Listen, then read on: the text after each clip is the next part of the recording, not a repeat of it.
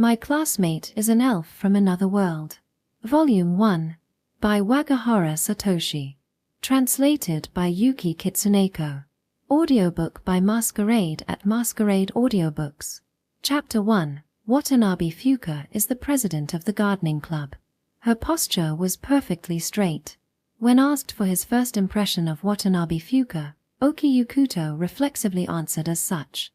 I never really think about it much, but my mom was always strict about these things, so maybe that's why. It was April, just as Yukuto began his second year at Minomiyatabashi High School. A conversation with his classmate Watanabe Fuka led to them sharing their first impressions of each other.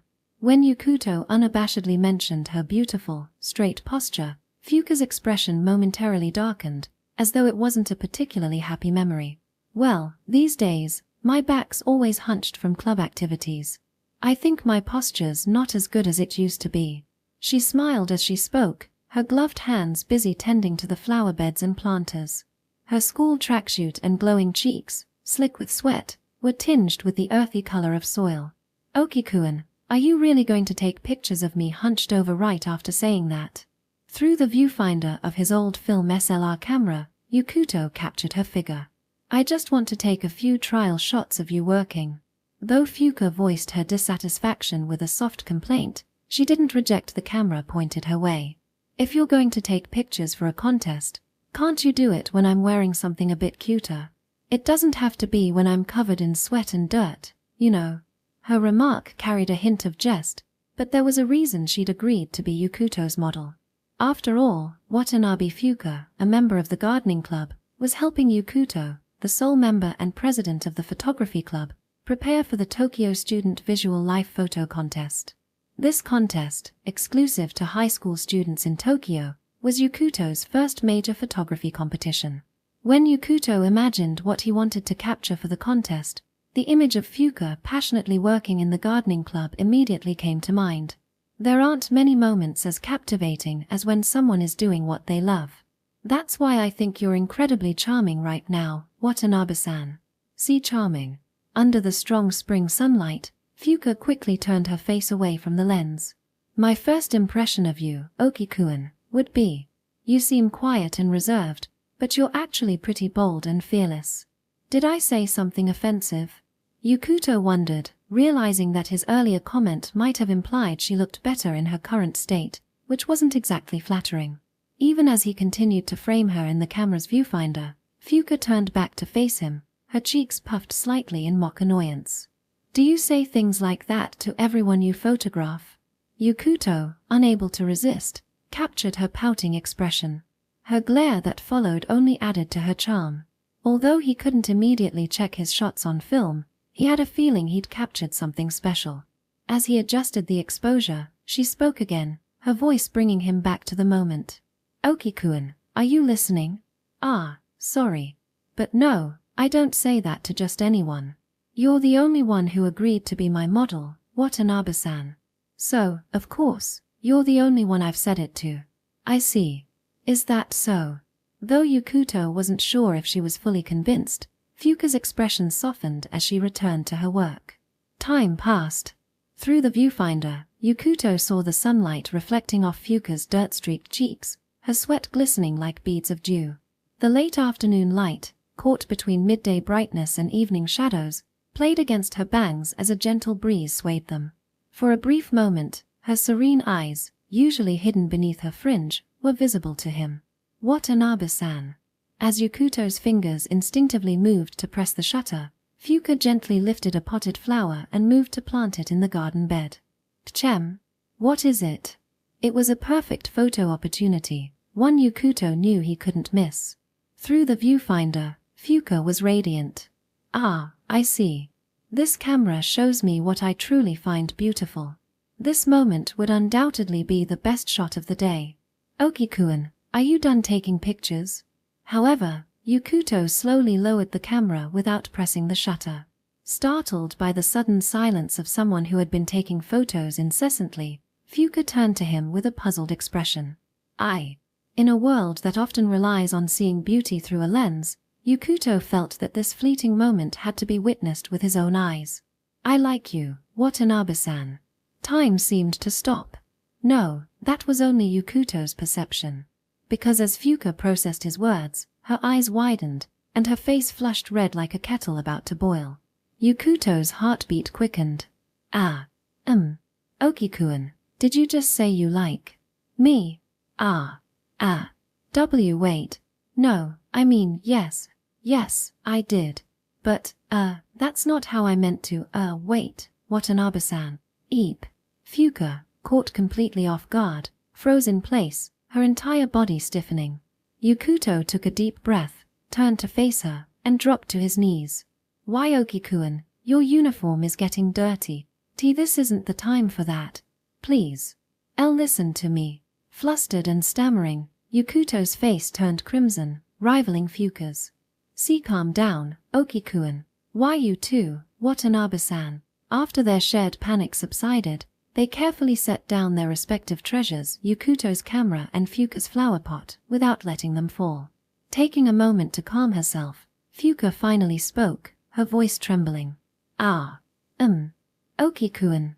Her words drew Yukuto's gaze back to her, keeping his attention from wandering. Oki-kun, since you said, that's not how I wanted to say it, you must have thought about your ideal way to confess, right? You must have been at least a little prepared. But I wasn't, you know? That's. My heart is pounding. Really pounding.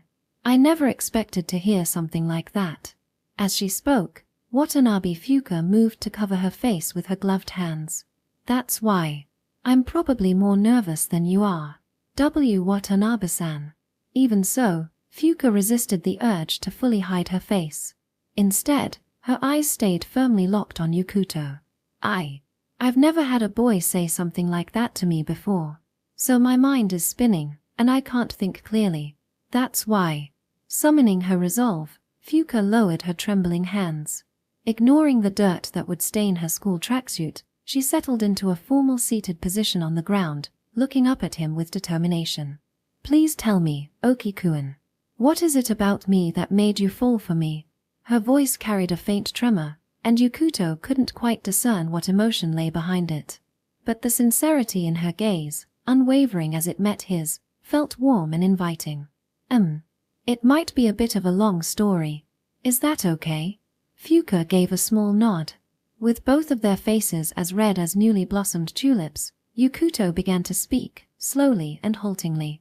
His story took them back to a moment from 6 months ago, in October of their first year. Section. Flowers are exceptionally ideal subjects for practicing photography.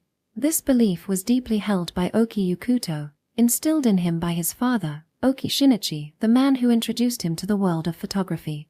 According to his father, as long as you don't mess up the camera settings, flowers will turn out beautiful enough. Because of this, whenever Yukuto got a new camera or wanted to practice, his father always insisted that flowers should be the first subject. Following that philosophy, Yukuto, who had been slightly more familiar with cameras than most thanks to his father's influence, often started his practice sessions by photographing nearby flowers. So, it was only natural that, on an October Saturday during his first year of high school, Yukuto headed to the 60th Itabashi Chrysanthemum Festival at a local shrine to test out a newly acquired, vintage camera. Wow! The grounds of Higawa Shrine, usually quiet and secluded due to its distance from train stations and main roads, were now blanketed in chrysanthemums of every color and shape. Yukuto had assumed the event would mainly attract elderly visitors, but to his surprise, there were also quite a few younger attendees. Many of them were, like him, earnestly pointing their cameras at the blossoms. The shrine grounds were lively but not overly crowded, allowing Yukuto to navigate through the exhibits with ease. Soon, he reached the first display area, raised his camera, and peered through the viewfinder. This one's a bit too tall. The display featured tall chrysanthemums planted in pots, their height making it difficult to capture them properly. If he tried to fit the whole plant into the frame, other elements cluttered the shot. If he zoomed in for a close-up, the surrounding flowers encroached on the composition. After taking a few shots, Yukuto knew from the feel of the shutter that none of them had turned out well. Lowering his gaze to the old, film SLR camera in his hands, Yukuto let out a small shrug. The camera he was using now was an antique, likely several decades old. Its manufacturer and model were long obscured by time. Nowadays, few people bother looking through a viewfinder when taking pictures. Most compact digital cameras don't even have them, and smartphones go without saying. Even mirrorless digital SLRs often rely on their large LCD screens, except under bright sunlight. Unless photography is your job or a dedicated passion, using a viewfinder is practically unnecessary. A glance around the shrine confirmed that few visitors were using one. But still, this feels like real photography, Yukuto muttered. Giving up on the tall chrysanthemum, he moved on to other displays. There were arrangements of chrysanthemums shaped into human figures and dome-like installations, all of which he captured with his camera. Though these exhibits likely had specific names in the world of chrysanthemum cultivation, Yukuto, with his limited knowledge, could only admire their beauty and craftsmanship. And then, the moment came. It happened suddenly. Through the viewfinder, Yukuto spotted a single chrysanthemum that seemed to radiate light. Unlike the potted flowers he had struggled with earlier, this one was placed in a simple bamboo vase. Its petals were red on the inside and a deep golden hue on the outside, a dazzling display of color. This chrysanthemum, known as Tomo Nishiki, seemed to call out to him, as though begging to be photographed. This was why Yukuto had chosen to use such an inconvenient, old-fashioned camera, one where results couldn't be seen immediately, that required careful handling, and whose film development cost money. Looking through this camera's viewfinder, Yukuto felt he could discover radiant subjects that might otherwise go unnoticed. At least, that was how it seemed to him. Even if he hadn't noticed it with his naked eye, through the viewfinder, it appeared almost as if the camera itself was pointing it out to him. There were other Tomo Nishiki chrysanthemums on display, and countless others in the single-stem category, yet this one seemed to demand his attention. Driven by an inexplicable urge, Yukuto took shot after shot, fully absorbed in capturing the flower. Only after finishing did he notice the label identifying the exhibitor's name. And the name written there was Class 1B, Watanabe Fuka. The following Monday morning at the all-school assembly, when the name of a classmate standing directly in front of him was called, Oki Yukuto tensed up, even though it wasn't his name. Yes. With a reserved response, the petite girl with a perfectly straight posture stepped forward and ascended the stage. Watanabe Fuka wasn't the kind of student who stood out. Although her attendance number was right before Yukuto's, and their assigned seats had been close at the beginning of the school year, he couldn't recall ever having a conversation with her. Yet, there was no mistaking it. At the Chrysanthemum Festival 2 days prior, the nameplate next to the radiant flower Yukuto had photographed read, Minomiya Tabashi High School, Watanabe Fuka. First-year student Watanabe Fuka of Minomiya Tabashi High School. You are hereby recognized for your entry in the Atsumino Kiribana category of the 60th Itabashi Chrysanthemum Festival and for receiving the Fighting Spirit Award. Your efforts are acknowledged with this commendation. Minomiya Tabashi High School, located in Tokyo's Itabashi Ward, was about a 15-minute walk from Kamiyatabashi Station on the Tobu Tojo line. Despite being a public school, it had a strong tradition of excelling in specific club activities. That morning, the basketball team had been awarded for winning the autumn tournament, and the film club had received national recognition with a gold award. In contrast, the unfamiliar term Atsumino Kiribana category of the Chrysanthemum Festival caused a palpable shift in the assembly's atmosphere. To put it plainly, most students weren't interested in such a niche, individual commendation. But Watanabe Fuka didn't seem to mind. Amidst the obligatory applause, her eyes sparkled, and her smile was bright as she returned to her spot in the line for Class 1B. See, congratulations, Watanabe-san. Yukuto wasn't sure why he did it. But seeing Fuka's proud aura and glowing smile up close, he found himself murmuring a small congratulation. Since she was directly in front of him, his voice carried, and Fuka turned back toward him with a surprised expression. You know, this is actually one of those awards you get just for participating, she said, her voice a mix of shyness and pride as she half hid her face behind the certificate. Still, thank you, Oki-kun. She called his name softly, then gave a small, bashful smile. Bashful. It wasn't a word Yukuto usually associated with people. And yet, it perfectly described her modest and gentle smile, one that seemed to light up his vision. It reminded him of the moment he spotted that radiant flower through his camera's viewfinder. I was wondering. His voice was so faint it was a miracle she heard it at all, but Fuka tilted her head and turned back to face him once more.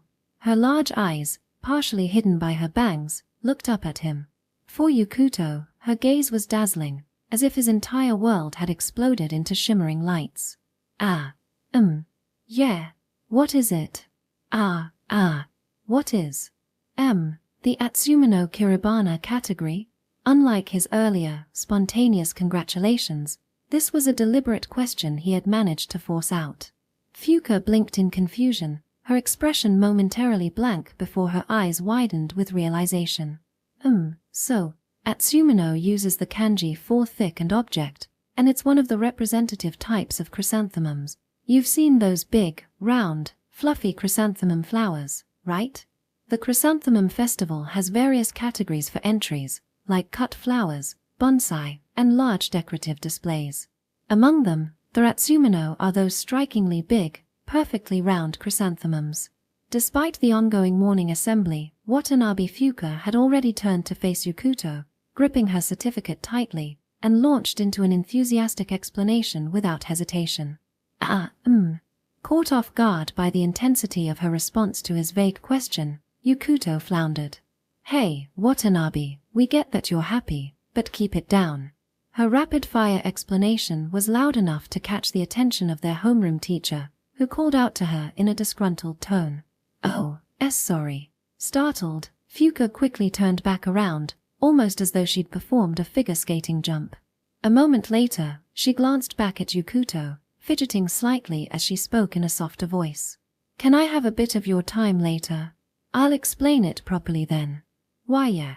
Though his response was small and almost childlike, it carried a clear sense of resolve. That simple promise to talk with Fuka later seemed, somehow, like an incredibly enticing proposal. Fufu, great. Thanks, Oki-kun. This time, she gave him a clear, radiant smile instead of her earlier bashful grin. During the short time between the end of the assembly and the start of the first period, Yukuto found himself walking to the classroom, keeping a subtle but not distant pace beside Fuka. Once inside, Fuka gestured for Yukuto to come over to her desk. Here, take a seat.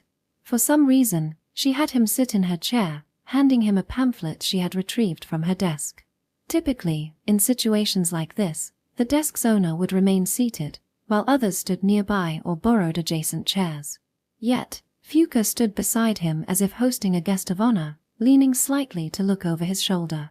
This is the application guide for this year's Chrysanthemum Festival, she said. The pamphlet, just as she'd described, was a detailed guide for festival participants.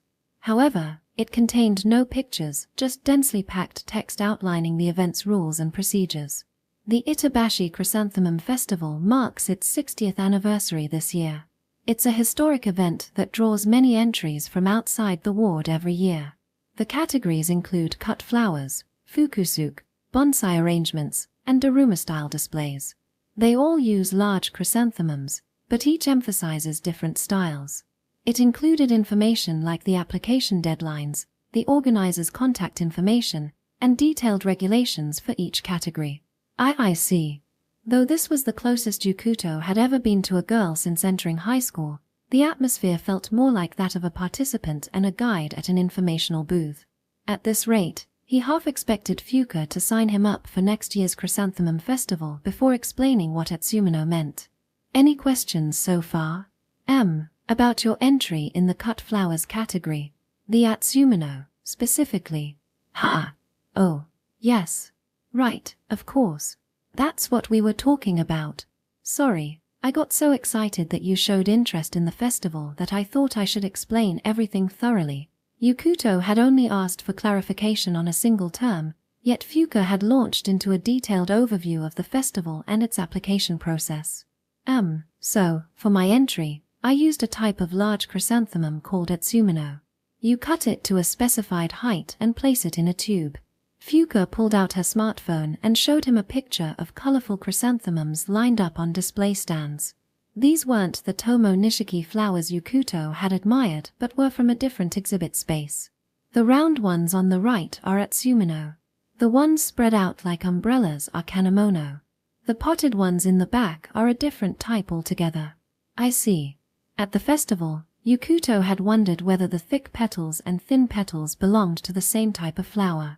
Hearing Fuka's explanation, he realized just how diverse chrysanthemums were, far beyond his initial understanding. They're kind of like fireworks, aren't they? They are, aren't they? The moment Yukuto shared this simple analogy, Fuka's eyes widened in delight. She gripped her phone with excitement and leaned closer to him, her face mere inches from his. It was undoubtedly the closest he'd ever been to a girl, and his heart raced as his pulse quickened. When I first saw them, I thought the same thing, they look like fireworks. There's even a type of firework called kiku or Yaishin kiku, inspired by chrysanthemums. That's how much this flower resonates with Japanese people. As she spoke, Fuka's fingers moved to navigate her phone, but her expression quickly turned frantic. What's wrong? I was going to show you a picture of the chrysanthemum I entered. But my phone's out of battery. She held up her phone, its soft green case framing a dark screen with the dreaded low battery symbol. Yukuto occasionally forgot to charge his own phone, but modern smartphones generally lasted 2 days on a single charge unless heavily used for video streaming or gaming. To have run out of battery so early in the morning suggested Fuka might be an unexpectedly heavy phone user. This is the second day in a row I forgot to charge it. Sensing Yukuto's unspoken question, Fuka preemptively explained in a dejected tone. Wow, that's quite an oversight, he replied sympathetically. Most people would charge their phones immediately after a low battery day, but Fuka's repeated mistake suggested she might be less attached to her smartphone than typical high school students. Oh, but I was given a backup battery for situations like this.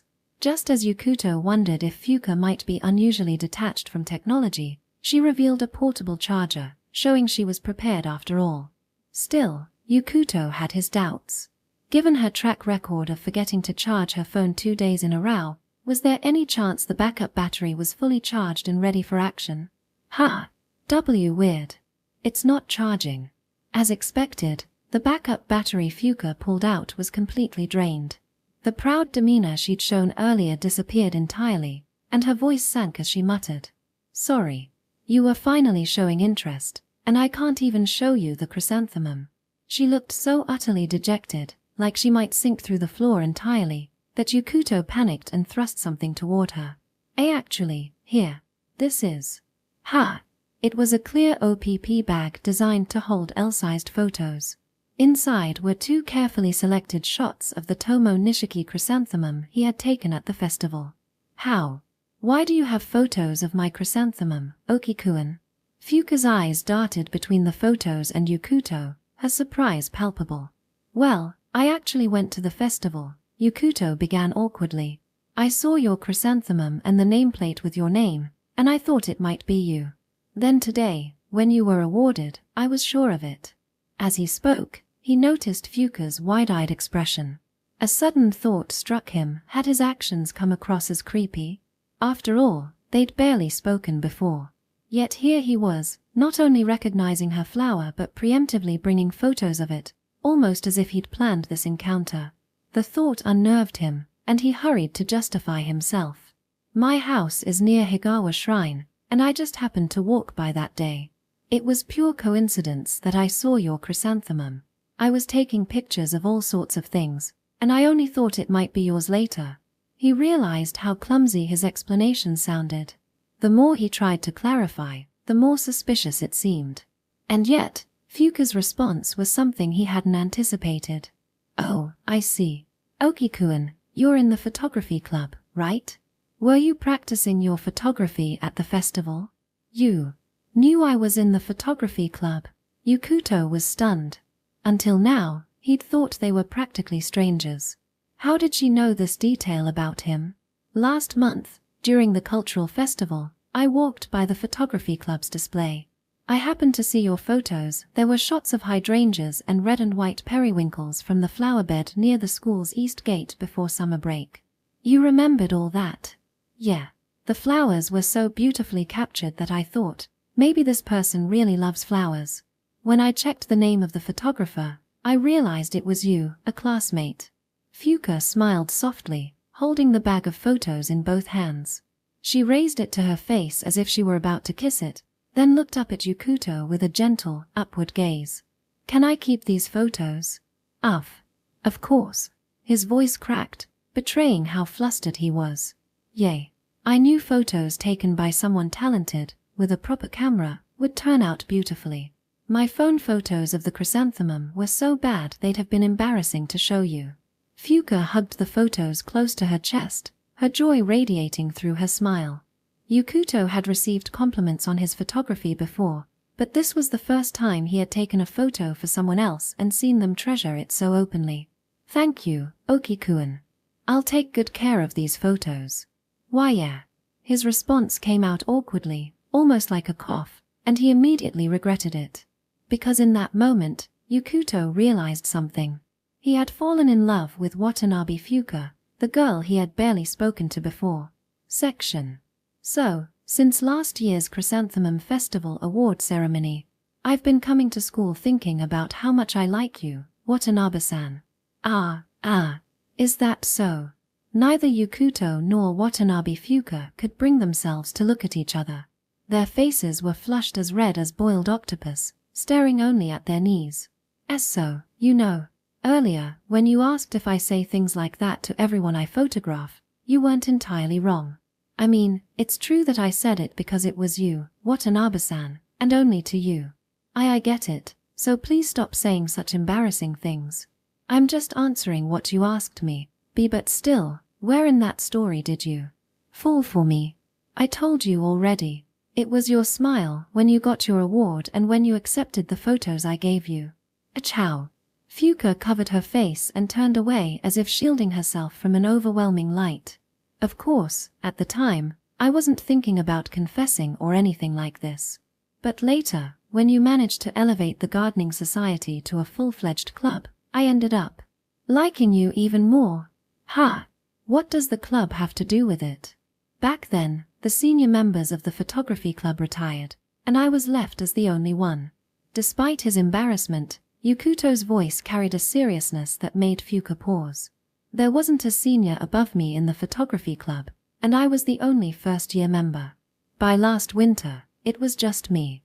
But the gardening society, on the other hand, had achieved recognition for contributing to a local traditional event, earning promotion to a full club with Fuka as its president. Unlike me, who just drifted into being the sole member and president, you took initiative and accomplished something real.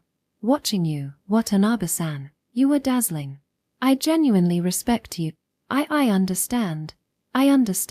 So. Fuka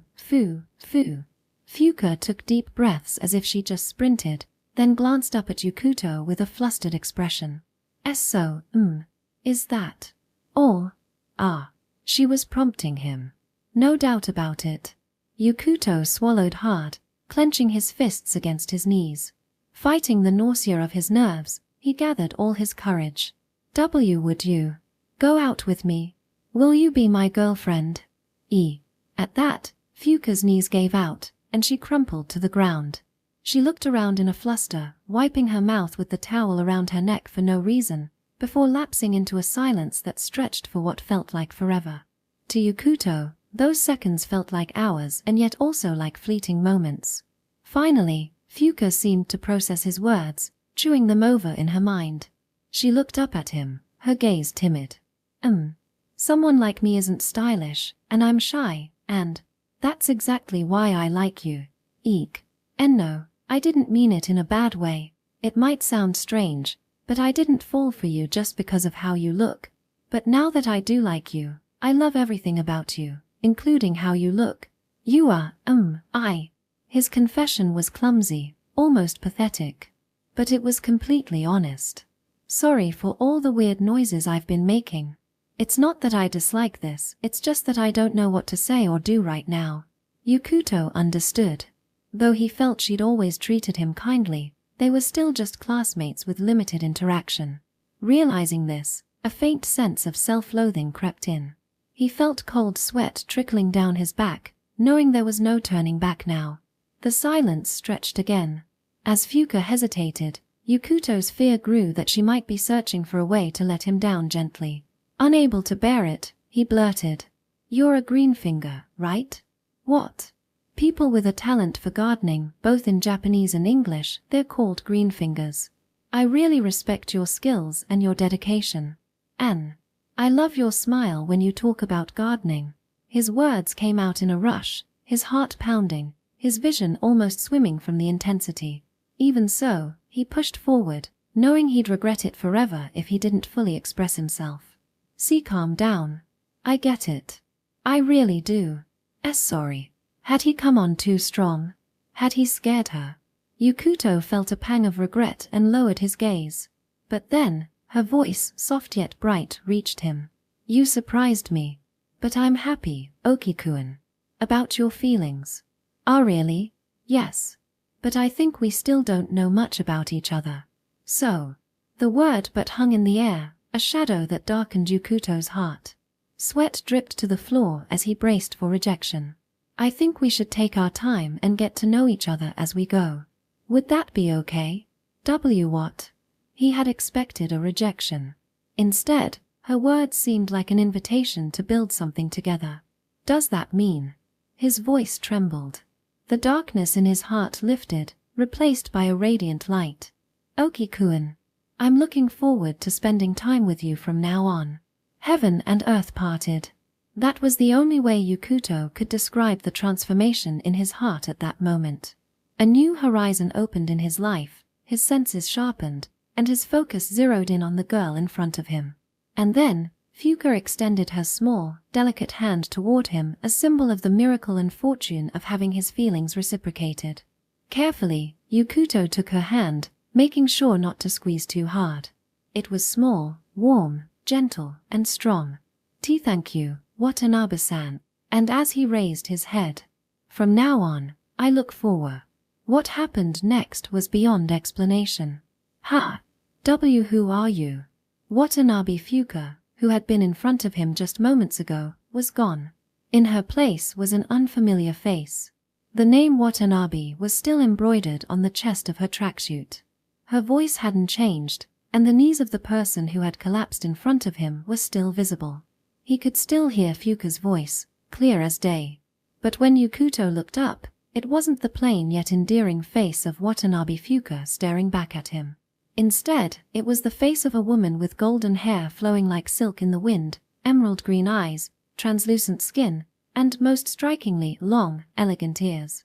What? The towel she had been holding was still there. But her face. There was no mistaking it, it was entirely different. No, not just her face. Everything above her neck was different. Yukuto repeated himself. Who are you? Oki-kun, what's wrong? No. Watanabe-san? Is that you, Watanabe-san? Yes. What is it? What is it? What kind of prank is this? Fuka's voice was unmistakable, but her face and hair had transformed completely. The confusion was so surreal that it began to distort his perception. Her voice sounded slightly different, even though he knew it hadn't changed. Wait. Was this face entirely unfamiliar? The individual features felt familiar: long, pointed ears, ash gold hair, and those radiant emerald eyes. An elf. A being of extraordinary beauty, long lifespan, magical power, and deep connection to nature. A creature often depicted in fantasy, an elf. It was as if a concept he had only seen in anime, manga, and games had materialized before him. Could it be? You're seeing my true form? Yukuto's mind spun. He felt like someone who, after confessing to a girl and being accepted, was suddenly accused of peeping. What? What is going on? Where is Watanabe-san? I'm sorry for confusing you, but I am Watanabe Fuka. This is my true form. No way. You're Japanese. What kind of trick is this? This isn't a trick. Oki-kun, listen to my voice, just my voice. It's Watanabe-san's voice. A flower pot in front of him lifted briefly, obscuring her face. Her voice confirmed her identity, yet when Yukuto opened his eyes again, there was no hiding the golden hair or those long ears. His confusion peaked. No. Elves don't exist. Where's Watanabe-san? What will it take for you to believe me? Her beautiful face, peeking shyly from behind the pot, paired with her dejected voice, struck Yukuto with a sense of guilt, even though he hadn't done anything wrong. Yet, who wouldn't empathize with him? After all, the girl he had confessed to had transformed into an elf. If the truth had been something mundane, like discovering she was secretly an idol or his childhood friend, he might have managed. But finding out she was an elf, that was like a pet kitten growing up into a pterodactyl instead of a lion. The scales of disbelief were incomprehensible. But you look like a completely different person. I use magic to hide my appearance. The form you're seeing now is my real one. But I'm still the same Watanabe Fuka who talked to you about gardening and photography. And no way. You even said it, didn't you? That you didn't fall for me because of how I look. Her words hit Yukuto like a blow. He clenched his fists and lowered his head, struggling to process the situation. I did say that, but... The simple truth was that his feelings for Fuka had begun with her kind smile and the connection they formed through gardening. From there, her outward appearance had also become a part of his affection. But now, this was a transformation so extreme that words like appearance doesn't matter felt meaningless. This wasn't just a change in hairstyle or makeup, it was a complete, unrecognizable transformation. I mean, it's too much. This is... Can't you just use your magic to go back to how you looked before? To the Watanabe-san I know? Yukuto's voice trembled as he clung to the faint hope of regaining the normalcy he knew. But her answer was merciless. I can't. I never thought you'd be able to see my true form. So I didn't prepare for this. No way. But I was so happy. I was really, truly happy when you said you liked me, Oki-kun. Because What? The elf, who still spoke with Fuka's voice, fidgeted nervously, her hands clasped in front of her chest. Actually, ever since we became classmates in our first year, I've been interested in you, Oki-kun. Even before the Chrysanthemum Festival. A big tree. Yukuto. Your name. It sounds so much like Yggdrasil. Why are you blushing and saying something so random? Hasn't anyone ever told you that before? Never. That's got to be the most unexpected question to stammer out so nervously.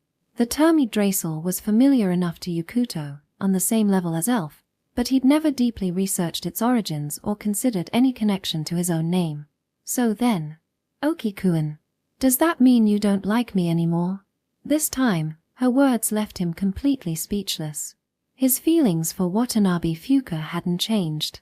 And as unbelievable as the situation was, considering what he'd witnessed and what the elf before him had said, there wasn't any concrete evidence to deny that this elf was Watanabe Fuka. But, if you're really saying you're an elf, I need you to understand. If you ask whether I believe you or not, I can't. And even if I did believe you, it's just too much to process. Oki-kun, I'm sorry. I know I was the one who confessed, but I need some time to calm down. Ordinarily, it would be unthinkable for the one confessing to request a pause, but how could he help it? Yukuto picked up the camera he had set on the ground, standing shakily. The elf claiming to be Fuka looked up at him with sorrowful eyes before lowering her gaze and nodding quietly. You're right. Her somber voice was unbearable. I'll get today's photos developed, he muttered, then bolted before she could respond. He ran away. How could he not? It wasn't just anything, it was an elf. How could anyone remain composed when the face of the person they liked had changed completely, with no warning? What else could he have done? What could he have said? No matter how much he thought about it, there were no answers. The confession had been a success, so why did it feel like everything had fallen apart? Still in a daze, Yukuto wandered home.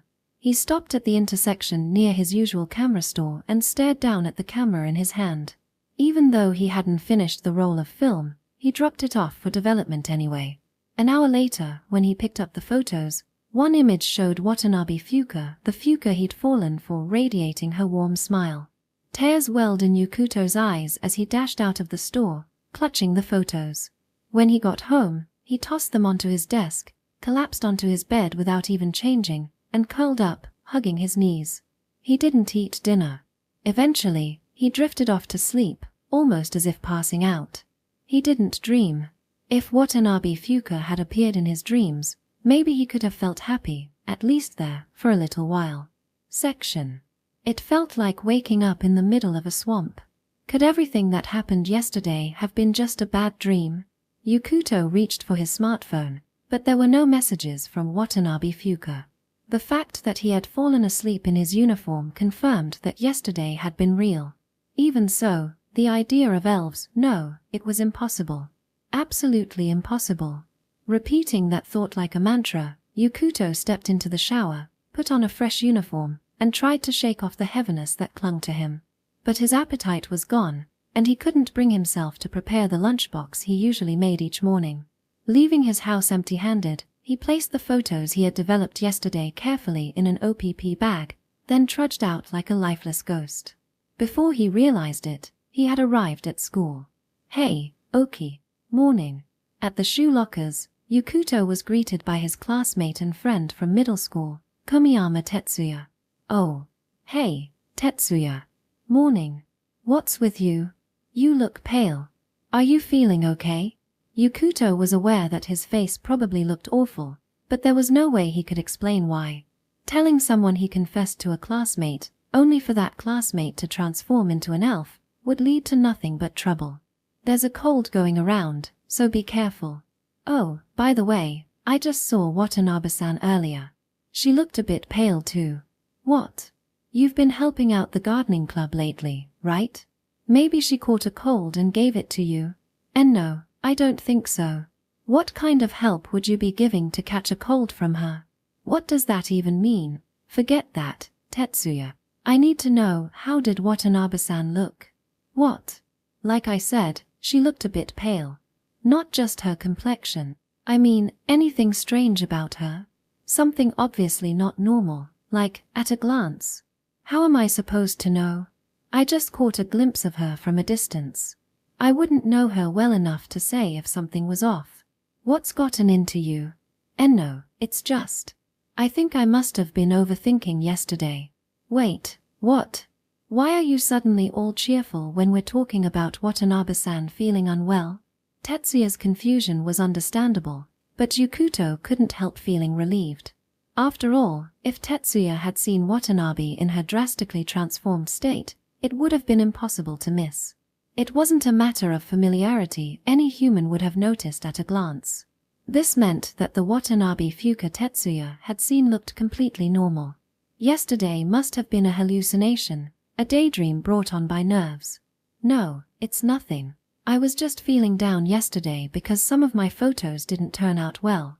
With the contest deadline coming up, I guess I got a little stressed. Well, if you say so. Tetsuya gave him a puzzled look but let it go as Yukuto walked toward the classroom, his spirits oddly buoyed. Ready to put yesterday behind him, Yukuto was even entertaining the idea of confessing again as he entered the classroom. Good morning, Oki-kun. Sitting hunched over at Watanabe Fuka's desk was none other than the elf. It's the ELF. Yukuto couldn't help but yell at the top of his lungs. Neither Tetsuya nor their classmates, who were casually ignoring the elf Watanabe sitting there, reacted to her presence. He had no choice but to blurt it out. Chapter 2. Watanabe Fuka is feeling restless. It's an ELF. Yukuto's involuntary shout was rewarded with puzzled stares from every classmate already present. Young Japanese people, to varying degrees, possess an ability to read the atmosphere, interpret intentions behind looks, and understand unspoken meanings. Yukuto's internal radar, something he prided himself on being relatively sharp, quickly analyzed the stares directed his way. The conclusion was clear. In this classroom, the odd one out wasn't the elf sitting at Watanabe Fuka's desk but himself, the guy who had just yelled for no reason. In other words, no one seemed to question the presence of an elf in a school uniform sitting in Watanabe Fuka's seat. The elf herself was making frequent eye contact with Yukuto, her expression sending a clear, unspoken message. I understand your confusion, but making a scene will only make things worse for you. If this elf truly was Watanabe Fuka, Then her message might go something like this. The others can't see me as I am now. It's a magic spell. I'm sorry for confusing you, but please believe me. Ha! Just then, Yukuto's phone buzzed in his pocket. He pulled it out to find a message from Watanabe Fuka's account. The others cannot see my current form. It is because of magic. I am sorry for the confusion, but please believe me. Oh. Yukuto glanced at Fuka, who was now nervously looking back and forth between her phone and him, her fingers twitching as if she were debating whether to send another message.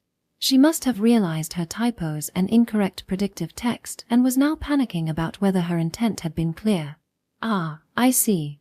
Despite the strange formatting, the message matched what Yukuto had imagined almost word for word.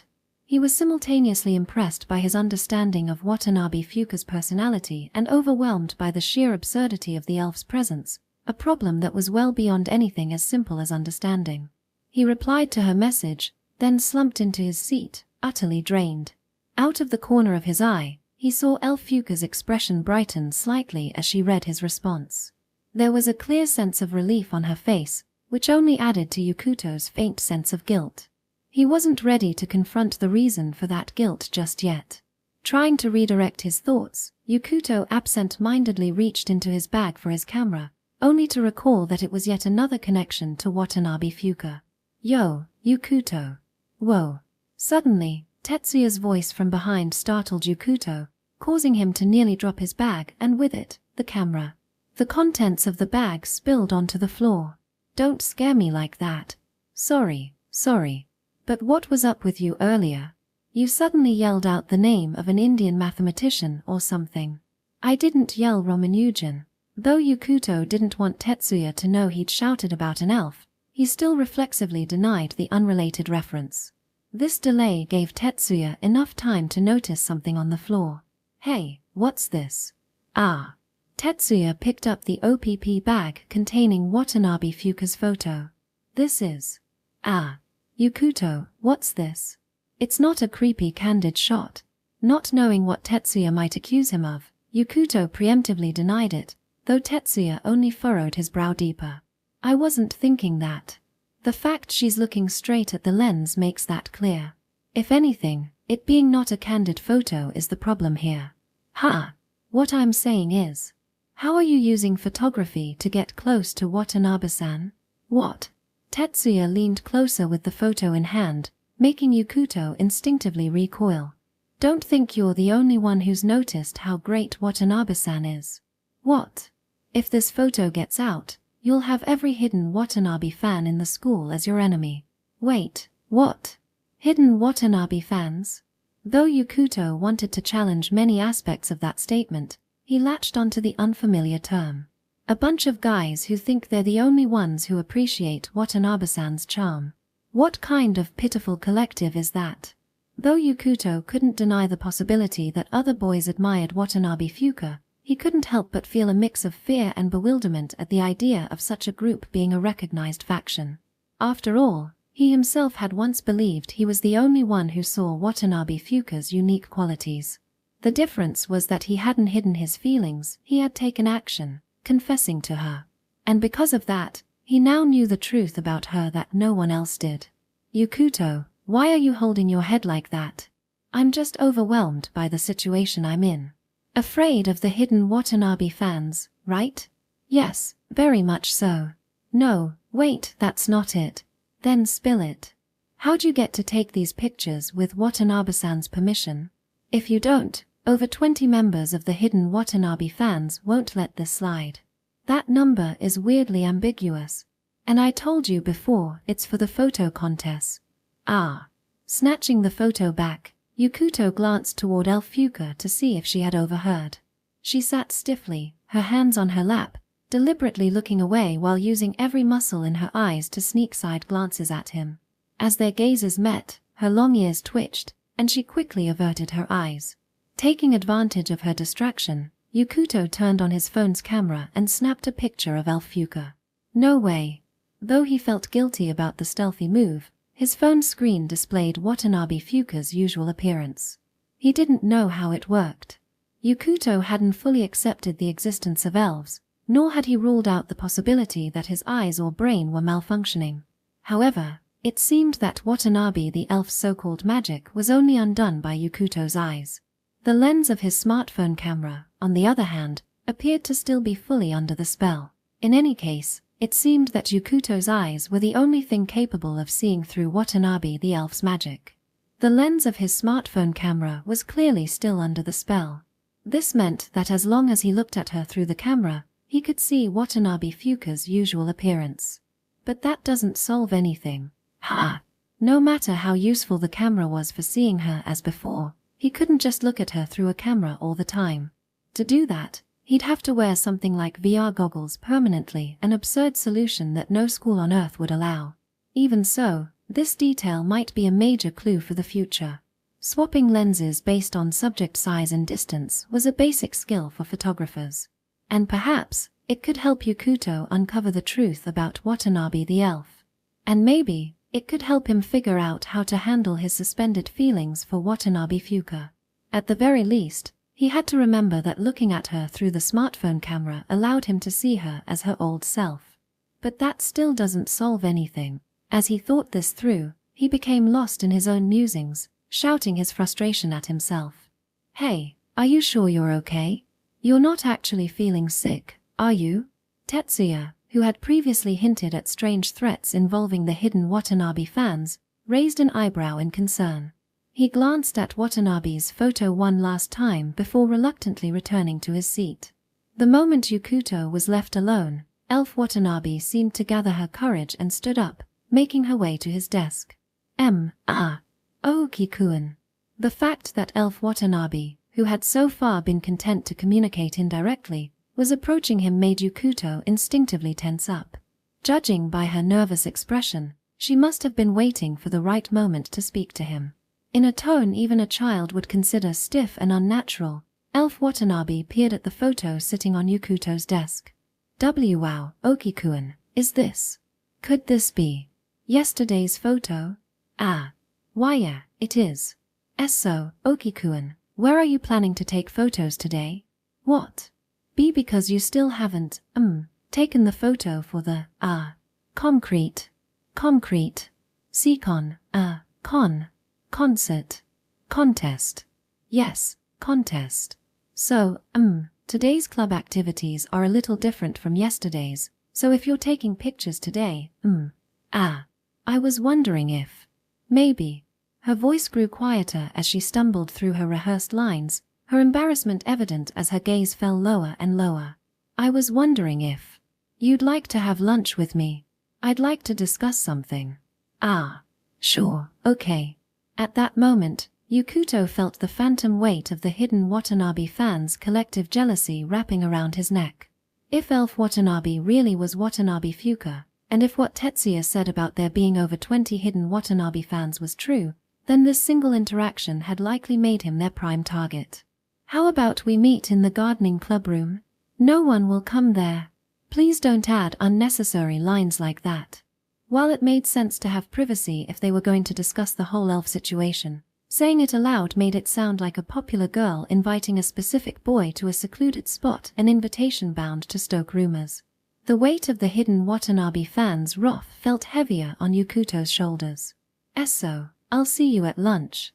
In the clubroom. As she waved and began to return to her seat, Yukuto called out to her on impulse. Wait. Here, take this. He offered the photo, but Elf Watanabe only glanced at it and didn't take it. That can wait until lunch, okay? Sure. See you then. As Yukuto watched her leave, the weight on his shoulders grew tangible. Yukuto-kun. It was Tetsuya. His dark, seething eyes carried the weight of impending doom. A clubroom. Where no one will come. Just the two of you. With a camera. Yukuto. What? If you get any good shots, you'll share them with me, right? We're friends, after all. I never considered a self-proclaimed fan who stoops to extorting photos a friend. Come on, Yukuto. Don't be like that. Otherwise, the hidden Watanabe fans won't stay silent. Is it a school-wide group or a national syndicate? Pick one. And please, stay hidden forever. Grabbing Tetsuya's face in an iron claw, Yukuto pried him away. Oh, dude, since when are you this strong? Oh wow. This is serious business for me, okay? Yukuto's gaze drifted back to Elf Watanabe as she prepared for the first lesson of the day. Despite her impossibly otherworldly appearance, she sat at her desk with a regular textbook, an ordinary notebook, and a standard pencil case looking just like any other student in their school uniform. Section. I recently looked up the proper etiquette for knocking on a door. Apparently, there's a correct number of knocks depending on the context. 2, 3, or 4.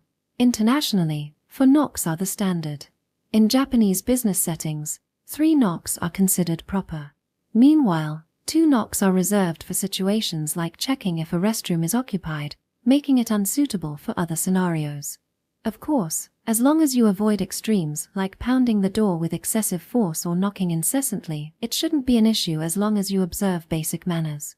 Yet, I found myself researching this trivial detail because I couldn't stop wondering, could elves actually exist? No, it wasn't just idle speculation. They do exist. Probably. Most likely. At least, one might even be in my class. I wasn't completely convinced yet, though. Still, if I were to accept everything I'd seen as reality, it occurred to me that elf culture might differ significantly from human norms. In Japan, behaviors considered normal could get you arrested in another country. The reverse is also true.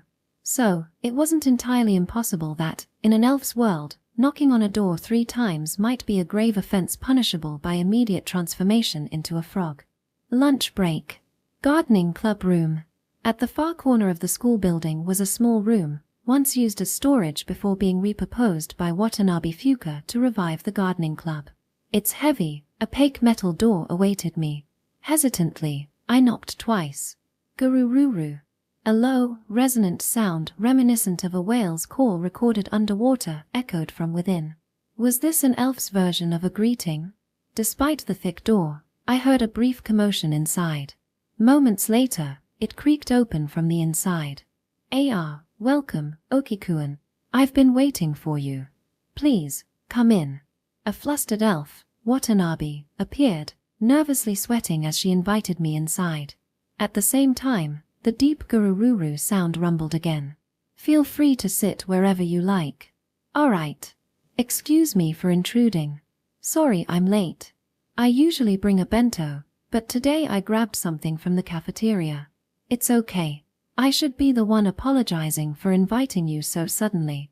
As I settled into an old pipe chair, another gurururu rumbled from Watanabe's direction. Sorry, did I keep you waiting long? Are you really hungry or something? No, not at all. Let's eat, okay? Oh, right. Thanks for having me. Whoa, that's huge. Under normal circumstances, making such a comment about a girl's lunch would be tactless, perhaps even rude. But the sheer size of Watanabe's bento box left me no choice but to blurt it out. It wasn't a typical lunch box. This was a jubiko, a multi-tiered lacquered box, vibrant red and stacked 3 layers high, sitting impressively on the table. As if that wasn't overwhelming enough, Watanabe also pulled out a heavy craft paper bag and placed it on the table with a loud thud. Okikuan, could you maybe not stare so much? It was an unreasonable request, given that we were sitting face to face.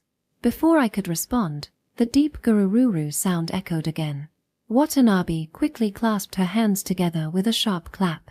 Itadakimasu. The sheer amount of food clearly wasn't intended for one person. For a fleeting moment, I allowed myself to hope that some of it might be for me. That illusion was quickly shattered. The top tier was completely covered in seaweed-topped rice. The middle tier, a mountain of fried chicken. The bottom tier, an endless spread of potato salad.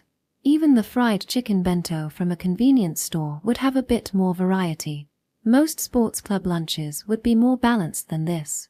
As I stood there, speechless at this defiant rejection of modern dietary trends, the beautiful elf picked up her chopsticks and began attacking her lunch with remarkable gusto. By the way, what's in that paper bag? When I asked, Watanabe's cheeks flushed bright red as she pulled out a single, perfectly round apple, its vibrant hue matching her blush. With no knife or peeler in sight, it was clear she intended to eat it whole. I didn't realize you weren't in the classroom during lunch. Do you always eat this much? The question slipped out, but Watanabe's sheepish demeanor suggested she knew her meals were far from ordinary. Using magic constantly takes a lot of energy. Since I'm always disguising myself as human, I have to eat properly, or I'll run out of energy midway. Her reason was more serious and far more sensitive than I'd expected. That's why I don't often eat with others. It's not that I don't have friends in class or anything. I just don't want anyone to see me eating like this. As she spoke, the seaweed rice, potato salad, and fried chicken steadily disappeared into her mouth. Indeed, this scene wasn't something she'd want many people to witness. It wasn't just about appearing unladylike. Seeing someone as petite as Watanabe consume a feast this large could make anyone forget she was an elf and start seeing her as a competitive eater instead. Despite her elven beauty, Watanabe's appetite was undeniably impressive. If someone filmed her eating like this and uploaded it online, it would undoubtedly go viral. The sight alone was enough to make me feel full, but the food itself looked delicious. The rice glistened with a perfect shine, the potato salad was packed with cucumber, carrots, and edamame, and the fried chicken came in 4 varieties, seasoned with soy sauce or salt. Watanabe's delighted expression as she ate made it all look even tastier. Unable to resist, I pulled out my phone and snapped a picture. Che. Oh, Kikuen. Did you just take a picture? You looked like you were in a food commercial, so I couldn't help myself. Here, take a look. NG I look like this when I eat. Mew. Okikuen, you're so mean.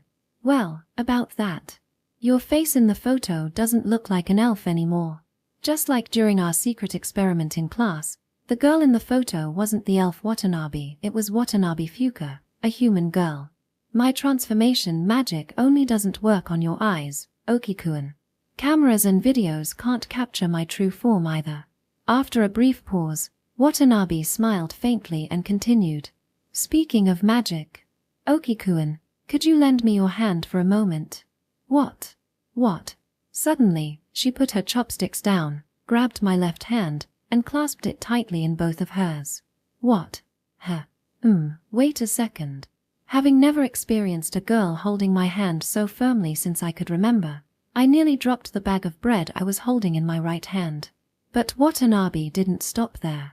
She brought my fingertips to her forehead. Oh.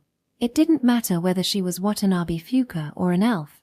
The sheer shock of touching another person's face, especially of the opposite sex, paralyzed me. I froze like a herbivore caught in the gaze of a predator.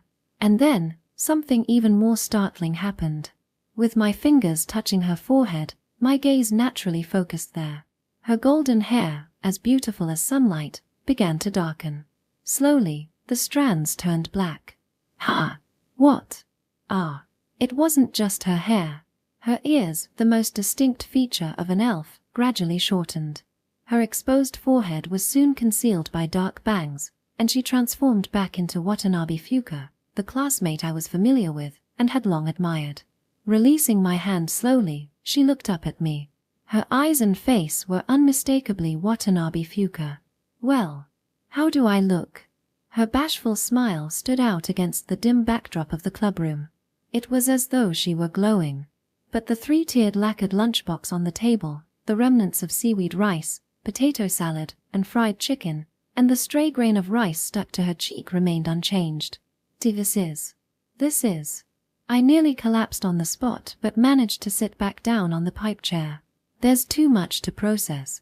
My dramatic outburst made Watanabe Fuka chuckle awkwardly. Ahaha.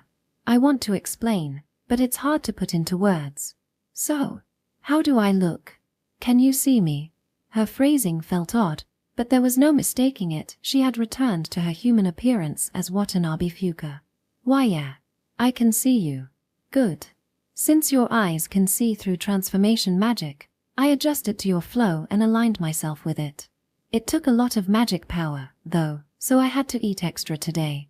As if the sheer volume of information wasn't overwhelming enough, terms like flow and alignment only added to my confusion.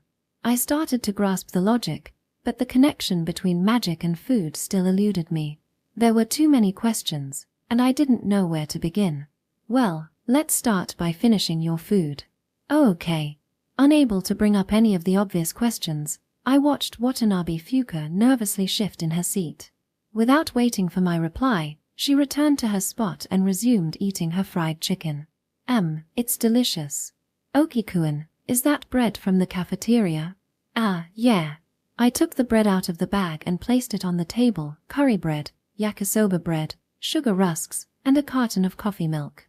Compared to her feast, it looked unimpressive. I see. I've never used the cafeteria before. Hey, Oki-kun, want some fried chicken? No, I'm good. Thanks, though. Just watching her eat was enough to make me feel full. Wait, my vision seemed distorted. The edges of my view wavered slightly. Fewer better. Cow hin wi hit han hair boo? What? Gulp. Are you planning to keep using me as a model for your pictures? Ah, yeah. If your usual form shows up in photos, I think I'd still like to take more pictures. Even with my slightly distorted vision, I answered seriously, interpreting the muffled sounds of Watanabe Fuka speaking with her mouth full. Watanabe Fuka's eyes, often hidden by her bangs, widened in surprise. She calmly chewed, swallowed, and replied, I mean, it's my fault for talking with my mouth full. But you actually understood me. I pride myself on my resolution when it comes to your voice. At my response, Watanabe Fuka let out a sound like she had choked on her chicken. Roughly, you said something like, by the way, I wanted to confirm. Are you planning to keep taking photos of me as your model? Right. Yeah. Even the munch part is spot on. Perfect. What do you mean, perfect? You're embarrassing me. Ah. Though she had been eating while talking, that low rumbling sound echoed again. It came from her stomach. Watanabe Fuka's face turned crimson as she clutched her belly, but my expression remained serious. Can you maintain this form without forcing yourself like that? What? Oh. What I thought was dizziness wasn't dizziness at all. The outline of Watanabe Fuka's form wavered like a corrupted video.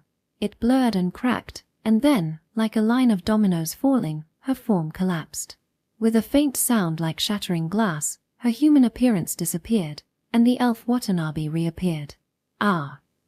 Well, you see. Clearly flustered by her transformation ending so abruptly, the elf Watanabe's face turned red. She tried to gather her long blonde hair to hide her face. Why? Why did it fail? I ate so much to sustain the magical synchronization. I'm sorry, Oki-kun. I thought if I could stay in my human form, you'd keep taking pictures. Her voice trailed off as she shrank behind the lacquered lunchbox. Watching her like this filled me with a new kind of guilt, different from yesterday. From behind the lunchbox, only the tips of her long hair and ears were visible. Even without seeing her face, I could tell how she felt. Watanabe-san. I called out to her, and she replied in a faint voice. Yes, Oki-kun. Her response, though quiet, came through. My middle school music teacher was a choir director who knew a lot about the human voice and vocal cords. The sudden change in topic made Watanabe blink in confusion, but I pressed on. He was obsessed with making us do singing tests. Back then, I hated singing in front of others.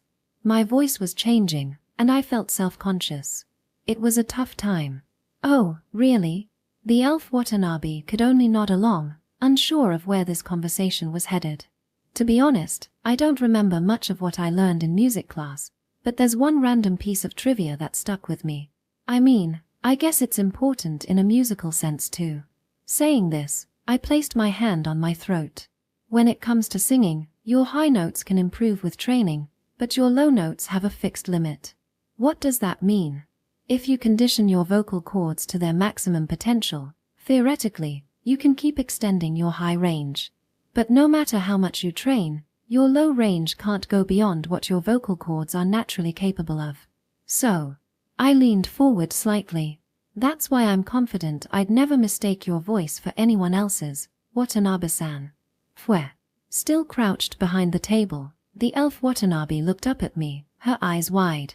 Like I said earlier, I'm especially confident when it comes to recognizing your voice. Why yeah. I don't fully understand what you mean by magic, or why you're an elf, but your voice makes it clear. No matter how much your appearance changes, I can still recognize you as Watanabe-san. That much, I can accept. Oki-kun. I don't think you usually eat this much, do you, Watanabe-san? This didn't even need confirmation. Unless she was a competitive eater, no one would normally consume the contents of a 3-tiered jubico in one sitting. How did you even prepare all this food? I just woke up early and made it myself. I marinated the fried chicken the night before. The revelation that it was all homemade caused my heart to flutter slightly. Still, I couldn't help but wonder why she didn't use magic for something like this. The disparity between her elven appearance and her unexpectedly human effort brought a small smile to my face. Well, anyway, if magic really exists, then the magic you've used in the flower bed, the classroom, and even here isn't just about altering appearances. Changing your face would mean altering your bone structure, and that would also affect your muscles and vocal cords. Why yeah. But your voice hasn't changed. Which means... I leaned forward even more, carefully avoiding the jubico on the table, and extended my hand. The face I see right now, this is your true face, isn't it? Yes. The elf Watanabe reflexively reached out and grasped my hand. We ended up shaking hands across the table. When I gently tugged, she stood up, her crouched form straightening as I guided her back to her seat. Once she sat down, I released her hand and framed her face with my thumbs and index fingers, as if testing a camera angle. There are so many things I want to know, like whether elves truly exist on Earth, if magic is real, or why you're hiding your true identity. But if the face I see now is your real face, then I want to like it. I want to like you for who you are.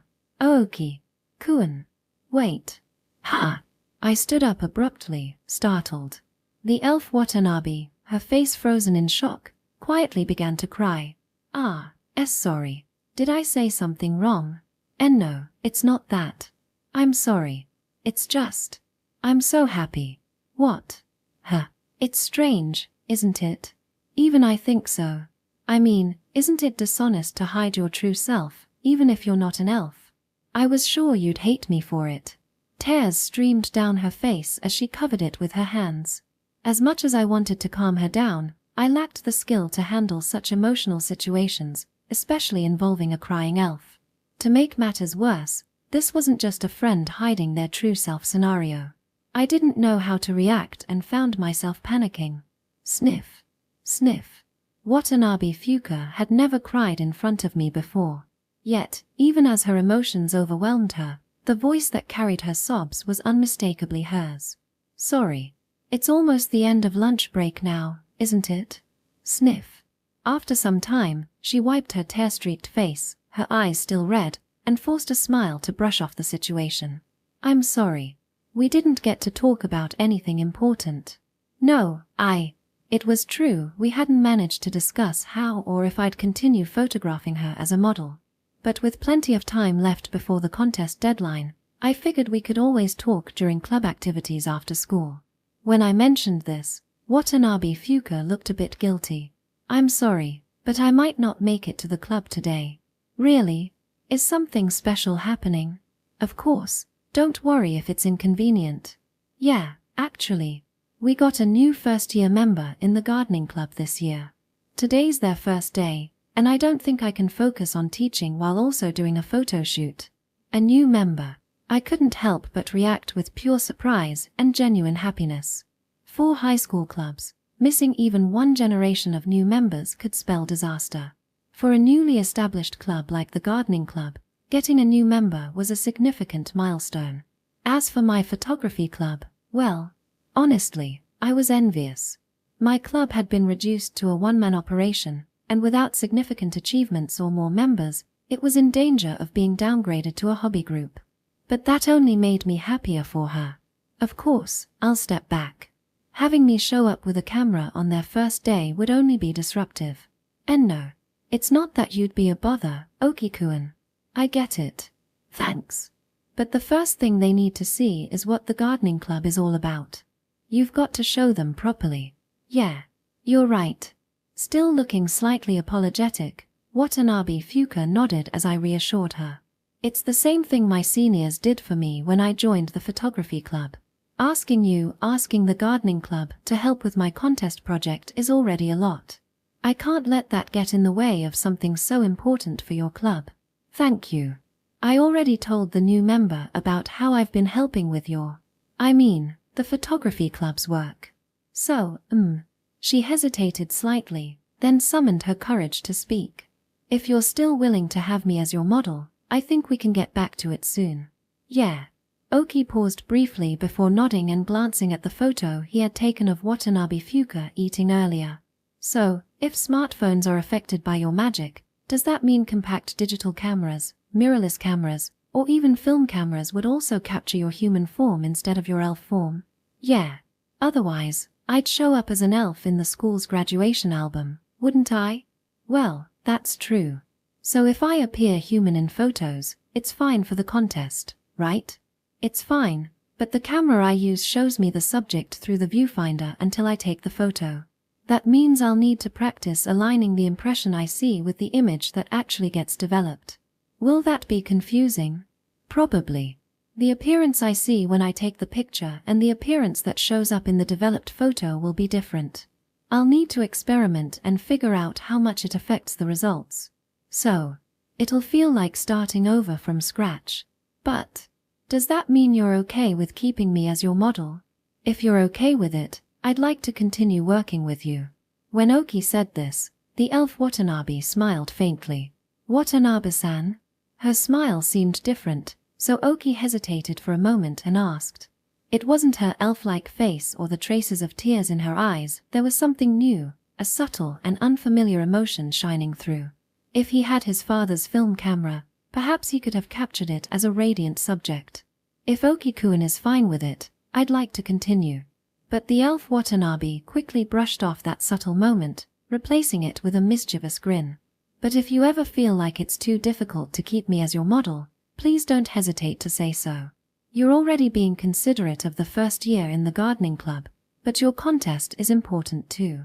If you force yourself to work with me and can't take photos you're happy with, it defeats the purpose, doesn't it? Yeah, I get that. But like I said before, I don't have anyone else to ask. And honestly, I want to take photos of you, Watanabe-san. A hidden Watanabe fan, are you? What? The elf Watanabe's sudden remark caught Oki completely off guard, and he let out an odd sound. Why, you overheard me talking with Tetsuya. I'm an elf. My hearing is excellent, she said with a faint blush beneath her tear-streaked eyes. I noticed some boys in class looking at me now and then, but from what Komiyama-kun said, it sounds like I've been watched more than I realized. That's kind of embarrassing. And no, it's fine. I'm the only one who knows about your elf form anyway. Whether or not his response counted as reassurance was questionable. Regardless, Watanabe gave a small laugh. And yet, here you are, struggling because of it, Oki-kun. Well, I won't deny it's a bit challenging, but foo-foo. Anyway, if you ever feel like continuing with me as your model is too hard, I might be able to introduce you to someone else. You'd introduce me to someone? Yeah. That first-year gardening club member I mentioned. Is it okay to make that kind of promise? I think they'd help if I explained the situation. They're polite, hardworking, and really cute. So the new member's a girl? From the way you're talking, it sounds like you've known her for a while. She's a junior from my middle school. I'll introduce you when she starts coming regularly. Watanabe paused thoughtfully, then continued. But if I do introduce her, you might switch to her as your model right away. She's cuter than either version of me and has had boys confess to her several times since middle school. No matter how cute she is, I don't think that'll happen. Oki countered Watanabe's playful jab with a serious tone. I want to take photos of you, Watanabe-san, for this contest. I see. The elf Watanabe gave a peaceful smile and didn't say anything further. The bell signaling the end of lunch break rang, as if reading the room. Sorry, Oki-kun. In the end, we didn't really talk about much. That's not true. I'm glad we got to talk. I'll let you know when you can come to the club. You should head back to class first. I still need to clean up the bento and everything. Got it. See you later. Yeah. Ah, Oki-kun. Just as he was about to leave the clubroom, Watanabe called out to him in a loud voice. What is it? With his hand on the doorknob, Oki turned to see Watanabe smiling brighter than she had all day. Thank you for calling me Watanabe-san again. It makes me really happy. Sorry. It's taken me a while to get used to saying it again. It's okay. Just hearing you say it is enough. For some reason, Oki found he couldn't keep looking at her smile. Hastily, he opened the door and stepped out of the gardening club room. The sudden brightness of the hallway momentarily blinded him. Oh, sorry. He bumped into someone outside, a petite girl with a flashy outfit who glared at him sharply. I'm so sorry. Are you hurt anywhere? Since she was unfamiliar, Oki asked politely, thinking she might be an upperclassman or fellow second year. The girl glanced briefly at the gardening club door behind him, her expression growing even more tense. I don't know what happened in there, but that door is heavy and stiff. Don't come barreling out like that. Sorry. I really hope I didn't hurt you. Her sharp tone made it clear he was at fault, leaving him with no choice but to apologize repeatedly. I'll be more careful next time. Really, I'm sorry. Forget next time. Senpai, just don't use that door anymore. Goodbye. As she left, Oki broke into a nervous sweat, worried that Watanabe might have overheard and gotten the wrong idea. He glanced back at the door but saw no sign of her coming out. Relieved, he hurried back to his classroom. Careful to avoid any further collisions, he returned to his seat, only to be met with Tetsuya's body slamming into him, a look of exaggerated annoyance on his face. Oh, what the heck, man? Enjoy your lunch break, did you? What? All I did was eat and talk about future club activities. What were you doing behind that thick door anyway? You even had a gatekeeper posted out front. What? Are you so scared of my curiosity? Or maybe you were doing something worth being scared about. You're the scary one here, declaring your intent to spy so boldly. Also, what gatekeeper are you talking about? What? Don't play dumb. Was that a member of the photography club or the gardening club? That super cute, slightly gallish first-year girl was standing outside the gardening club's room, glaring at everyone with those dagger eyes, making sure no one got inside. So, what were you doing in there while bossing your junior around? Well, spill it. For someone who can only spout nonsense, you're definitely not getting a peek at Watanabe-san's photo, even if it's just my lock screen. Liar. I'm sorry, okay? I didn't mean it. Please forgive me, Oki. I'll be good from now on. Too bad. I promised her I'd delete the image anyway. So, no luck for you. Shoving the ever-flippant Tetsuya back into his seat, Oki glanced at the photo on his phone, the one of Watanabe Fuka in the clubroom. I promised I'd delete it, after all. True to his word, Oki erased the photo he had taken of the elf Watanabe. Section. He doesn't get it. That senpai doesn't understand anything. As the chime signaling the start of the 5th period echoed through the halls, the super cute, slightly gallish first-year girl stomped angrily down the hallway, her footsteps practically shaking the floor. Fuka-chan's gotten way too relaxed since starting high school. Why is she letting someone like him into the clubroom? The first-year girl stormed back to her classroom, muttering under her breath. Kotaki Izumi-san? Class is starting. Please take your seat. The 5th period teacher gently reminded her, and with a sharp exhale, she begrudgingly took her seat. But even seated, the girl now known as Kotaki Izumi showed no signs of focusing on the lesson. Her gaze burned not with interest, but with a dark determination. There's no way I'm letting someone like him become Fuka-chan's boyfriend. I'll never allow it. Chapter 3. Watanabe Fuka wants to drink a smoothie. Yuki, are you heading to the gardening club again today? After school, in the classroom where classes had just ended, Tetsuya called out to Yukito. Nah. I heard there's a new student coming today, someone I don't know, so I decided to sit this one out. I see. So, heading straight home then? Nope. I think I'll stop by the photography club room instead. I've been slacking off on cleaning it lately. Oh. How's the photography club doing these days? You're the president, right? Got any new members lined up? Not looking good, Yakito said, shrugging regretfully. Your club had a big influx of members this year, didn't it?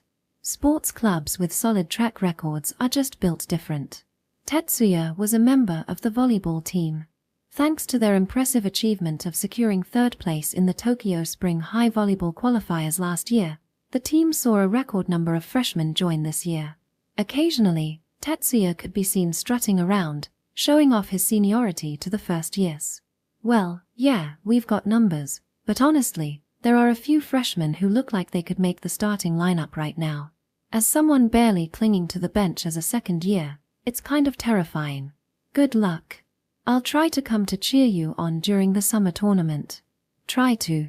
That's just code for not coming, isn't it? Hey, I said I'd try. Later. Yeah. After quickly gathering his things, Yakito left the classroom at a brisk pace. Tetsuya watched him go before starting to get ready for his own club activities. That's when he noticed an unfamiliar girl peeking into the classroom. As someone known for his sharp eye when it came to identifying beautiful girls, Tetsuya immediately recognized her as an exceptional beauty. Relying on the reflexes honed as an outside hitter, he closed the distance between them in an instant. Hey, is something wrong? Looking for someone? Whoa. The girl took a startled step back but quickly recovered with a friendly smile. Tilting her head slightly, she looked up at Tetsuya with an inquisitive gaze. Yes, actually. I'm looking for Watanabe Fuka-senpai. Is she here? Watanabe? Tetsuya blinked at the unexpected name, glancing around the classroom. No, I don't see her. She probably already left for her club. Are you a new member of the gardening club by any chance? The girl's ribbon, adorned with blue stripes, marked her as a first year. At Tetsuya's question, she gave a vague nod. Sort of. I'm still technically just a provisional member. Ah, got it. Well, I'm Komiyama Tetsuya. This year, I'm gonna be a starter for the boys' volleyball team. Make sure you remember my name. Haha, you're funny. But anyway, since Watanabe-senpai isn't here. The first-year girl deftly brushed off Tetsuya's self-introduction before narrowing her eyes slightly and lowering her voice. Is Yakito Oki here? Oki? You mean Yakito? Ah, yeah, Oki. The photography club president. He's in this class, right? Yeah, he is. But why? Tetsuya's question brimmed with the confusion of a peer. Standing before him was a girl whose beauty was rare to see, even for someone like him. Her slightly wavy twin tails hung down to her shoulders, stopping just short of being ostentatious. Her strikingly gray eyes, almost mistakable for jade, held an icy sharpness. Though petite, her figure fit her uniform so perfectly that even Tetsuya, true to his basic instincts, had to suppress a gulp. Why? I just wanted to talk to him. Is that a problem? Those piercing gray eyes seemed to challenge Tetsuya. Now he remembered. This was the girl he had seen standing like a guard outside the gardening clubroom during lunch, a gal with an unapproachable air. So, he's not here, right? Where is Oki-senpai? He, said he was heading to the photography clubroom. I see. Thanks. With a polite nod, she quickly spun on her heel. Wait, do you know where it is? Should I walk you there? No need. I know the way. The casual offer was dismissed just as lightly, without so much as a glance back. What the hell? Left behind, Tetsuya stood in the classroom, his confusion unshaken as he watched her leave. Section P. Provisional membership. Really? Yes. I've always had a bit of an interest in photography. At the entrance to the clubroom, Yakito nearly found himself dropping to his knees in reverence toward the girl standing there. No, he was already on his knees. What are you doing? It's like I can see a divine light shining around you. Though the new school year had been underway for a while, the photography club had yet to see even a single new member or even a provisional one express interest. 4 years, the club had struggled to recruit members, a fact made evident by Yukito's lack of senior peers. The previous year's third years had been both numerous and highly knowledgeable, with expertise in various types of cameras and photography. However, as one senior had once apologetically explained, their overwhelming presence might have discouraged anyone from stepping up to join after their graduation. I've been the sole member so far. Not a single person's even applied for provisional membership, so I'm honestly moved to tears.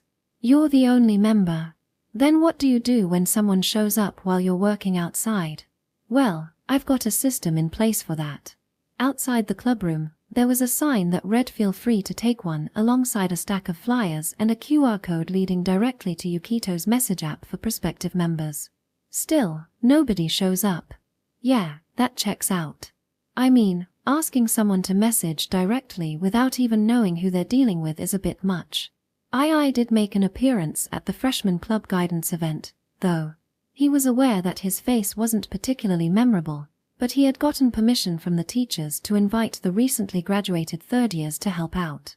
Even so, the results spoke for themselves. Sorry, I'm acting all weird. Forget what I said earlier. I just hope you'll take it easy and enjoy the experience. So, to start, can you tell me your class and name? When Yukito asked this, the girl responded with a mischievous smile. Sure thing. I'm Izumi Kotaki from Class 1C. Meanwhile, in the gardening clubroom, the elf-like Watanabe sat quietly, waiting. That's odd. Izumi-chan should have been here by now. Section. So, what kind of things does the photography club do? Yukito's answer to the first-year girl, who had introduced herself as Izumi Kotaki, was straightforward. For the most part, we just take photos of whatever we want with whatever cameras we feel like using. Oh, that's pretty much exactly what I imagined. Of course, we also aim for contests and hold study sessions on photography. I'm actually working on photos for a contest right now. Ah, contests. I see. Yukito didn't notice the slight narrowing of Izumi's eyes. Well, since I'm the only member right now, study sessions aren't really a thing. But since you've come as a provisional member today, I thought we'd just jump into some hands-on photography. So, Kotaka-san, you said you're interested in photography. Do you have a favorite type of photo or something you'd like to try taking? Well, I wouldn't say I'm super knowledgeable, but if I had to pick, it usually ends up being this kind of thing. As she said this, Izumi pulled out her smartphone, hesitating a little before continuing. Would photos for social media, like ones taken with a phone, be okay? Of course. Why do you ask? Well, don't people who are really into photography or cameras tend to, dislike it when younger people take photos with their phones and show them off online? Izumi's impression wasn't entirely wrong. Not me. Actually, I think it's more common for people who aren't all that into cameras to have those kinds of prejudices. Speaking of which, do you have any recent photos you've taken for social media that I could see? Sure, how about this one? Izumi showed him a photo on her phone, a picture of a drink that had been available at Moonbucks last week. Oh, that's great. The spring green latte from Moonbucks. The drink was perfectly framed with the cafe interior as the backdrop, a solid composition. Wait, you keep track of these things? That's kind of surprising. Photos that stand out and go viral on social media are essentially the same as effective advertisements. Professional photographers also take shots like that. So, keeping up with these trends is pretty important. Ah, I see. That makes sense. So, do you want to try it out? What? You know, taking smartphone photos of products that would stand out on social media. I think Moonbucks released a new Sakura-themed smoothie this week. Would that really be okay? These days, it's a genre you can't ignore if you want to take photos. That said, Yukito, who had been enthusiastically explaining up until now, suddenly hesitated as if worried about something. If we do this, we'll have to go to Moonbucks together. If you're uncomfortable going out alone with a guy, we can just take similar photos at the school cafeteria using vending machine bottles. What do you think? Oh, I see. That's what you meant. Izumi's expression briefly showed suspicion but quickly shifted to a playful grin. I'm fine with it. But, senpai, are you okay with it? Ha! Okay with what? Going on a date to Moonbucks with a girl you just met. Won't your girlfriend get mad? Gee, girlfriend? No, I don't have one or anything. Oh, really? Izumi's grin deepened. Really? That's surprising. You were so smooth in inviting me. I thought for sure you'd be used to this and probably had a girlfriend. What do you mean, used to it? If anything, I'm not used to this kind of thing. I'm a camera geek, and I only recently stopped being nervous about going into Moonbucks alone. Got it, got it. No need to panic. I'll just leave it at that. It's not about leaving it at anything. But fine. Let's go. There's a great spot at the Moonbucks on Kamabanashi Bridge. Alright. Lead the way, senpai. And so, the two left the photography clubroom and headed to the Moonbucks branch a little over 5 minutes from the school. By the way, Kotaka-san, what about your stuff? Won't it be a hassle to come back to school if you leave your things behind? It's fine. I still have something to do at school later, so I'd rather travel light. Got it. Are you thinking about joining any other clubs besides the photography club? Yeah. Maybe the Shogi or Go club. Shogi and Go. Oh, and the gardening club, I guess. The gardening club? Yakito was caught off guard by the unexpected mention of that club and widened his eyes. Why so surprised? Is it that unusual? Izumi noticed his reaction and laughed softly. It's because of my grandfather. He's into all these kinds of things. Ah, I see. He's kind of what you'd call a hobbyist, I guess. He's got all sorts of expensive shogi boards, bonsai trees, and old cameras at home. I'm not great at sports, but I've been exposed to all those things, so I figured I'd try a club related to one of them. Ah, that makes sense. Well, since I'm the photography club president, I'd love for you to make use of your grandfather's cameras, but I'm sure he'd be happy no matter what you choose. Maybe so. Chatting about this and that, they eventually arrived at Moonbucks. Oh, there's a free table on the terrace. Nice. Let's grab it. For today's club activity, we're taking photos of new products for social media. The new drink should be fine, right? Yakito gestured to the signboard showcasing the new spring-themed Blossom White smoothie. Sure, but, what about the money? It's part of the recruitment activities for provisional members, so it comes out of the club budget. Think of it as a sign-up bonus. A sign-up bonus? Well, okay then. Thanks for the treat. Wait here. Is a tall size good for you? Yes, that's fine. After confirming the size, Yakito went to place the order. Izumi watched him wave as he left and, once he was out of sight, leaned back against the chair's armrest. Crossing her sleek legs, she let her cheerful expression drop, her eyes turning cold as she stared at Yakito in the line. You're surprisingly used to hanging out with girls. It's really starting to get on my nerves. Ha! Senpai, you're having iced coffee? On the table sat 2 drinks, a tall-sized Blossom White smoothie topped with a large cherry, and a cup of iced coffee. Well, I am the club president, and besides, I wanted a drink served in a glass rather than a plastic cup. Aha! Izumi Kotaki, looking unimpressed, tilted her head slightly. Yakito took out his smartphone and began explaining.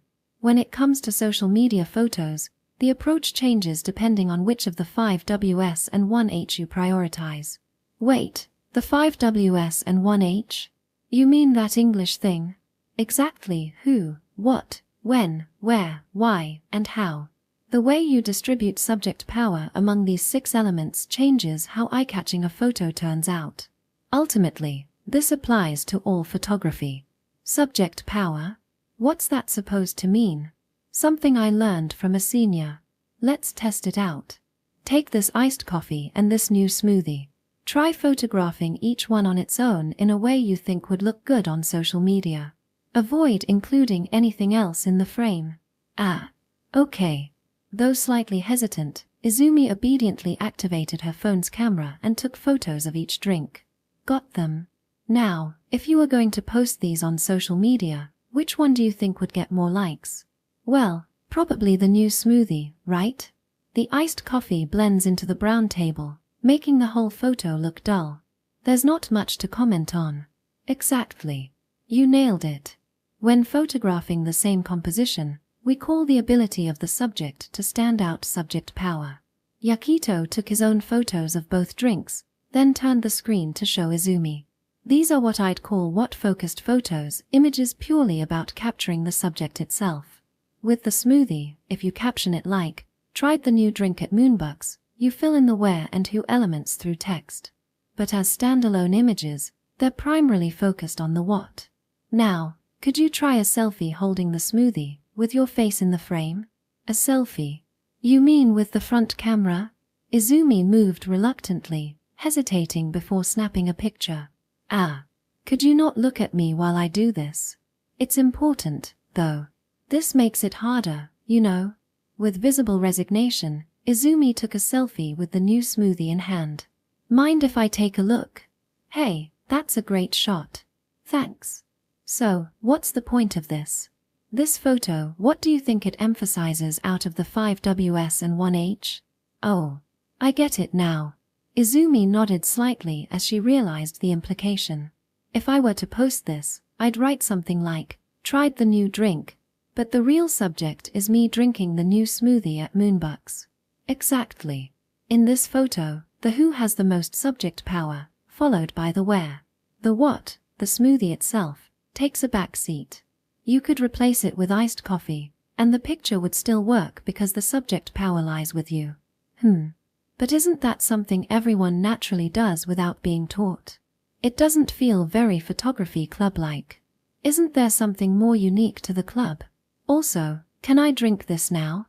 I'm getting thirsty. Hold on, this is where things get more photography-focused. Before you drink, could you retake the photos of both drinks with the same composition as before? Again, what's the point? Can I drink it after this? Clearly annoyed but cooperative, Izumi retook the photos. Can I drink it now? Go ahead. Without hesitation, she grabbed the smoothie and took a big sip. So, about the photos you just took. Let's edit the iced coffee one this time. Editing?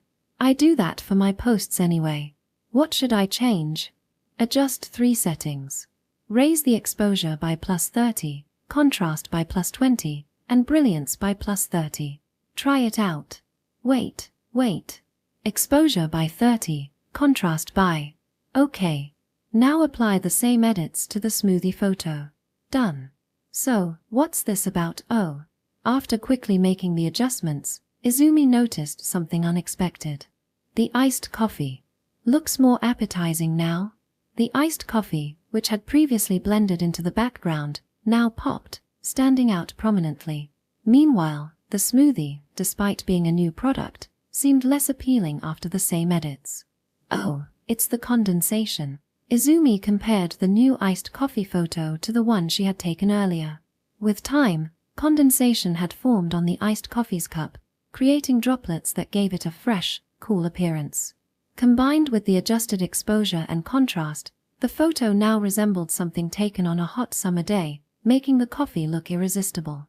See how it feels like the when element has been added? Yeah, if I saw this on a hot day, I'd totally want to drink it. Exactly. On the other hand, raising the brilliance on the smoothie made it look less appealing. The pink and white blend now looks overly sharp, almost unappetizing. True. The cherry on top has also sunk a bit since I first took the picture. This demonstrates how time can enhance or detract from the visual appeal of a subject. It's something you wouldn't notice unless pointed out. Oh, and here's another smartphone-specific technique.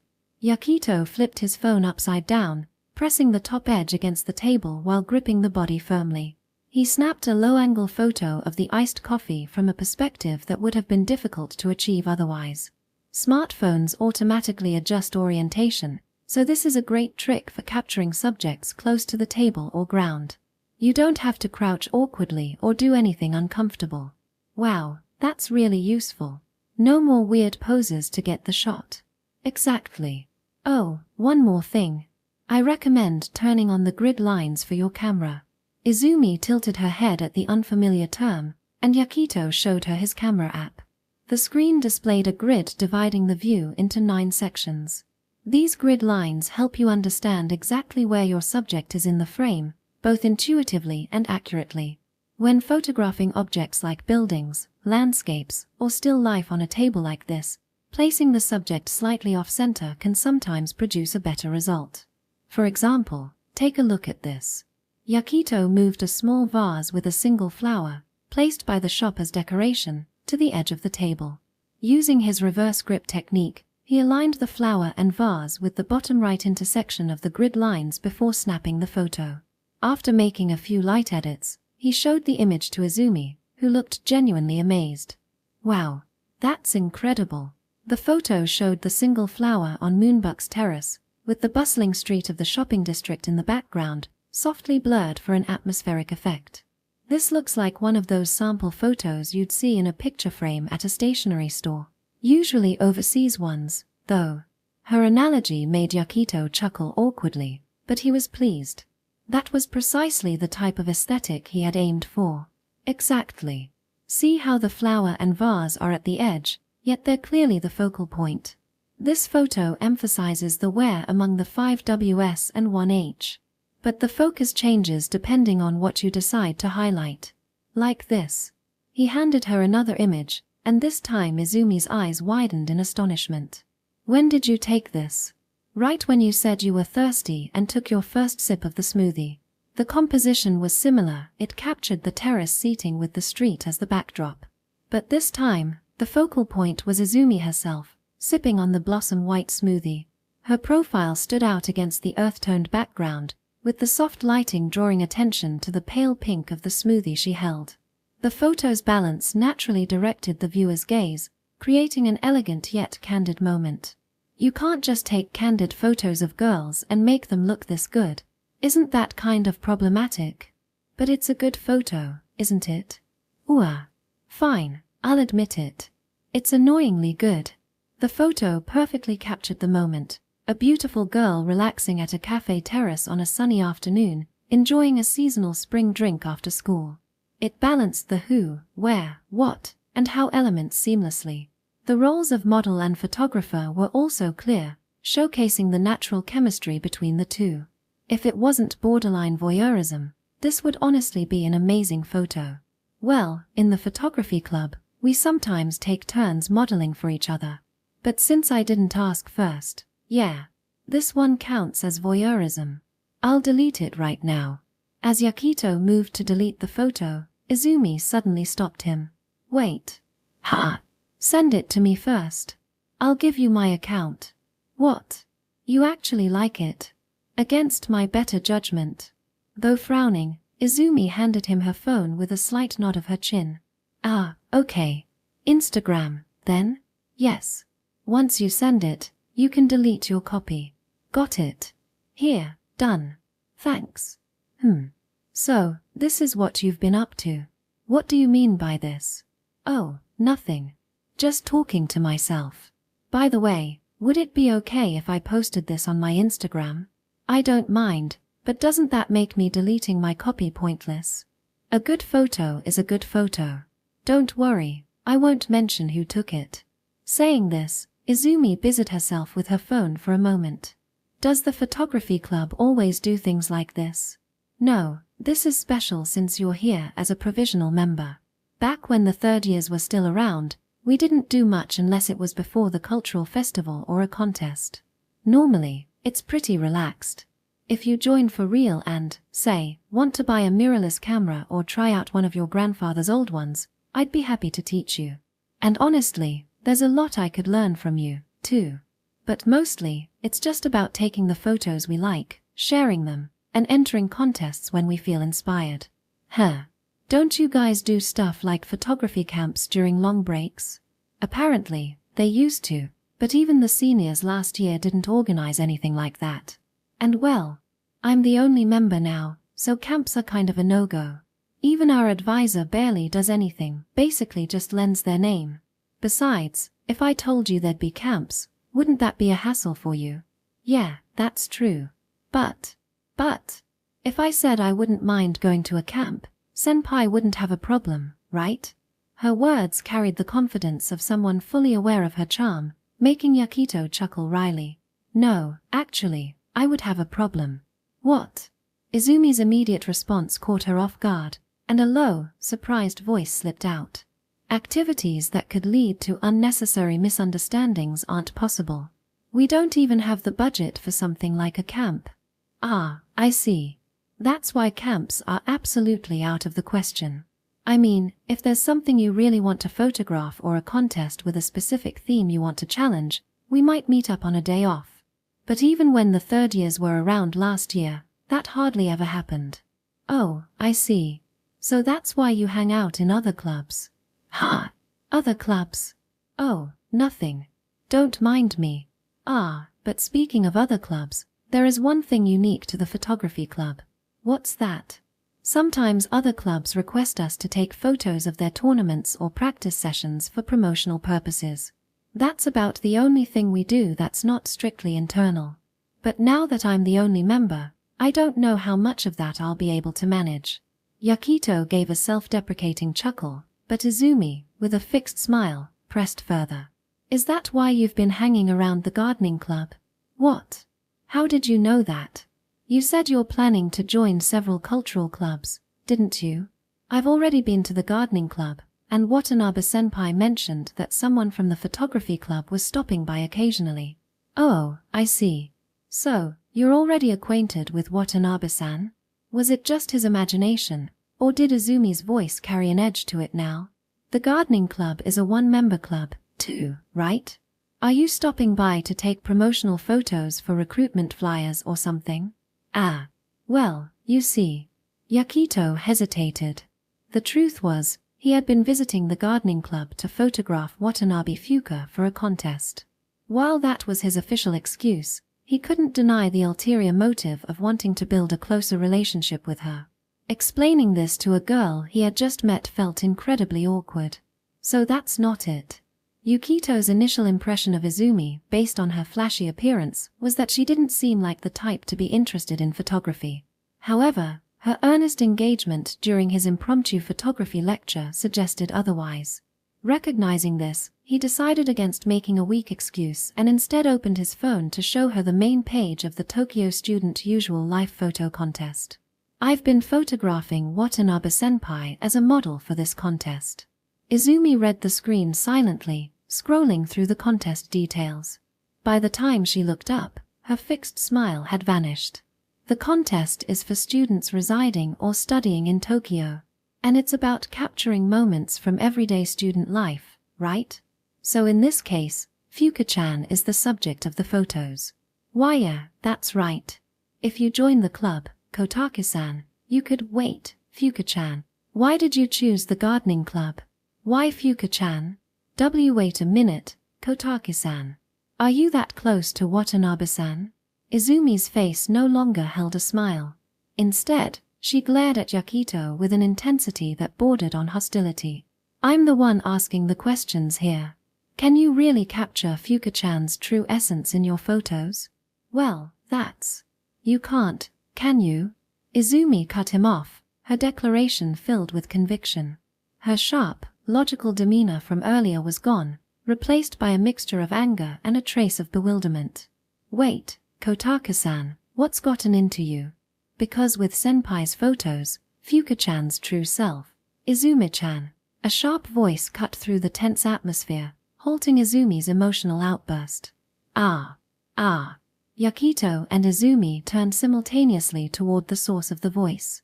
Finally found you. What are you doing here? And, the voice belonged to none other than Watanabe Fuka, who had clearly run to find them. At first, her gaze was fixed on Izumi, but then she noticed Yakito sitting at the same table. The moment she recognized him, her sweat-dappled, flushed face turned icy cold. Oh, Kikuen? Why are you on a moonbuck's date with Izumi-chan? In that moment, Yakito could have sworn he saw a ghostly blue flame rising from Fuka's frozen expression, as if her very soul were burning with otherworldly intensity. What a date! No, wait, Watanabe-san. It's not what it looks like. It's okay. I understand. Okikuen didn't know about Izumi-chan. It's fine. I wasn't prepared for this shocking sight. Is that so? This is all Izumi-chan's prank, isn't it? Her frosty gaze shifted to Izumi, whose confidence seemed to evaporate instantly. Wait, Fuka-chan, it's not like that. This isn't a date. I just thought I should check what kind of person senpai is. And why would Izumi-chan need to do something like that? Because. Well, it's because of you, Fuka-chan. Because of me. What do you mean? The tension at the terrace table was palpable, drawing the attention of nearby customers. Is this a lover's quarrel? Whoa, high school drama. This is juicy. Aren't those Minomiya Tabashi uniforms? Sensing the spreading misunderstandings, Yakito decided to intervene. Watanabe-san, why are you here? Izumi-chan wasn't showing up at the gardening club, so I got worried. Someone told me she was looking for you. What? No way. Both Yakito and Izumi gasped in unison. The only person who knew Yakito had been in the photography clubroom earlier was none other than Tetsuya Komiyama. That meddling senpai. Izumi seemed to have come to the same conclusion. Tetsuya-kun told me that a super cute first year was looking for Oki-kun. He even came all the way to the clubroom to let me know. Izumi-chan. Why yes. I'm happy that you're always so concerned about me. It really means a lot. I mean, that's why But, if that's the case, then how do you explain this? The elf Watanabe abruptly shoved her phone in front of Izumi, cutting off her stammering explanation. Your Instagram account. Moonbuck's date with a second-year senpai who treated me. I was hoping it wasn't what I thought, but when Komiyama-kun told me, I had a bad feeling. I thought, no way. Not with Oki-kun. But then, when did you even see that post? Displayed on Elf Watanabe's phone was a photo showing the blossom white smoothie and iced coffee, along with Yukito's shadow. The caption paired with the photo emphasized the where and who of the situation, a classic hinting post meant to stir curiosity. Wait, Watanabe-san, this isn't a date. I didn't even know Kotaka-san was a new member of the gardening club. It's fine. I understand. The Moonbucks photo session was an activity you experienced with the third years when you joined as a provisional member, right? So you probably wanted to share that experience with Izumi-chan since she came in as a provisional member. Wait, what? Senpai, you told her about that. Watanabe-san, I didn't know you remembered that. Caught between the two girls, Izumi darted her gaze back and forth in panic, while Yakito let out a small sigh of relief. Izumi-chan, I'm not mad that you were worried about me and got ahead of yourself. I'm really not. But. The elf Watanabe's ice-cold eyes began to glisten with unspoken emotions. I haven't even gone to Moonbucks with Oki-kun yet. And yet Izumi-chan gets to go with him, talking about photography Anne. Her voice broke as tears welled up, turning her words into muffled sobs. I wanted to go, too. I wanted to talk about those things, too. And instead, I get this. The elf Watanabe's increasing distress caused a stir among the surrounding patrons. Wait, is this a love triangle? Looks like that Gyaru stole him from the quiet one. Whoa, this is some real high school drama. It was only now that Yakito realized something painfully obvious. To his eyes, both the elf Watanabe and Izumi were strikingly beautiful in their own ways. But to the bystanders, Watanabe Fuka, with her modest and unassuming appearance, seemed plain compared to Izumi's more vibrant presence. Senpai. Izumi's desperate voice snapped him out of his thoughts. Go buy Fuka-chan a blossom white smoothie right now. I'll pay you back later. Hurry. Run. Okay. Got it. Spurred by her urgency, Yakito bolted toward the counter. As he left, Izumi turned to Fuka with a deeply apologetic expression. Fuka-chan, I'm so sorry. I didn't mean to hurt you. I just wanted to make sure that the guy getting close to you wasn't some weirdo, you know? Izumi-chan, you're so unfair. Going to Moonbucks with Oki-kun. I know, I'm sorry. But come on, you never tell me anything about senpai, so of course I'd worry. Honestly, the impression I gave during lunch wasn't great either. That's why I thought I'd figure things out on my own. Sorry for the wait. They weren't busy, so it was ready fast. At that moment, Yakito returned, holding the smoothie. Izumi quickly grabbed it, shoved it into the elf Watanabe's hands, and pulled Yakito aside, whispering urgently. Don't say anything about the last photo. Ever. I'll delete it from my socials, too. What? Why? Just do it. Trust me, if you make her mad, Fuka-chan is terrifying. Izumi's reasoning was that she didn't want the elf Watanabe to see the photo of herself that Yakito had taken, as it portrayed Izumi in an incredibly flattering light. But, what photo are you talking about, Izumi-chan? The elf Watanabe's ears twitched as she turned her sharp gaze toward them. Despite the distance, she had heard every word. It seemed that an elf's heightened sense of hearing wasn't just a myth. If that's something we can talk about later, back at school. Right, Fuka-chan? Right, senpai? Let's just head back, okay?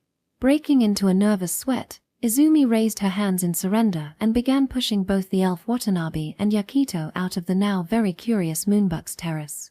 On the way back to school, the elf Watanabe walked beside Yakito, sipping her smoothie with a pout. Sorry, Oki-kun. Izumi-chan caused you trouble. It's not really trouble. Though I don't entirely understand what she wanted to confirm about me. I was kind of hoping for another club member, so it's disappointing that didn't pan out. Really, I'm so sorry. No, Watanabe-san, you don't need to apologize. But, Kotaka-san's a first year, right? Isn't it a little odd that she talks so casually with you and calls you by your first name? She was my junior in middle school, but we've been friends for way longer. Actually, we're childhood friends. Izumi chimed in from ahead, turning around with a bright voice. We've lived near each other and played together since we were little, so we don't really feel like senpai and kohai. Meanwhile, the elf Watanabe continued to glare at Izumi with narrowed eyes, her lips clamped around the straw of her drink. Seriously, I'm really sorry, Fuka-chan, but you have to understand I panicked when you came to me with that conversation. What conversation?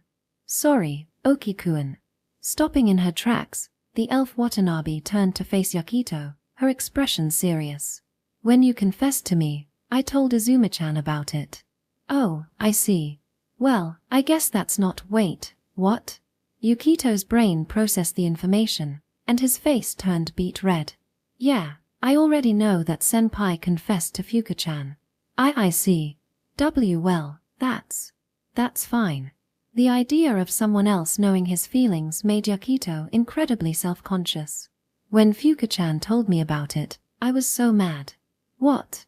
I figured anyone trying to hit on Fuka-chan had to be a jerk, so I wanted to expose you. That's why I took those photos today, to show Fuka-chan what kind of guy you are. Izumi admitted her intentions, her shoulders slumping in defeat. I never would have guessed that a Moonbuck's photo session is some sort of photography club tradition and that Fuka-chan heard about it from you, senpai. Well, I'm not saying I'm some kind of perfect guy or anything, but I'm also not a scumbag. If that misunderstanding's been cleared up, then I'm glad. From the start, Izumi had approached Yakito with hostility, and it was now clear that the idea of her joining the club as a new member had always been a pipe dream. Yakito could only give a self-deprecating chuckle, masking his disappointment with a hint of forced cheer. However, Izumi's animosity hadn't lessened in the slightest. It hasn't been cleared up at all. Ha! I still think you're a scumbag, senpai. Honestly, I don't understand why Fuka-chan trusts you so much. Wait, what? Why would you think that? Yakito was bewildered, unable to fathom why Izumi was so hostile.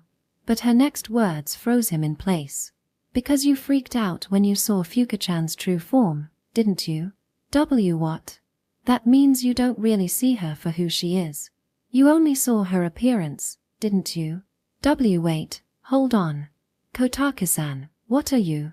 Izumi's words struck a nerve. She said she had heard everything about Yukito's confession from Fuka herself. Yakito turned toward the elf Watanabe, his face pale. The elf Watanabe, who had been silently sipping her blossom white smoothie, lowered the cup and gave him a small, apologetic nod. It's true. Then, finishing the last of her drink, she spoke quietly yet clearly. Izumi-chan can see it. My true form, my elf form. Chapter 4. Watanabe Fuka is going to teach me. Fuka-chan. Please, I'm begging you, have mercy. No way, Izumi-chan. Even if you beg, I won't stop. Izumi Kotaki was breathing heavily, her half-lidded eyes glazed over, and her body covered in sweat, even though it was just a cool spring evening. Her trembling voice pleaded for forgiveness, but the elf's beautiful face remained cold as she mercilessly denied the request. Ua. An. And no more. I can't. Ngh. Come on, keep moving. If you don't put in more effort, Okikuan won't be satisfied. Why you a monster? Ngh. Izumi glared at Yakito with a thoroughly exhausted expression, but before she could speak, the elf Watanabe's sharp voice cut through the air, making her whole body jolt. Hey, Izumi-chan, is that how you're supposed to talk to your senpai? Look, Okikuan is watching. Move your body properly. You I can't. I'm at my limit. Watanabe-san, Yakito finally interjected, unable to bear it anymore. Yes, Okikuan. Is it really okay for me to keep pushing Kotaki-san like this? And no way. Ngh. Don't get cocky. Of course, it's fine. After all, Izumi-chan is a provisional member of the photography club today, which makes her your junior. That means she has to follow your instructions, doesn't she? Well, when you put it like that. But still, this feels a little cruel. She looks like she's really struggling. She toyed with your feelings first, didn't she? That means she needs to properly make it up to you, don't you think? I guess that's true, but... Look, Izumi-chan, you're slowing down again. At this rate, Okikuan won't feel satisfied. Damn it. Using Fuka-chan as an ally to do whatever you want. Ngh. Watanabe-san, Yakito interrupted again, feeling even more uncomfortable. It's getting late, and I didn't bring any flash equipment, so maybe we should call it a day for the photo shoot. Well, if you insist, Okikuan. Fine, that's enough for today, Izumi-chan. Ngh. I can't anymore. My arms won't move, my shoulders are trembling, and if I don't drink something, I'll die. Finally granted permission to stop, Izumi, dressed in a tracksuit and with a towel around her neck, dropped the hoe she was holding and collapsed onto the ground away from the freshly tilled soil. Wait. Senpai, don't tell me you were actually taking photos of me doing farm work. Well, Watanabe-san told me to. Don't think you can get away with anything just because Fuka-chan said so. Glaring at Yakito, who flinched at her wrath, Izumi tried to catch her breath while Yakito awkwardly attempted to change the subject. Breaking up hard soil like that is really tough work, right? The garden they were working on wasn't far from the photography club room. It was a square plot about the size of 6 tatami mats, bordered by weathered bricks. However, it had been so neglected that it was overrun with dried leaves and branches from long-dead plants. At first glance, Yakito had mistaken it for a trash heap for garden waste. Back in the Showa era, there was a rose garden here with a Stevenson screen. Because it's behind the old school building, it stayed pretty cool even in summer. But when the gardening club disbanded, it was left like this. I was told I could use it last year, but I couldn't manage it on my own. So now that we have a first year, I thought this would be a good chance to restore it. Izumi was still struggling to regulate her breathing and remained slumped on the ground. So, are you going to plant roses here again? No, since I've got this much space, I'd rather grow vegetables. Vegetables are often more practical than flowers for gardening clubs. They're easier to cultivate and share, and they can provide a sense of achievement when harvested. Growing vegetables is rewarding, and their flowers can be really cute too. Oh, like radish flowers. That reminds me, tomato and cucumber flowers are surprisingly pretty, too. Exactly. I've already decided on one thing to plant. Okikuan, have you ever heard of peipo? Peipo? No, I don't think so. They're small pumpkins, often used for decoration rather than eating. The orange pumpkins you see around Halloween are one type.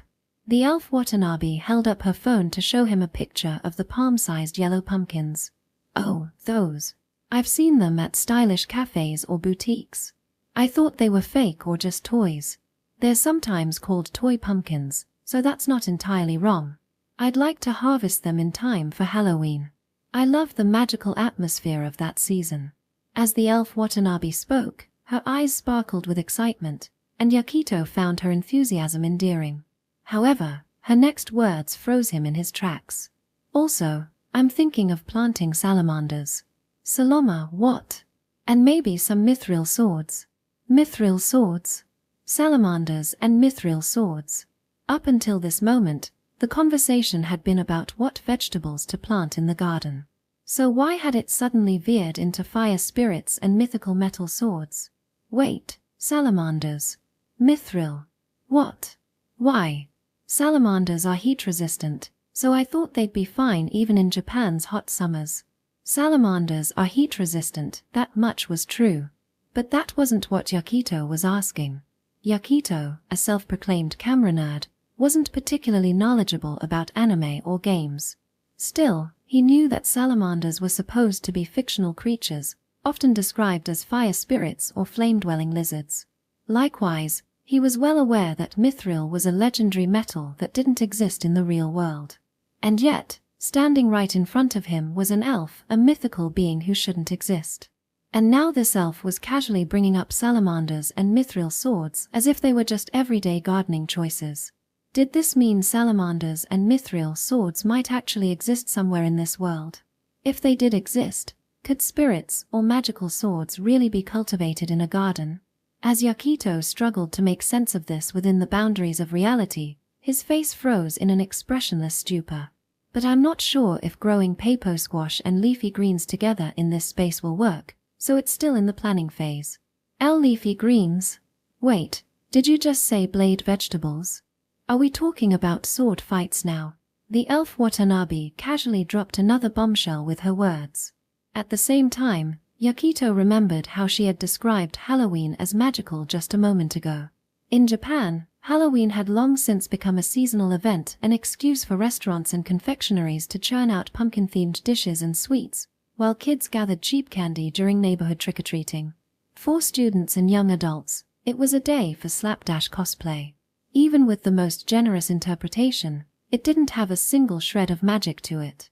Didon't tell me, you're using salamanders to grow Halloween pumpkins? Yakito had heard once that the light inside jack-o'-lanterns was said to be the glow of a spirit. The elf Watanabe's radiant smile confirmed his suspicions without hesitation. Yes, salamanders pair surprisingly well with pepo squash. Add mithril swords to the mix, and they'd even make great miso soup. Miso soup?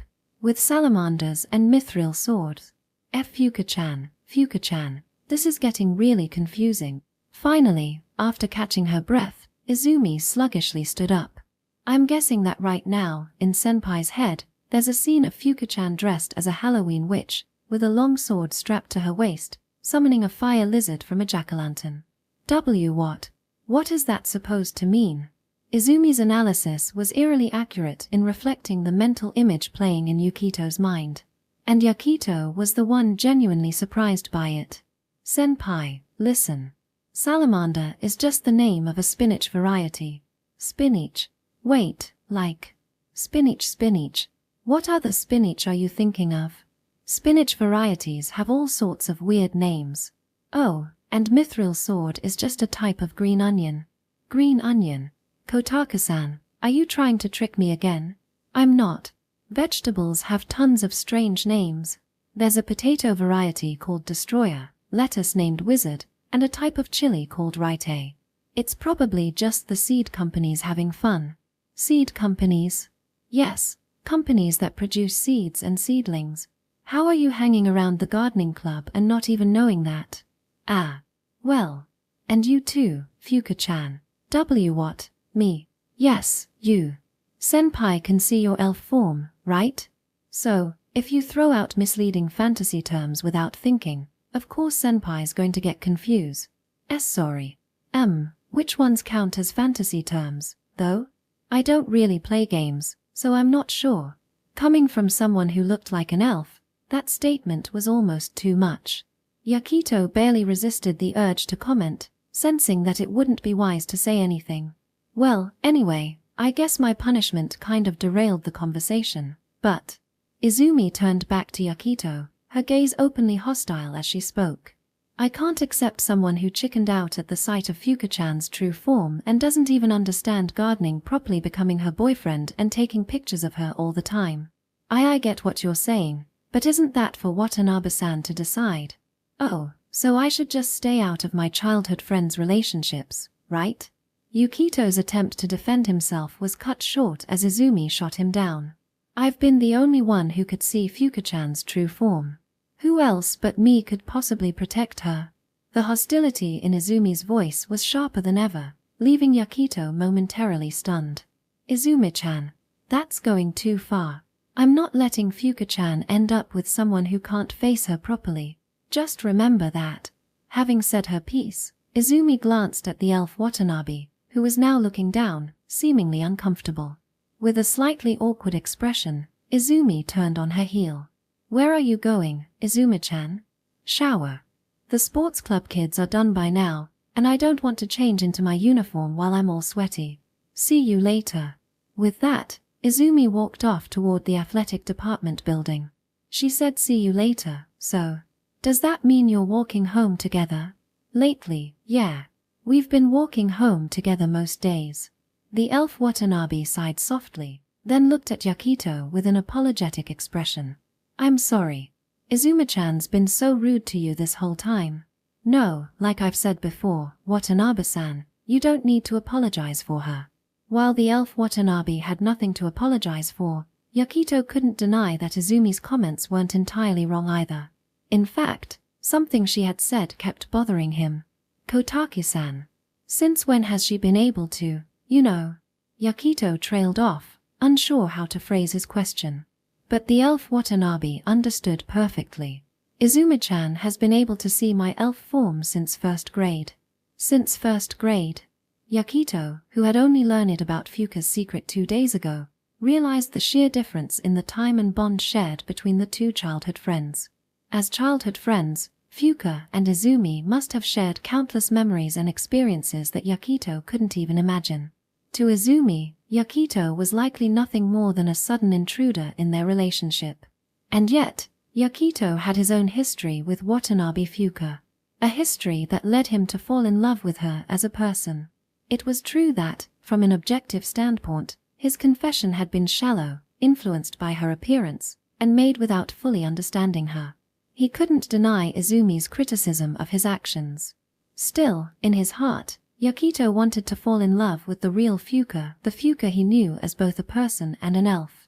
That's why he had been trying to treat her the same as he always had, even as he learned to reconcile her two sides. But now, with Izumi, a person who could see Fuka's true form, challenging him, there was something Yukito needed to ask. Can I ask you about being an elf? Oki-kun.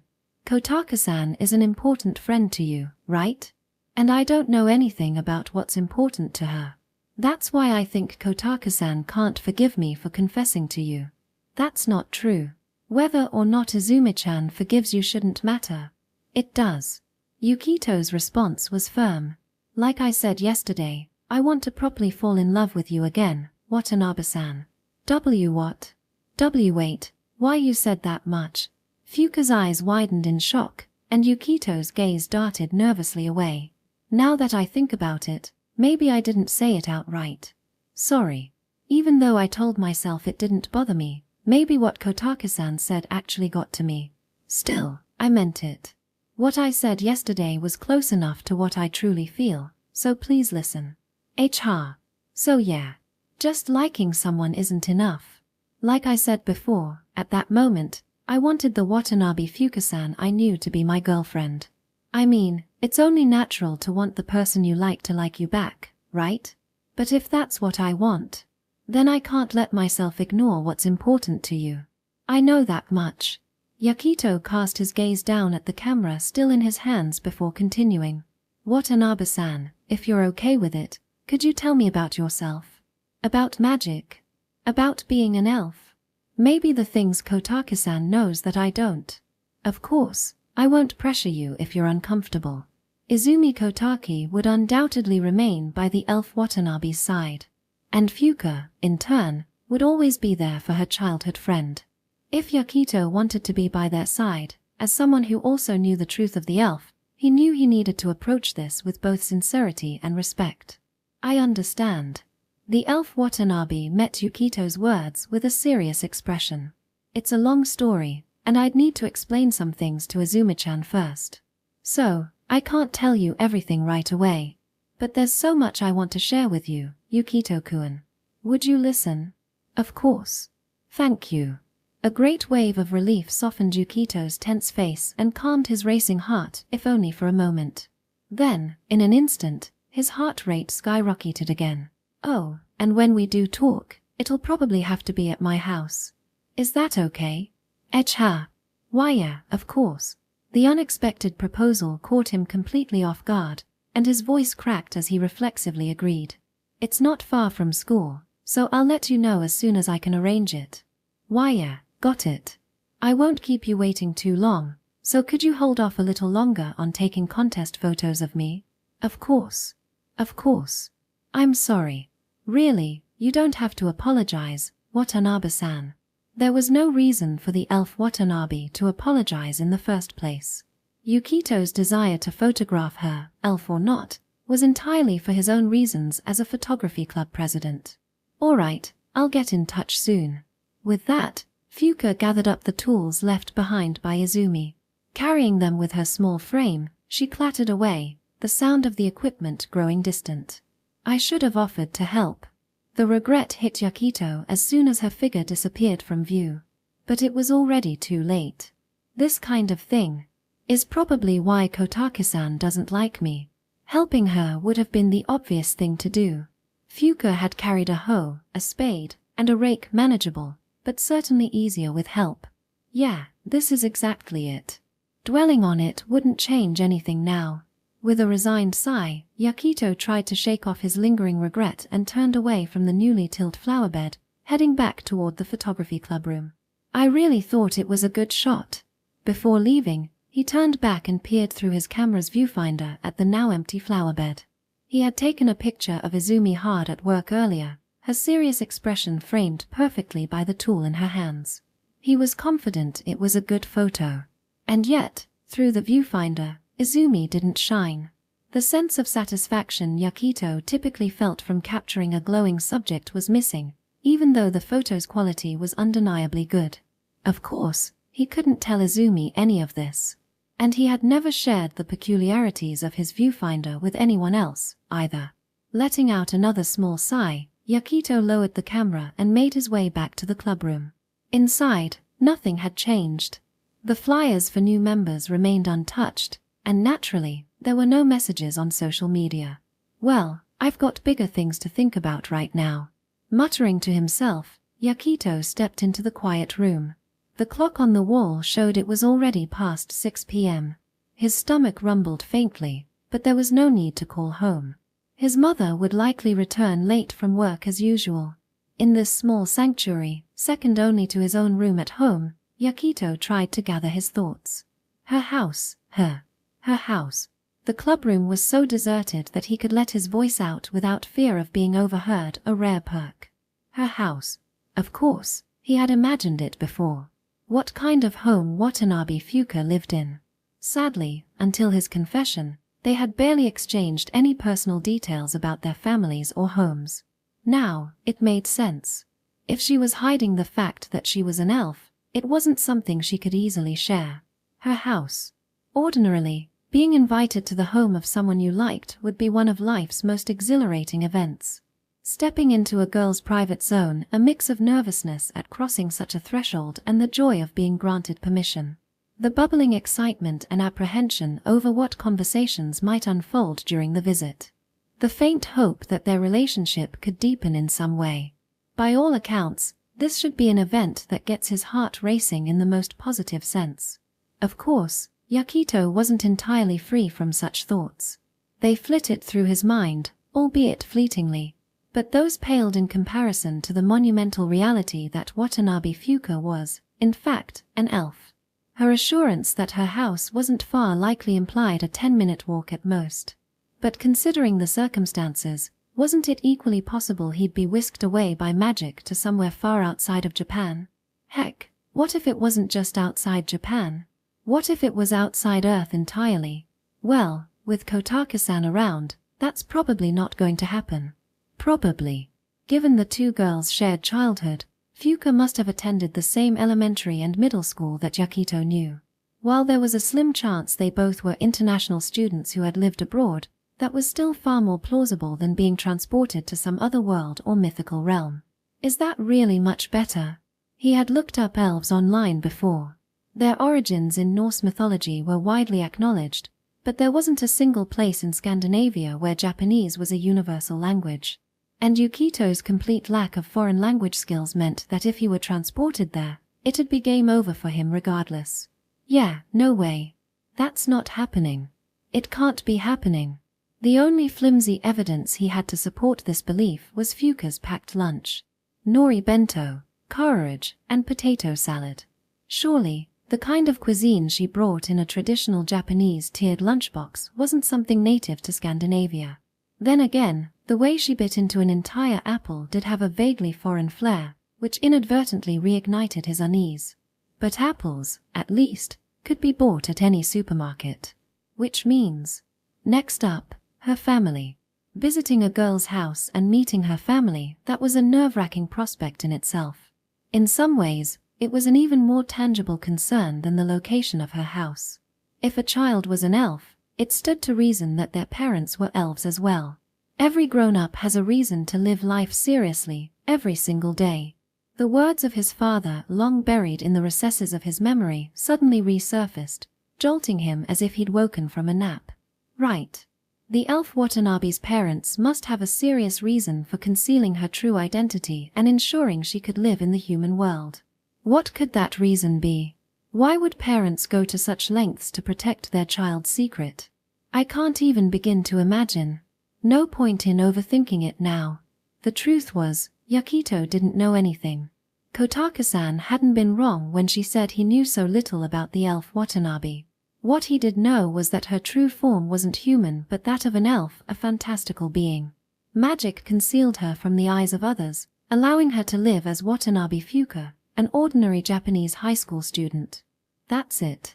He knew next to nothing about elves, magic, or the supernatural. Nor did he know where she lived or how many family members she had. He knew she loved gardening and that her school performance, both academically and athletically, wasn't anything remarkable. Oh, and today, he learned unfortunately that she had a sort of cult-like following among a small group of boys. Back in their first year, there were days when he couldn't even muster the courage to say hello to her.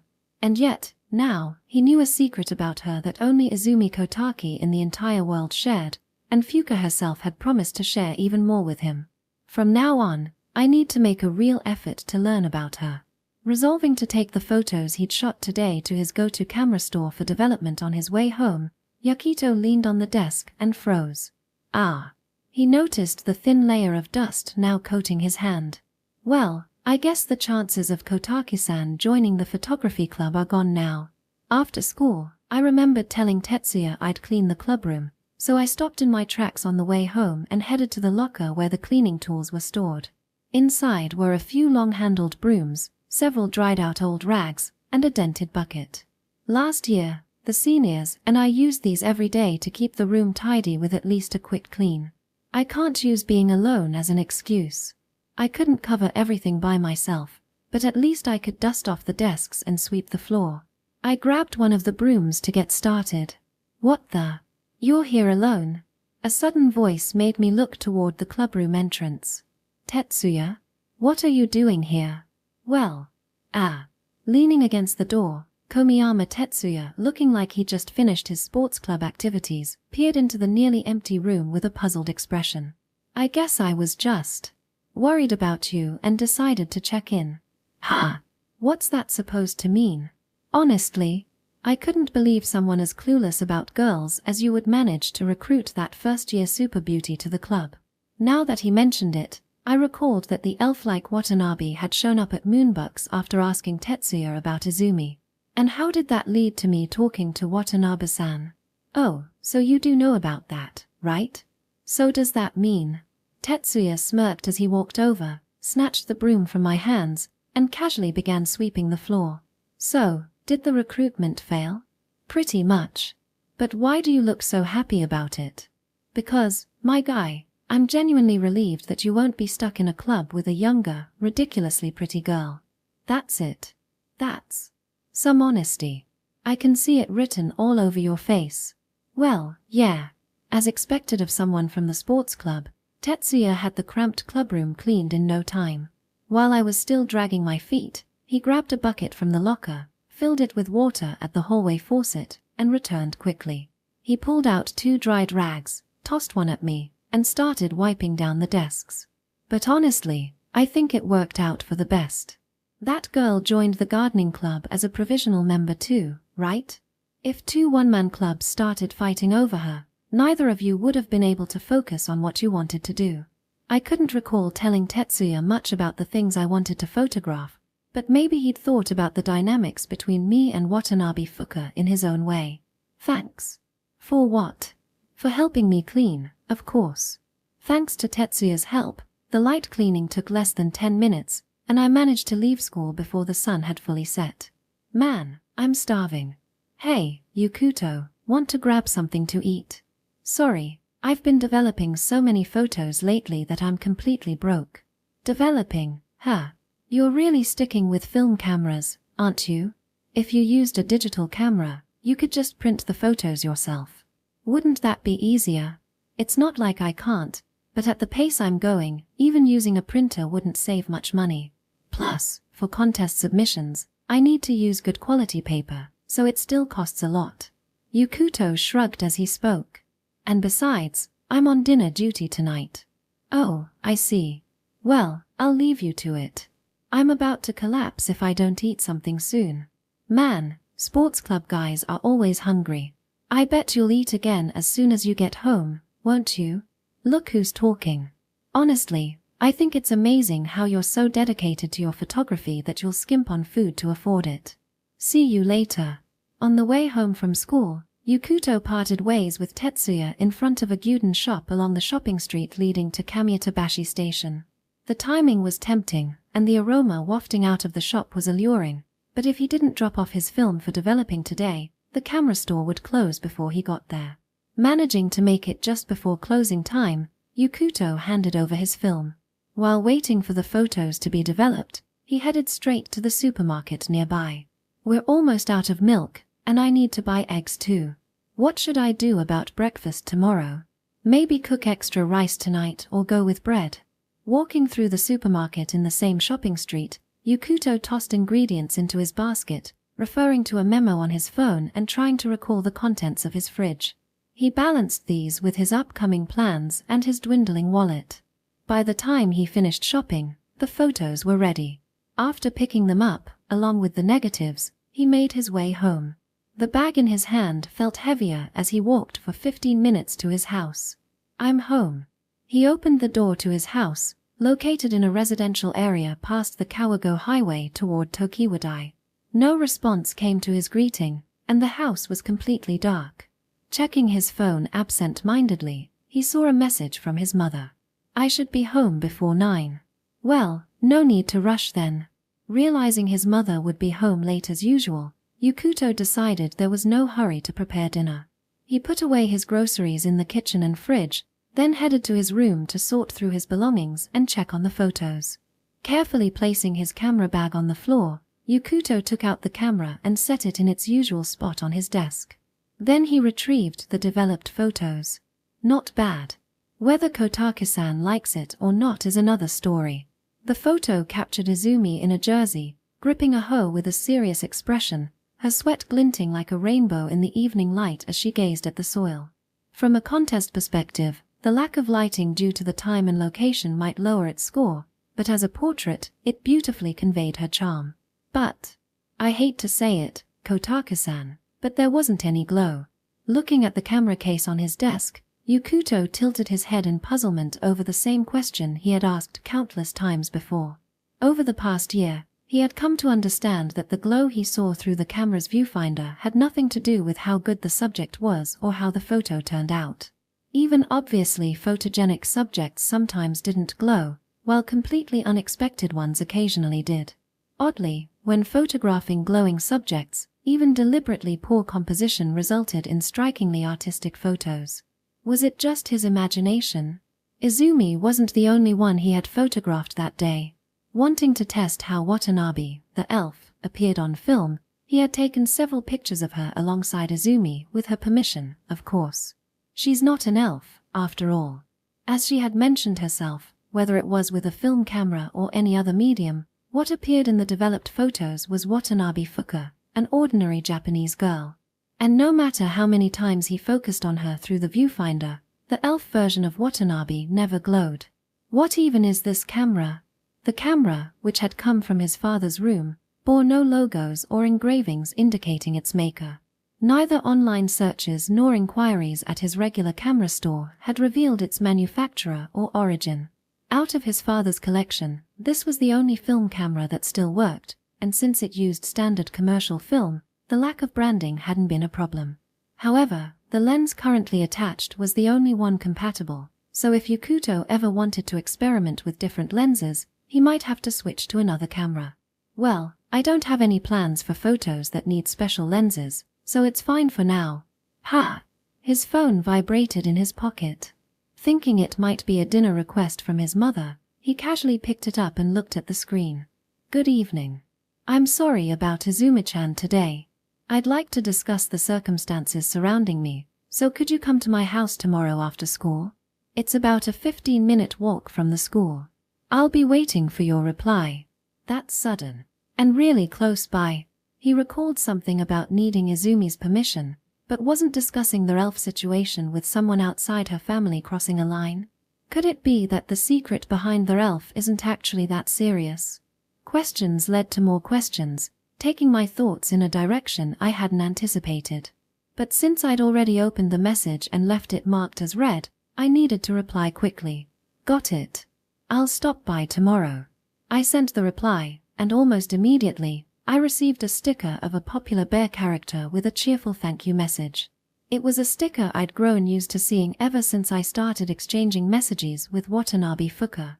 The interaction felt so normal that I couldn't bring myself to ask anything more. Somehow, it left me feeling drained. Let's just cook dinner and get to bed early tonight. Separating the newly developed photos into OPP bags for Elf Watanabe and Izumi, I took off just my school blazer before dragging my tired feet to the kitchen. I started with miso soup, using tofu and frozen pre-chopped green onions. Then, I reheated some frozen rice in the microwave. I grabbed bacon nearing its expiration date, a drying carrot, and half an onion I had left over, chopped them up, and stir-fried them with ketchup. Finally, I mixed some milk and a bit of white dashi into beaten eggs, making 2 flat omelets to top the ketchup rice. With that, my simple immerse was done. For a moment, I considered adding another dish for balance, but I'm home. Right on cue, Mom returned from work, so I decided to stick with what I'd made and set it all on the table. Welcome back. Dinner's ready.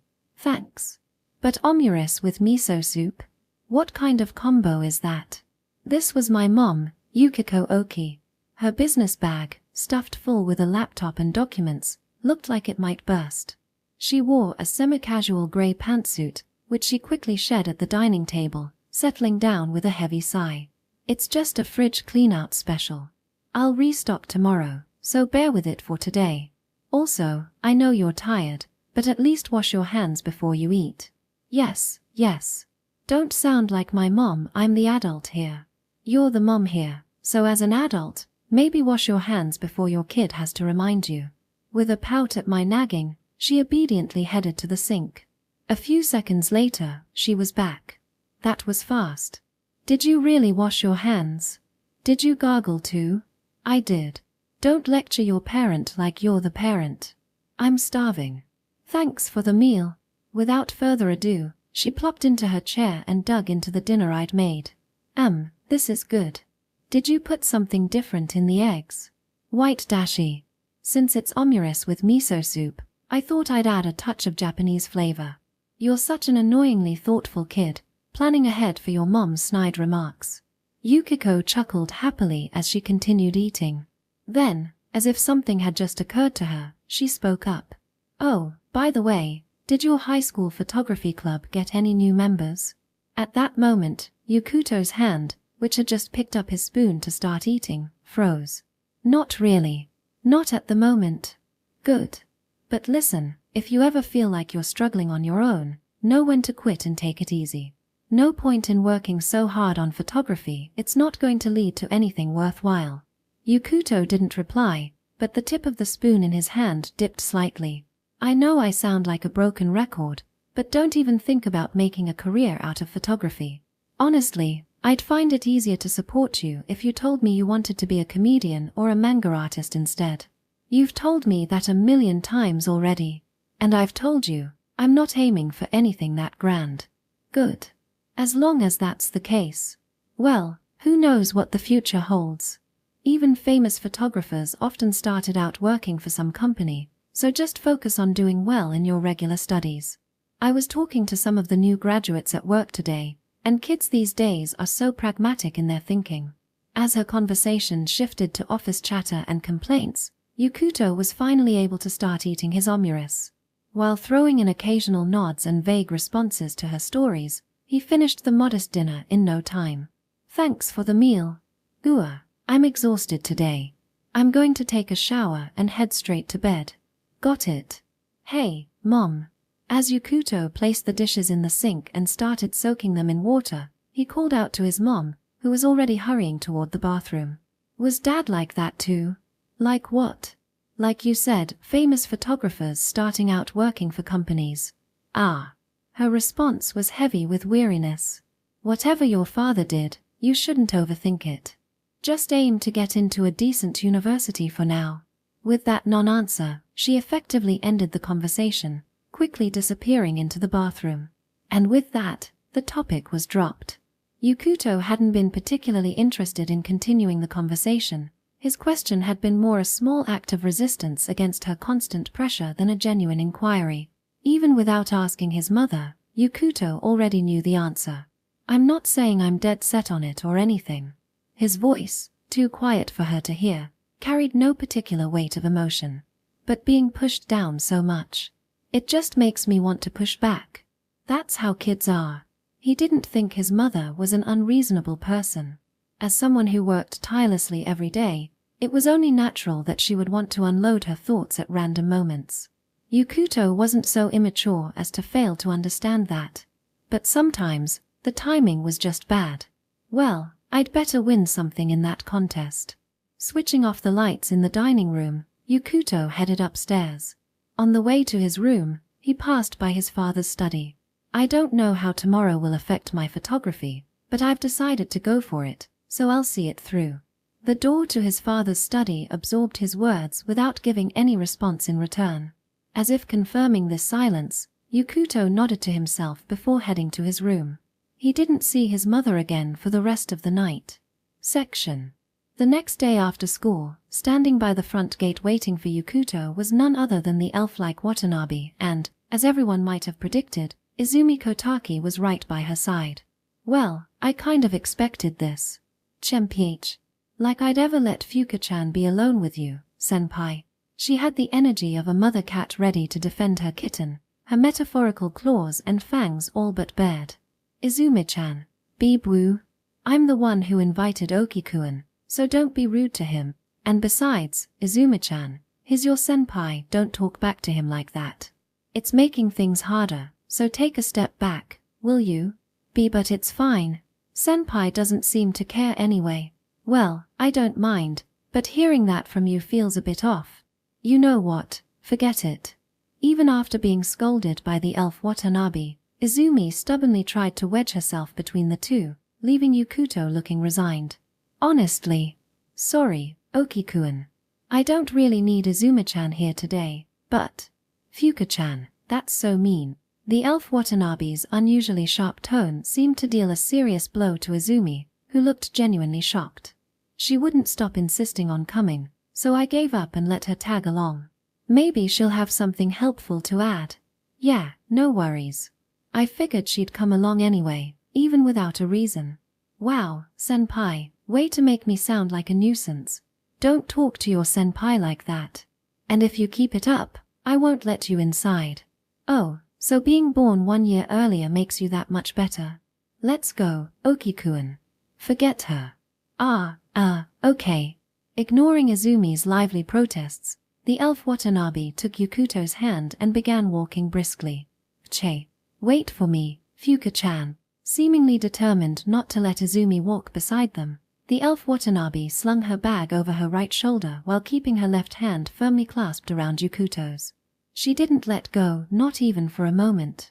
In fact, she held his hand tightly, leading him half a step ahead as they walked quickly down the road. Yukuto, meanwhile, found himself overwhelmed by the contrasting sensations, the soft, slightly moist touch of the elf Watanabe's hand against his fingertips and the piercing glare of envy and frustration radiating from Izumi behind him. Watanabe-san? We can't afford to get lost. The elf Watanabe replied quickly, her head slightly bowed, avoiding eye contact. I mean, we're not kids, and we're in the middle of the city. We're not going to get lost. It's fine. Unless… Oki-kun, do you not want to hold my hand? She finally turned to face him, looking up at him with an innocent, questioning gaze. And no, it's not that I don't. I mean, of course I don't mind. And with those words, the unfiltered feelings of a teenage boy answered for him. I'm glad. The elf Watanabe's radiant smile left Yukuto no choice but to follow along quietly. At that point, any guy who'd do otherwise wouldn't be human. Fuka-chan, I'll get lost too. Just grab the corner of my bag, Izumi-chan. The elf Watanabe responded coldly to Izumi's whining, but Izumi did as she was told, lightly pinching the edge of the elf Watanabe's school bag between her fingers. She shot a sharp glare at Yukuto but fell silent for the time being. We're almost there. Yukuto didn't think they'd been walking for 15 minutes, but perhaps their brisk pace made it feel quicker. The elf Watanabe's announcement came sooner than expected. Oh, I see. So, this area is Nerima Ward now, right? Minomiya Itabashi High School was officially located in Itabashi Ward but sat near the border with Nerima Ward, where many students lived on both sides. To the west of the school, the Nerima side was mostly residential, and Yukuto had never ventured into this area before. There are a lot of houses that look the same around here. Yeah, I guess there are. Walking for several minutes through a neighborhood filled with similar-looking, modest single-family homes, Yukuto's gaze wandered. Suddenly, the sound of an airplane flying overhead broke the monotony. Yukuto looked up, surprised. He hadn't noticed the usual sound of planes during their walk, perhaps because he was too nervous about the situation, walking hand in hand with a girl on their way to her house. We're here.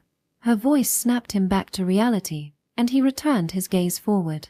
They were standing in front of an unremarkable house in the middle of the residential area. Oh, so this is it.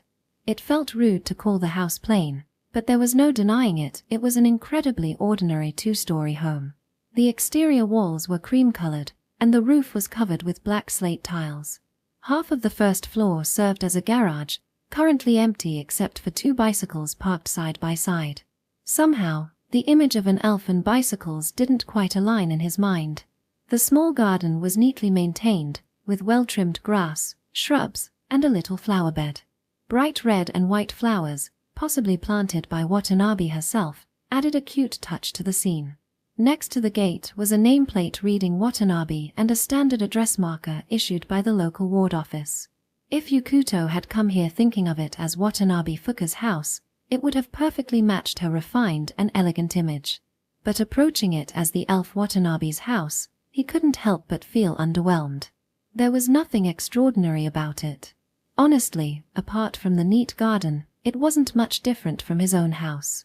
When Watanabe opened the front door, the interior greeted him with the same familiar atmosphere as his own home. On top of the shoe cabinet was even the same household deodorizer they used at his place. Come on in, both of you. Excuse me for intruding. Thanks for having us. Yukuto, feeling tense, followed Izumi, who seemed much more at ease, as they entered the house. Right by the entryway, the elf Watanabe slid open a Fusuma door. Go ahead, Oki-kun, come in. The room was a washitsu, a traditional Japanese-style room. The light-colored tatami mats gave off a faint scent of fresh straw. In the center of the room was a chic, low wooden table surrounded by orange-colored cushions. Against the far wall stood a well-worn study desk, while on the opposite wall were a tall wardrobe and a large bookshelf. There was no bed in sight. Feel free to sit on whichever cushion you like. I'll go make some tea. It was unexpected. Not that Yukuto had anything against Washitsu. After all, his own house had one. But the image of Watanabe, an elf, sleeping on a futon in a traditional Japanese room. It was a scene he could imagine, yet had never thought to picture before now. It's been a while since I've been in Fuka-chan's room, Izumi remarked. She placed her school bag neatly in the corner of the room and sat down on one of the cushions with a practiced ease. Yukuto, meanwhile, chose a cushion that wasn't too close to hers, sitting down hesitantly and setting his bag by his side. I'll be right back. Izumi-chan, don't say anything rude to Oki-kun, okay? After warning Izumi, the elf Watanabe closed the Fusuma door behind her. The sound of her quick footsteps descending the stairs left Yukuto and Izumi in a slightly awkward silence. Kotaka-san, do you come to Watanabe-san's house often? Not really. It's been about 3 months. I was busy with exams during the second half of junior high. Why? Oh, no reason. I just see. The conversation ended almost immediately. The elf Watanabe hadn't returned yet, and Izumi had already started fiddling with her phone, leaving Yukuto to glance around the room uneasily. There was nothing in the room that evoked the image of an elf. The study desk was made of light brown laminated wood, the kind a child might have used since elementary school. The study chair had a slightly worn-out, pale blue cushion with some pilling. The low table looked relatively new and sat on top of a traditional patterned carpet. The bookshelf was filled with books Yukuto could easily understand. There were textbooks, reference books, and a large number of volumes on plants and gardening. The spines of all the books were labeled in Japanese, and he couldn't find any manga or entertainment books among them. Watanabe-san's photos. The walls were adorned with numerous photographs. A large one appeared to be from her middle school field trip, likely taken at a temple or shrine in Kyoto, featuring a group shot. Another was from her elementary school entrance ceremony, showing a young Watanabe with a school bag strapped to her back. And there, among them, was the photo that indirectly sparked this entire situation, a picture from the Chrysanthemum Festival. Though it wasn't clear who had taken it, the photo depicted Watanabe standing by the shrine with a single vase of Tomo Nishiki chrysanthemums. There was also a photo of her standing in front of the entrance to her home, holding the certificate of special recognition she had received. Each photograph featured Watanabe Fuka, someone Yukuto recognized well, the same black-haired girl he knew, smiling naturally in every image. On the bookshelf by her study desk was a small photo frame. Inside it was the picture Yukuto had taken at the Chrysanthemum Festival, a close-up of the Tomo Nishiki chrysanthemum. Senpai, you're staring too much at Fuka-chan's room. Well, it's not like I'm doing it on purpose. With Izumi refusing to engage in conversation, there wasn't much else for him to do. Are you curious about Fuka-chan's photos? Yeah, I guess. They're displayed, after all. Is that really all there is to it? What else would there be? Izumi's tone was tinged with clear dissatisfaction, but Yukuto had no idea which part of their brief exchange had irritated her. He could only look at her in confusion. By the way, senpai, what do you think about this?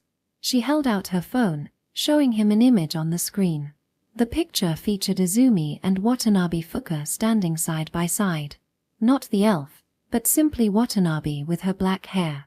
Since the two of them filled the frame, the background wasn't clear, but they were both wearing their high school tracksuits, so it was probably taken somewhere on campus. What do you mean? I'm asking how Fuka-chan looks to you. Does she seem like an elf? Or just a black-haired girl? She looks like a black-haired girl to me. Yukuto answered honestly. I see. Anyway, that bookshelf over there. What?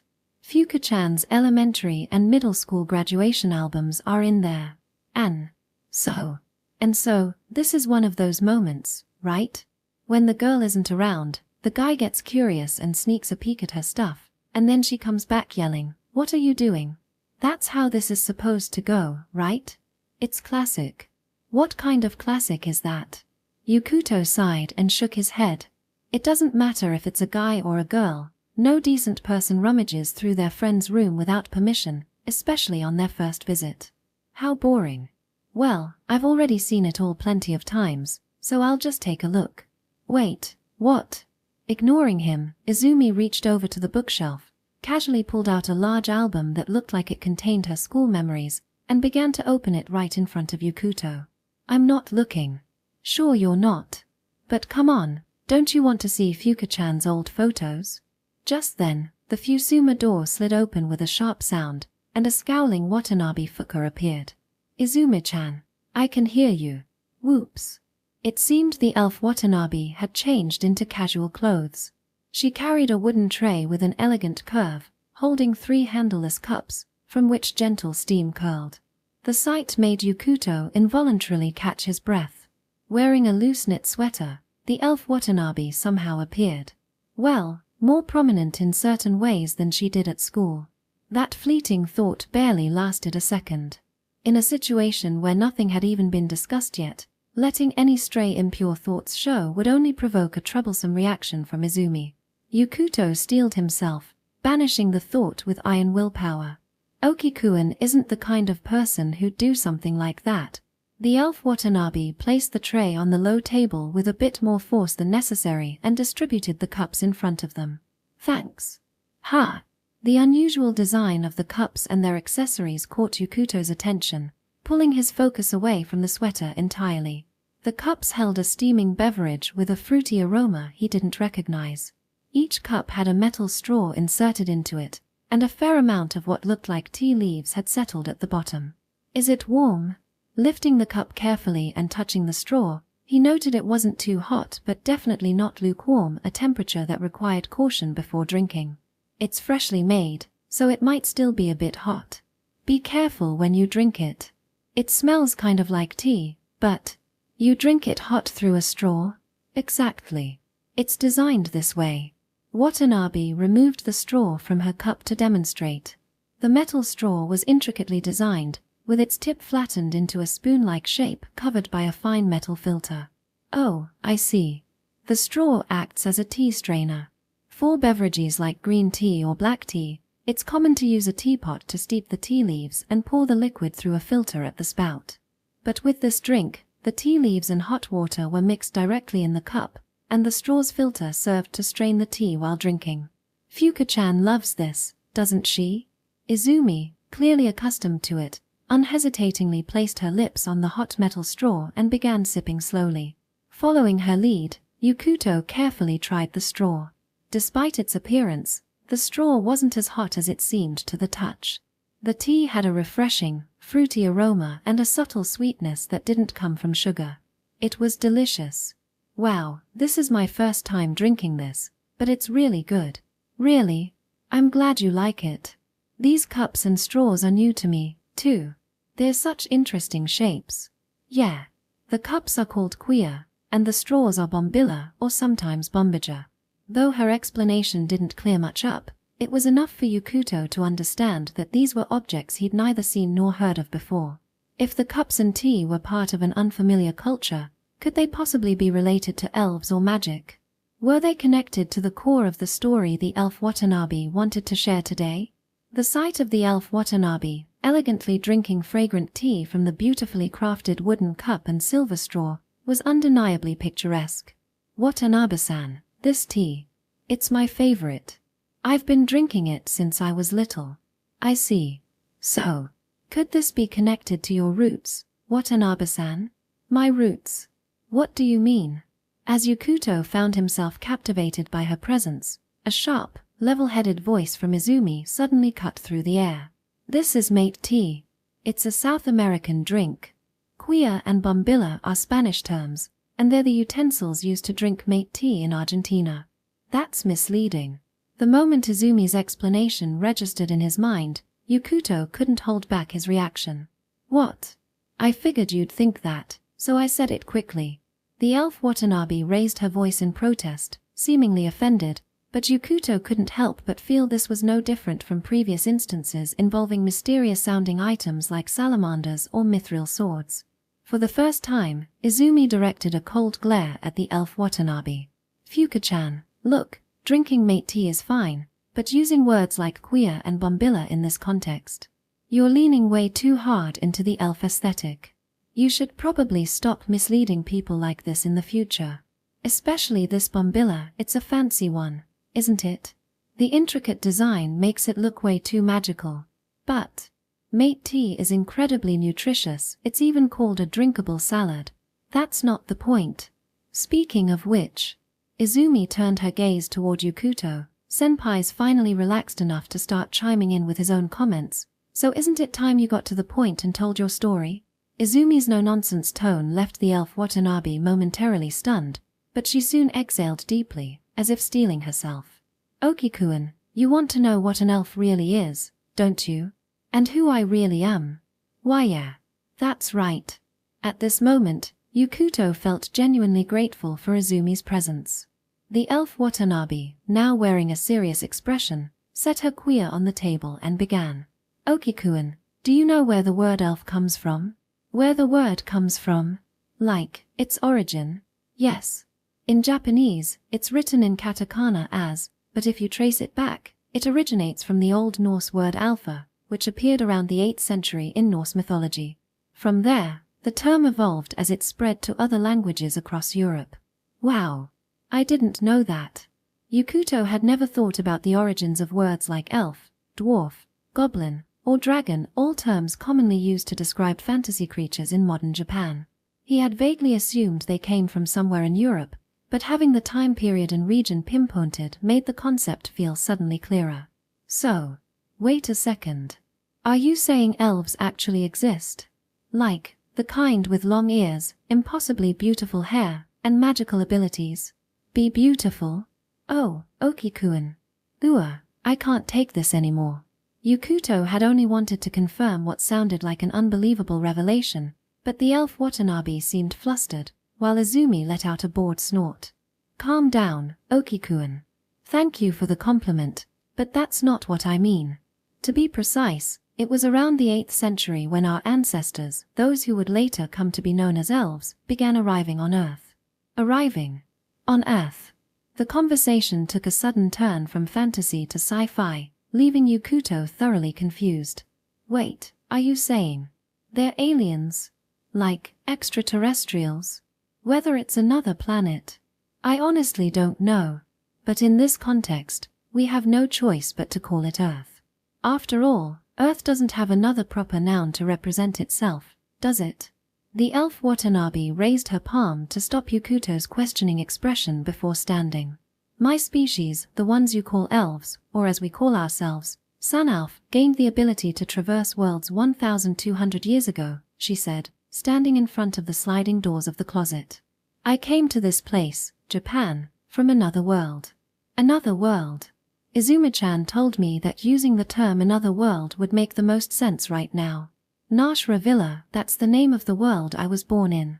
Elves travel between worlds and arrive here on Earth. Yukuto was at least familiar with the concept of otherworldly realms. A place that isn't here. Sometimes portrayed as where people are reincarnated after death, where they cross dimensions, or where they're summoned. A place where Earth's common sense sometimes applies and sometimes doesn't. A place that exists only in imagination. Suddenly hearing this must be confusing, right? I probably sound like a delusional kid who can't distinguish between fantasy and reality. And no, it's not that, but, well, it's definitely a lot to take in. Sure, Yukuto had seen and experienced the evidence of Watanabe being an elf, most notably, her appearance and the fact that others couldn't perceive her the same way he and Izumi could. But these two phenomena alone weren't enough to fully confirm all the fantastical elements she was now introducing. That's why I've decided, Oki-kun, to invite you to my homeland today. Wait, what? I want to continue this conversation in Nashra Villa, the other world I came from. Would that be okay? There had never been a more cryptic would that be okay in Yukuto's life. Another world, Nashra Villa. A completely unfamiliar proper noun thrown at him out of nowhere. Yukuto's mind ground to a halt. Sensing his hesitation, the elf Watanabe quickly started speaking in a rushed tone. I know this is sudden, and it might feel overwhelming, But it's close by, it won't cost anything, you don't need to bring anything, and if you don't like it, you can come back right away. This isn't a free trial at a gym near the station.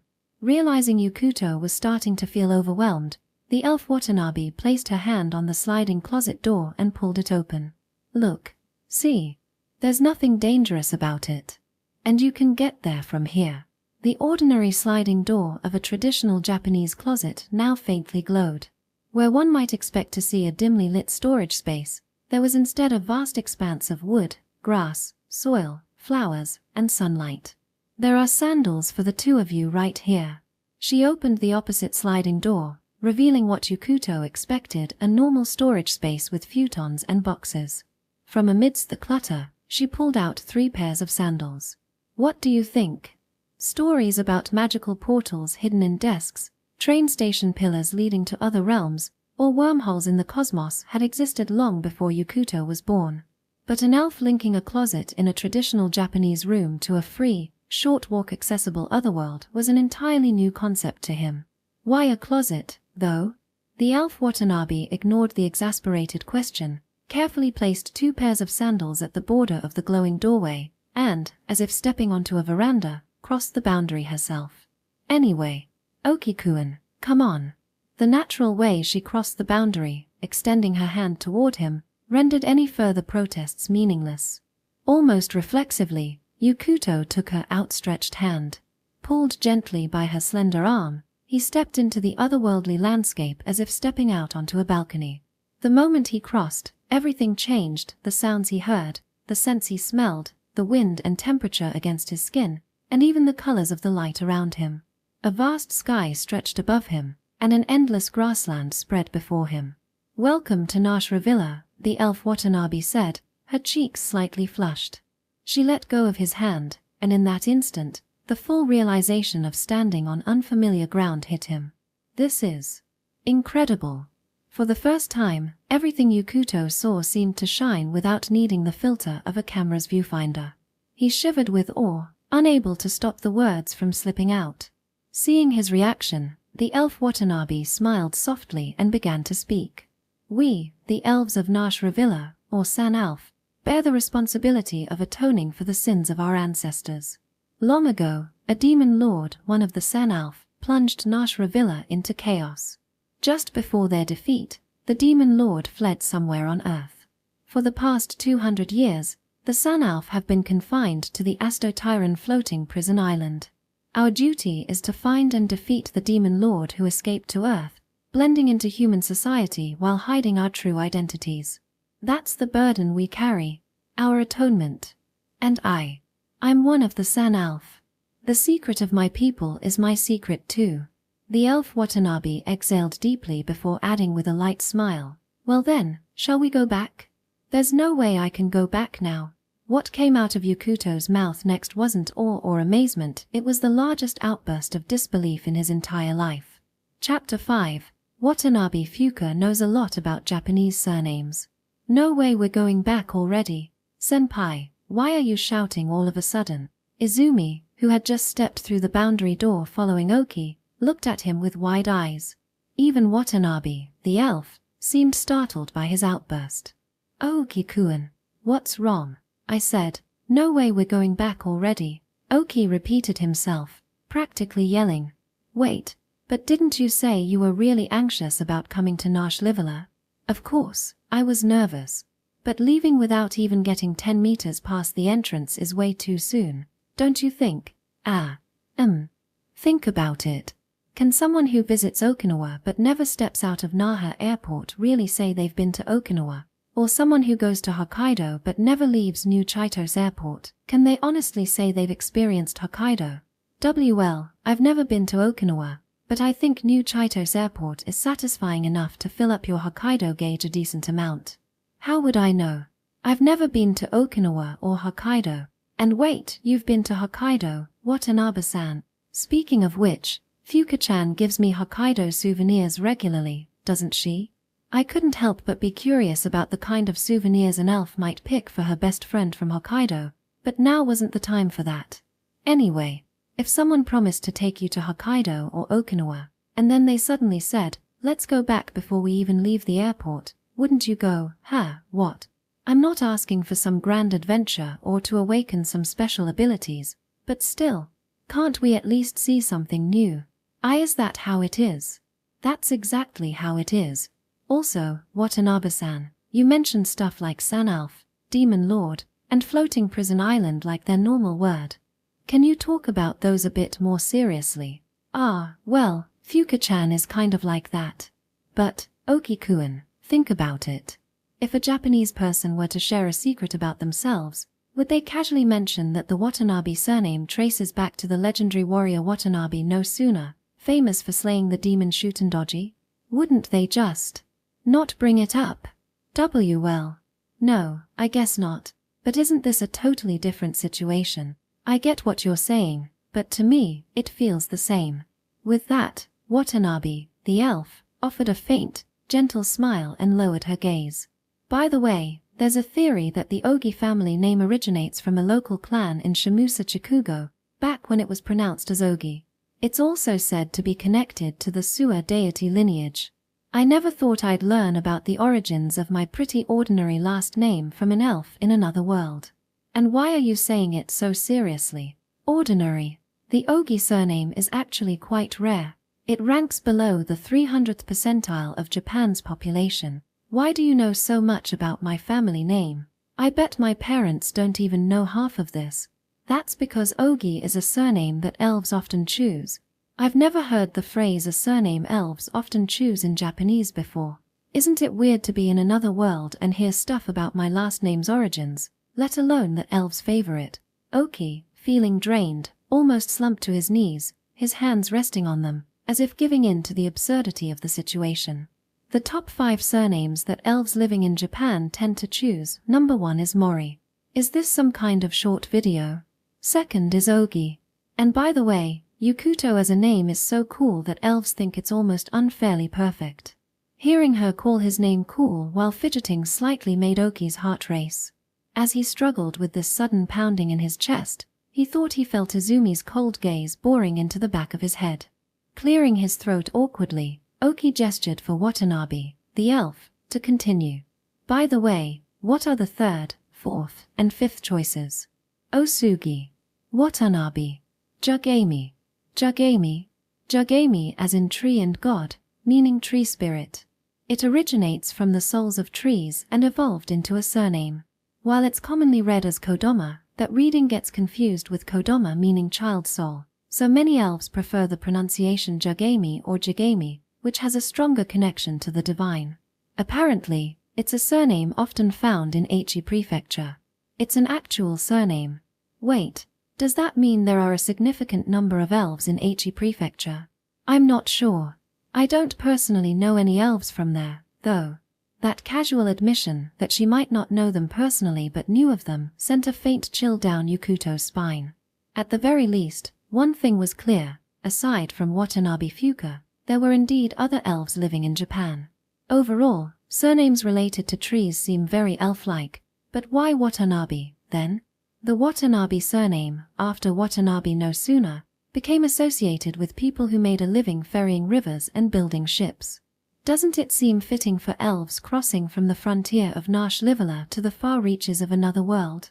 Yukuto had never thought that deeply about his own surname, but when Watanabe, the elf, explained it that way, he couldn't help but find it convincing. Just as he was about to accept it wholeheartedly, a sharp comment from Izumi, who had been silently observing, pierced his thoughts. Sorry to ruin your satisfied expression, but, senpai, are you really okay with your takeaway from coming to another world being the top 5 surnames elves like to choose? No, that's not okay. It's not okay. It's definitely not okay, but...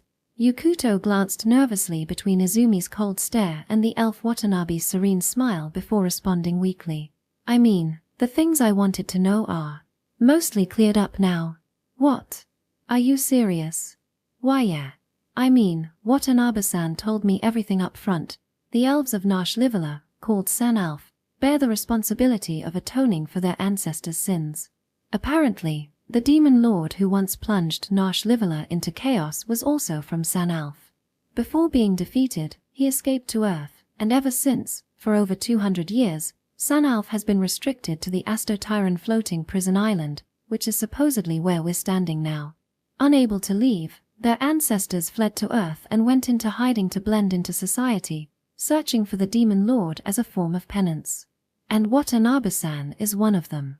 Her secret is tied to the legacy of her lineage. Okikuan, that's amazing. You remembered all of that from hearing it just once. It's because Watanabe-san explained it. Fuka-chan, this isn't the time for heart eyes. That's a moment to shiver a little. Izumi was genuinely creeped out by Yukuto's ability to perfectly recite what the elf Watanabe had said, just from memory. So honestly, with how little I understand about this world or elves right now, there's no way I can make any meaningful judgments or interfere in Watanabe-san's circumstances. Are you being serious right now? I'm dead serious. At the very least, since I haven't even moved more than 10 meters away from that closet entrance, I don't think I have the right to say something shallow or irresponsible. However, there's one thing I'm curious about, something I'd like to try. With that, Yukuto turned to look back at the boundary of the closet. We can still go back and forth, right? Confirming this, he politely removed his sandals at the boundary, returned to the elf Watanabe's room, and came back holding something. Seeing it, the elf Watanabe's eyes widened in surprise, while Izumi made a small, displeased snort. I want to test what happens when I take a photo of Watanabe-san in this world. Is that okay? Yukuto held his usual film camera and asked the elf Watanabe, Watanabe-san, I'm still not sure what the root or dependency of your magic is, but is it okay if I take a photo of you here? I'm not sure about that. For the first time, the elf Watanabe, who had actively brought Yukuto into this otherworldly experience, showed hesitation. Of course, I won't show the photos to anyone else. But it's a film camera, right? Don't you have to send it out for developing? Izumi's question made Yukuto puff out his chest with pride. I'm the president of the photography club, so I can develop the film in the clubroom. Luckily, I'm the only member right now, no new recruits, not even probationary ones. So, there's no risk of anyone accidentally seeing the photos. What's with the smug tone? You're so cocky for a senpai. Izumi, who had once tricked Yukuto by pretending to join the club, made a sour face as if she'd bitten into something unpleasant. And precisely because it's a film camera, there's no way any data can leak unless it's developed. If there's something I shouldn't photograph, I won't take the picture. It goes without saying, but even if I take a photo of Watanabe-san, I won't use it for any contests or anything like that. Is that okay? Yukuto's uncharacteristically assertive tone showed how eager he was. As a photographer, standing before a subject that likely no one else had captured before, he couldn't stay calm and he was fully aware of it. He was barely holding back his desire to photograph something, even if it was just the unfamiliar sky and clouds of this otherworldly place. Well, the act of taking pictures itself is fine. Even Izumi-chan takes photos on her phone. Ha! Really? Yeah. Izumi raised her phone to show Yukuto. Displayed on the screen was a photo of a massive, multicolored arthropod, larger than an average crocodile. What is that? I forgot its name, but when I came here a few years ago, I stumbled upon it in the forest. It's supposedly considered a good omen for the Sunalf people. A giant centipede being seen as a symbol of good fortune. What kind of culture was this? It's called Kashukande Alo. It's known as living magical material because it has incredibly high magic conductivity and storage efficiency. In Japanese, we call this property homaritsu. Homaritsu?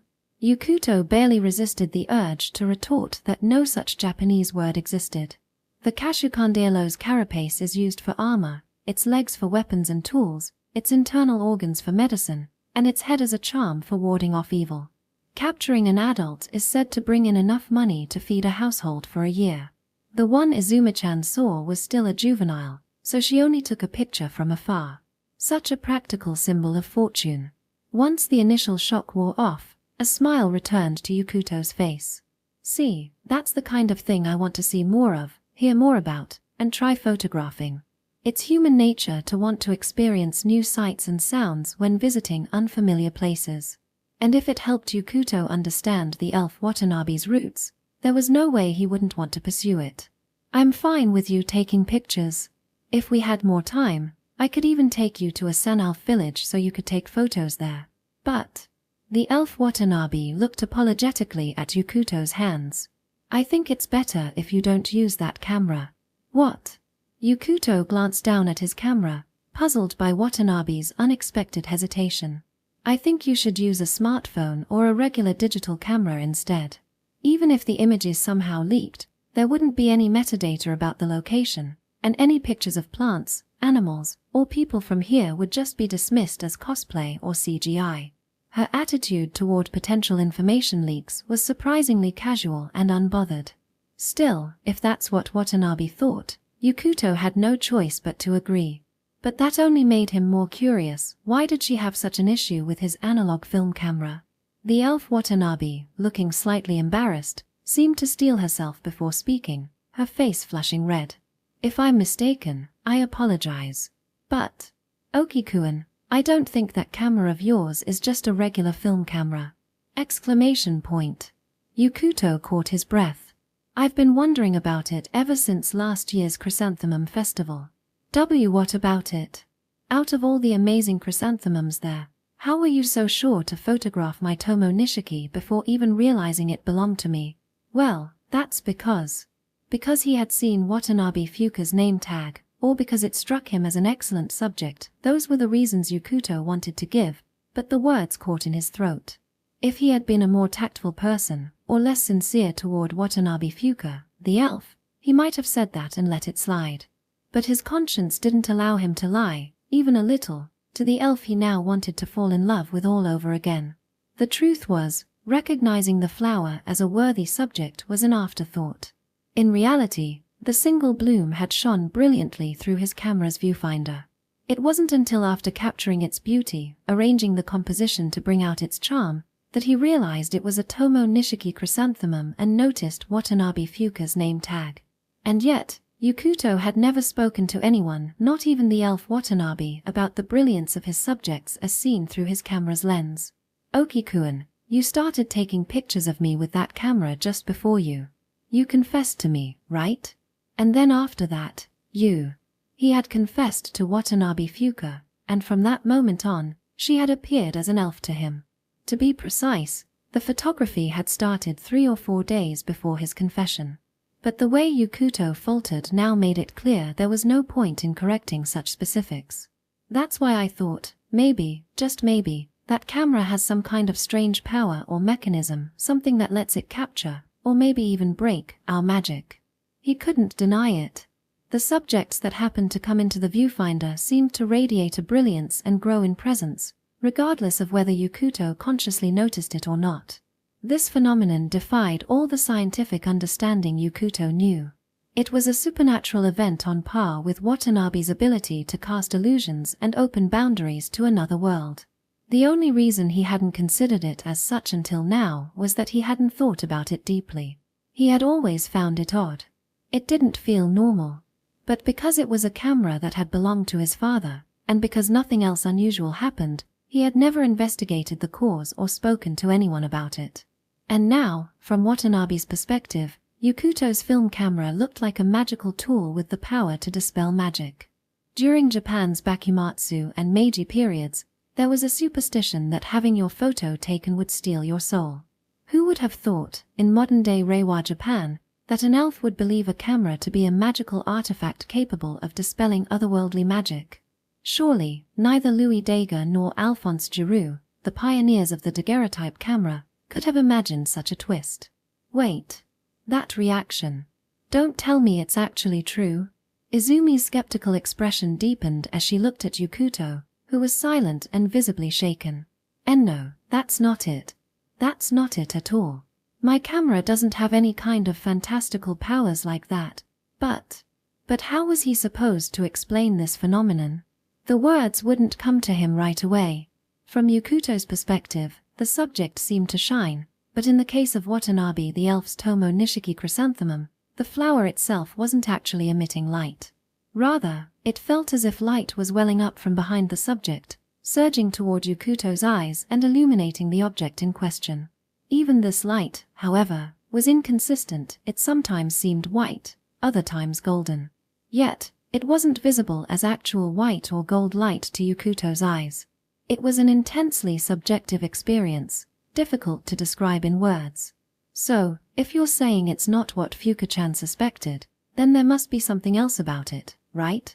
Izumi pressed. Well, yes. She was absolutely right about that. I just can't explain it very well. It's such a sensory thing, and depending on how I phrase it, it might make you even more unwilling to let me photograph Watanabe-san. Fine. Then, senpai, just never photograph Fuka-chan again. Do you hate me that much, Kotaka-san? If a person is suspicious enough to confuse Fuka-chan, execution might be the only option. Leaving Izumi unchecked as she spouted such radically excessive punishments felt like it might result in him being forbidden from even approaching Watanabe the elf tomorrow, let alone the otherworldly space. All right. Look, I've never told anyone this before, and I don't even know if this applies to other people, which is why I've kept quiet until now. Okay. If this is your closing argument, I'll hear it. You didn't even let me present an opening argument. Grumbling, Yukuto reluctantly handed over his prized camera, something he held dear enough to rank as one of the top 10 most important possessions in his life, to Izumi. When I look through this viewfinder, the subject appears to shine. Ha! What are you talking about? When I look through this camera's viewfinder, the subjects it captures seem to glow, almost like they're calling out to be photographed. And when I take the picture, it somehow turns out surprisingly well. That kind of weird camera doesn't exist. But other worlds, magic, and elves do exist, don't they? Considering that this other world and its floating prison island were real, surely it wasn't too much to ask for a camera that had the minor quirk of highlighting good subjects. Feeling as though he was being hit with the most unreasonable argument of his life, Yukuto couldn't help but raise his voice. If you don't believe me, I'll lend you the camera right now. Just look through the viewfinder and see for yourself. I don't want to put my face near a camera soaked in your blood and sweat, senpai. That's not an acknowledgement of my dedication to photography, is it? As Yukuto battled Izumi's relentless irrationality, he failed to notice Watanabe the elf's quiet gasp and the slight stiffening of her expression. Well, I guess it can't be helped. I do know that magic exists, and if there are elves other than Fuka-chan somewhere on Earth, it wouldn't be strange for all sorts of mysteries to exist. Fine. Give it here, senpai. I'll check it out myself to see if you're telling the truth. Talk about condescending. Don't drop it, okay? I might say whatever I want, but I'm not reckless enough to handle delicate equipment poorly. Izumi reached out to take the camera from Yukuto's hands, carefully extending both hands. Wait. Suddenly, Watanabe Fuka stepped between them, startling the two and making them withdraw their hands. Watanabe-san? What's wrong, Fuka-chan? That was dangerous. Sorry. Well, can you let me be the one to check it? What? A camera that makes things appear to glow in the viewfinder. That's definitely strange, and it could be some sort of magical tool. If that's the case, wouldn't it make more sense for me to check it? Izumi-chan wouldn't know if it's truly magical even if she saw it, right? That's true. But if we're trusting what senpai says, it shouldn't matter if I look through it, right? That's true, but, look, Okikuan's camera doesn't have an LCD screen or anything, so you'd have to press your F face and N nose against it. Yeah, and that's why. This time, I think I should be the one to check it. Right, Okikuan. As long as someone else can see what I see, it doesn't matter if it's Watanabe-san or Kotaka-san, but then I'll do it. Watanabe the elf interrupted, her face turning bright red as she extended both hands toward Yukuto. Here you go. Overwhelmed by her intensity, Yukuto handed over the camera. I'll take care of this.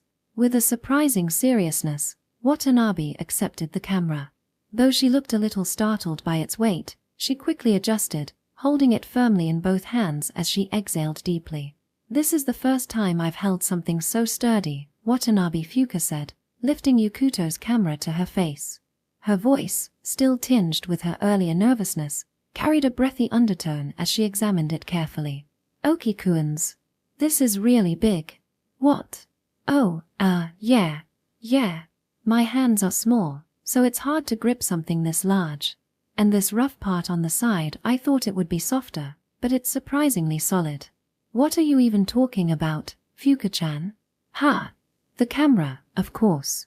Why, Izumi-chan, why are you making such a scary face? I'm relieved that, as a second year, you can still say things like that so innocently, but I'm also kind of worried. And senpai, if you think anything inappropriate, I'll seriously kill you. Though it felt like Izumi herself had drawn the risque implications out of Watanabe's words, the murderous intent directed at Yukuto was so intense he had no choice but to comply. It was utterly unreasonable. Well, here I go, Elf Watanabe said politely, giving a slight bow toward the camera before bringing the viewfinder to her face. Watching her, Yukuto felt a strange, almost twisted emotion rise within him. Seeing the elf Watanabe, someone so ethereal and poised, press her face against the camera, the same one he'd often smudged with sweat on hot days, made him feel an odd mixture of embarrassment and regret. If he had known this would happen, he would have at least wiped it down with some alcohol wipes to erase any trace of his use before handing it over. But it was too late now. Elf Watanabe had already started peering through the viewfinder. Even with most of her face hidden behind the camera, the elf's beauty was undeniable. Just. Whatever you do, don't look directly at the sun, Yukuto warned. Watanabe gave a small nod of acknowledgement, while Izumi alternated her sharp gaze between the two of them. Pointing the lens at the sky, the grasslands, the clouds, and then toward the distant forest, Watanabe observed the view through the camera. She then shifted her attention to Izumi, and finally, toward Yukuto. It was at that moment. A clear, sharp sound, like glass shattering, rang out. Elf Watanabe let out a cry and stumbled backward as though she'd lost her footing. Fuka-chan. Watanabe-san. She collapsed to her knees, all strength seemingly drained from her body, clutching Yukuto's camera to her chest as if to shield it. I dropped the camera. With that as her final words, she crumpled onto the grass and lost consciousness. Fuka-chan. What happened? Watanabe-san. Yukuto and Izumi rushed over. Elf Watanabe's arms still cradled the camera protectively, but her grip was slack. When Izumi tried to move her, her arms fell away without resistance.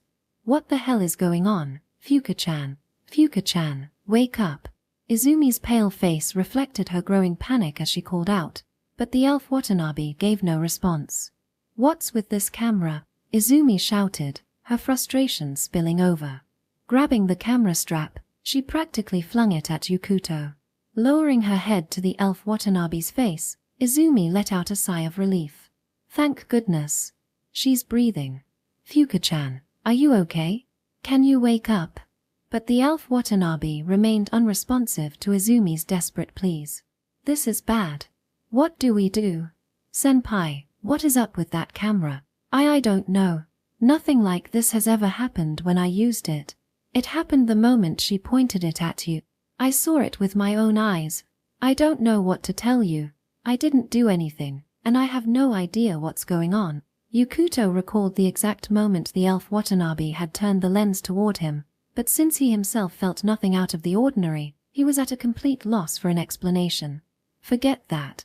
What's wrong with this camera? What's in that viewfinder? I don't know. Pressed by Izumi's accusations, Yukuto hesitantly raised the camera to his eye and looked through the viewfinder. But there was nothing unusual. The sky, the grasslands, Watanabe, and Izumi all appeared as they should. For now, Yukuto didn't notice the shine he usually saw, but everything looked normal. Why? What happened to Watanabe-san? If Fuka-chan doesn't wake up, this could turn into a real disaster. Wake up. That's such an exaggeration. She's breathing, isn't she? Izumi glared at him as though she were about to draw a blade and declare vengeance for Fuka-chan. Yukuto nervously glanced at the elf Watanabe, noting that while her breathing was steady and her complexion wasn't pale, she still hadn't regained consciousness. That's not the point. Look behind you. What? Izumi's words, dripping with a mix of exasperation and anger, made Yukuto turn around. At first, he saw the same tranquil scenery, the endless sky, the grasslands, and a distant forest. He couldn't fathom what could be wrong with this peaceful landscape until it hit him. The thing that should have been there wasn't. It was gone. The boundary. The closet boundary is gone. The boundary sliding door, which should have connected the elf Watanabe's room to the otherworldly Nash Livala, was nowhere to be seen. Even though Yukuto didn't understand magic or otherworldly phenomena, it was easy for him to imagine that Watanabe's unconscious state was deeply tied to the disappearance of the boundary. When Yukuto glanced at his wristwatch, he saw it was already nearing 5 p.m. Does time flow the same here and there? Strictly speaking, I don't know, but yeah, time moves the same. If an hour passes on your watch, an hour passes in Japan too. That's why I'm worried. Any signs of her waking up? None. She's not snoring, so I don't think it's anything like a brain issue or something.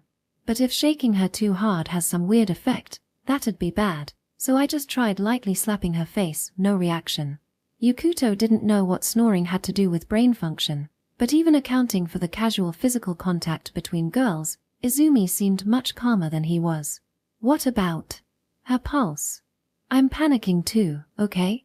My heart's racing so much I can't get an accurate reading, and I don't know what's considered normal for Fuka-chan's pulse. True, there was no guarantee that elves and humans had the same pulse rates. However, considering that the elf Watanabe regularly passed school health checkups, it seemed likely that her vitals were within normal human ranges. I mean, I don't even know what a normal human pulse rate is.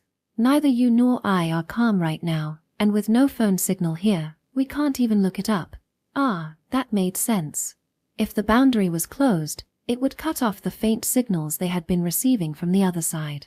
So, does that mean we just have to wait for Watanabe-san to wake up? It'd be great if we could. Izumi frowned and stood up. But it's going to be night here soon. What? Looking in the direction Izumi indicated, though he couldn't tell if it was east, west, north, or south, Yukuto saw one part of the sky glowing with the unmistakable hues of sunset.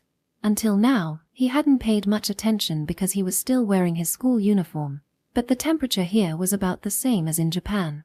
While the daytime was manageable, the temperature could drop significantly at night. Moreover, this open grassland. Yukuto had no idea what kind of creatures might inhabit this so-called floating prison island. The earlier sight of the rainbow-colored centipede hadn't helped his imagination in any positive way.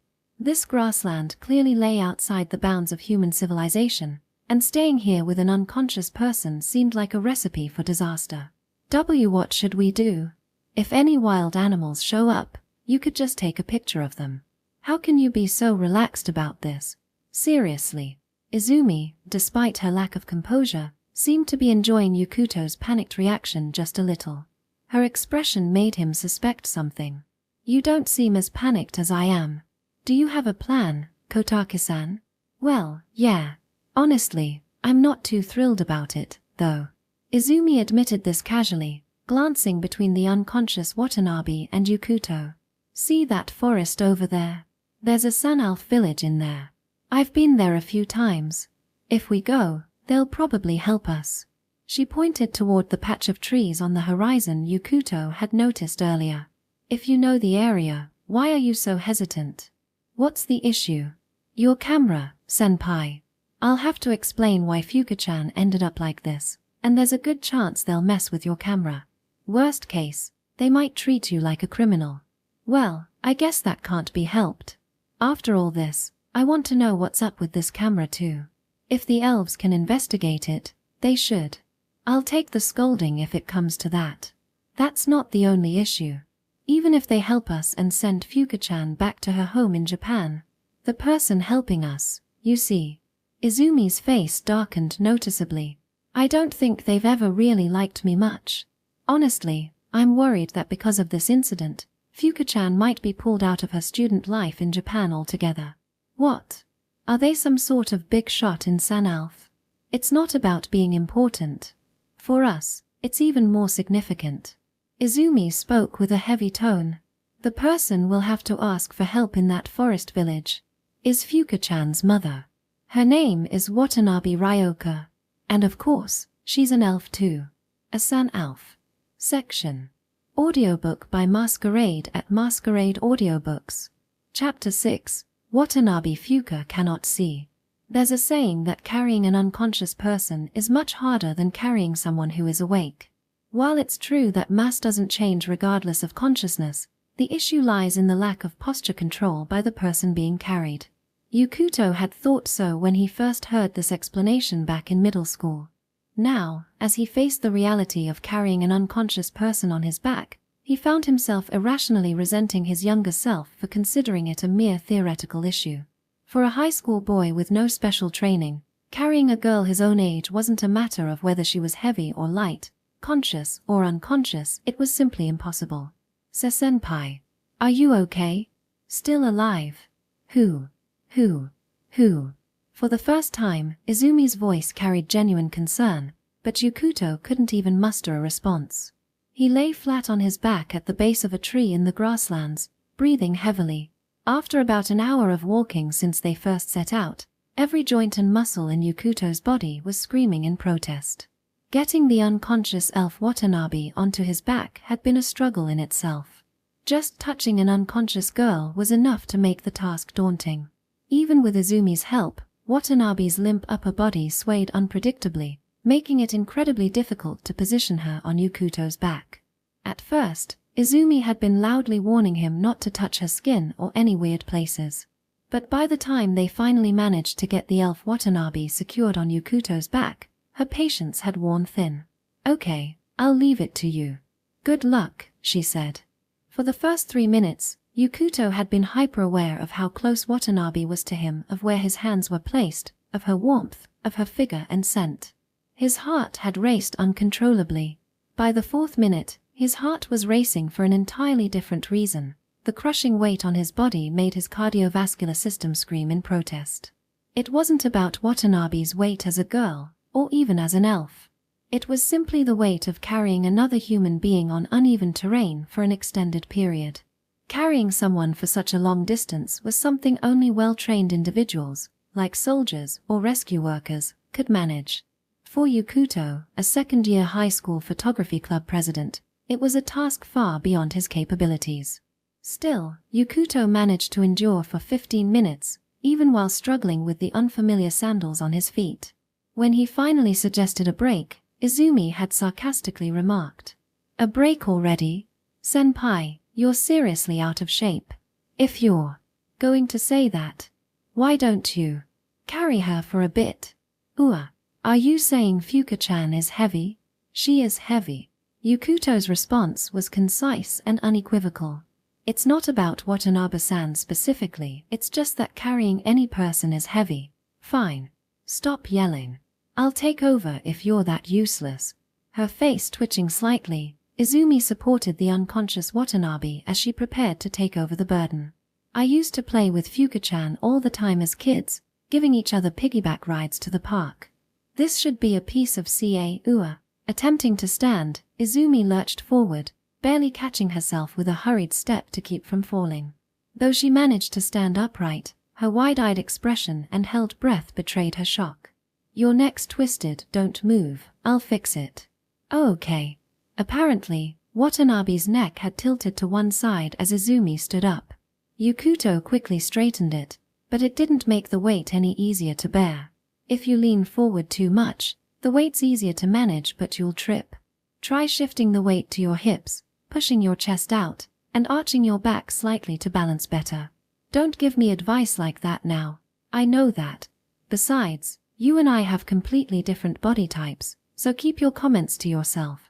Speaking quickly and clearly losing her composure, Izumi managed to take a few tentative steps forward. Step by step, she began to find a rhythm. After a few strides, a faint trace of confidence appeared on her face. Actually, this might be doable. The faint light of relief and confidence that had begun to shine was soon shattered, barely a minute later, by the strain on the muscles in Izumi's arms as they supported the full weight of another person, and the cries of her sandal-clad feet struggling on the uneven ground. It was similar to when someone who doesn't exercise regularly attempts push-ups or sit-ups on a whim. The first set of 10 feels surprisingly doable, but midway through the second set, the strain begins to build, and by the final set, they're gasping for breath. Both Yukuto and Izumi quickly succumbed to this phenomenon. Izumi, in particular, lasted less than 5 minutes before collapsing to the ground. "Sorry for making fun of you earlier," she said, slumping to the dirt with sweat streaming down her face. She apologized preemptively before Yukuto, who had caught up behind her, could say anything.